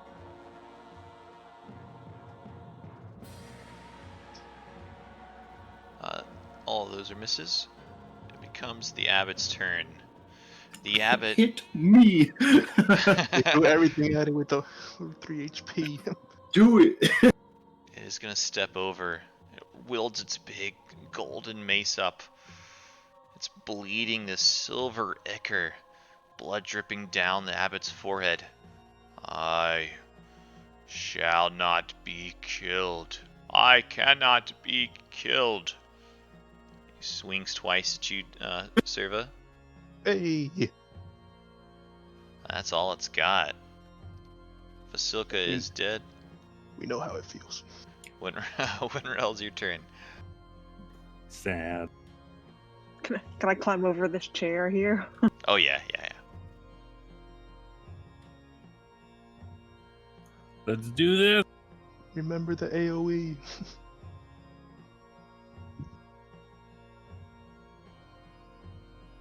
You might just teleport.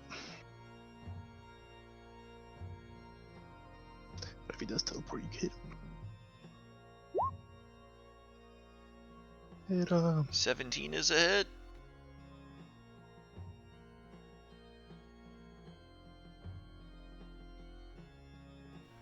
Oh, 21 is a hit. So close.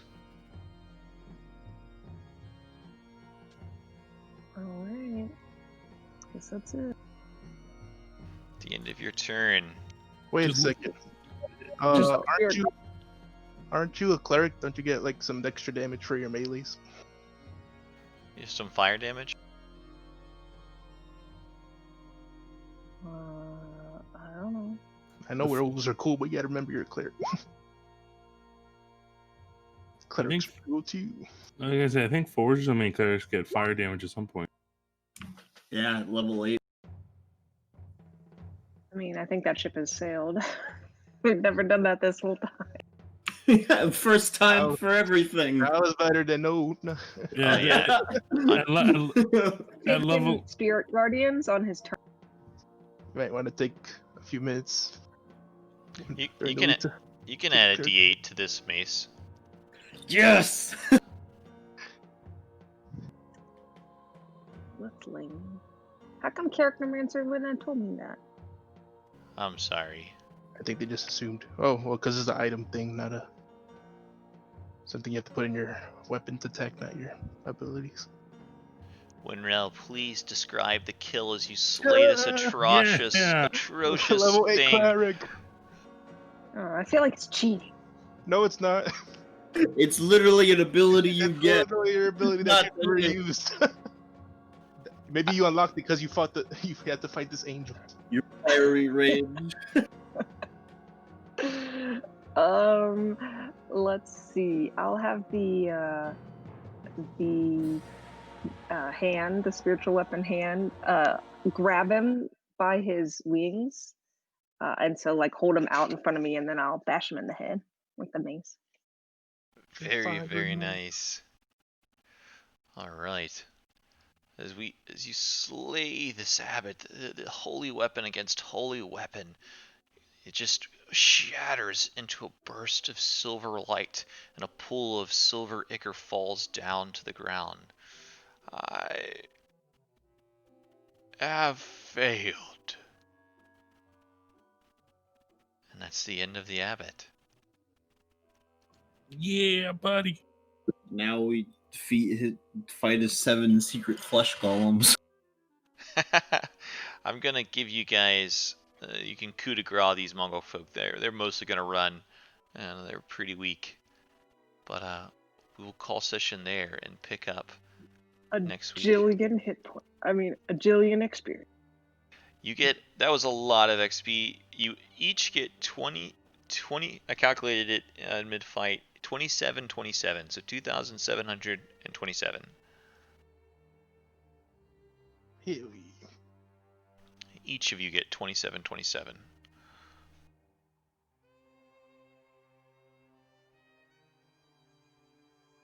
I'll add Nisha real fast. Oh, that's a level up. Just a level.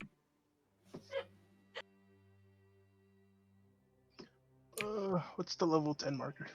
It's level 64. Level 64.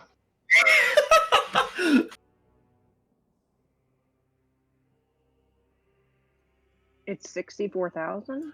What is it? At level 10. 64,000 to level 10. 1,000 Oh, more. Oh, I level. Let's just go grind in the woods, Elward. It'll be fine. Just go grind them wool. we'll make it a play date.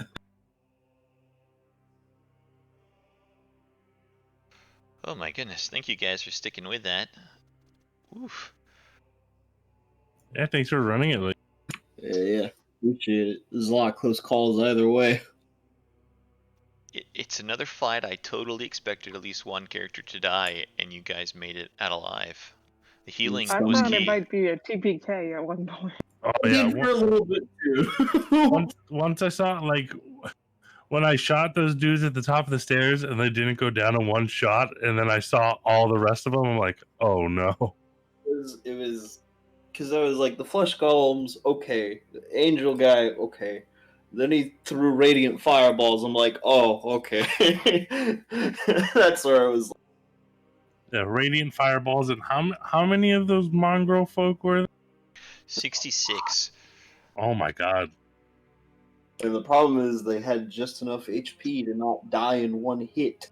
Yeah. Melee characters couldn't even reliably dispatch them. It was a good combo. It was a good combo though with the level 4 the spirit guardians, and then like, you know, melee attacks mopping them up, because that level 4 spirit guardians did some work. Oh yeah, hundreds of damage. Yeah. Yeah, by the end, I think I had like one level 2 and one level 3 spell. Yeah, I was running low on slots too. But it was definitely Winrail's fight, and that's good because she had the most reason for starting it. So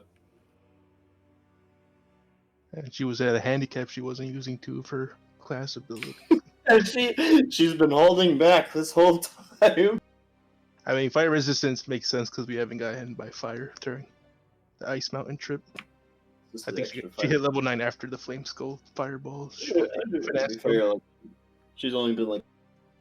Yeah, I mean, I never get hit that much really, so it wouldn't. I don't think it would have made a difference. But the damage for the last level, maybe. I haven't actually done that much melee lately though, so it wouldn't have been like a huge factor. But it's definitely good to know. It was heavy army master. It was just we could have probably just left you with like 40 mongrel folk. You would have been fine.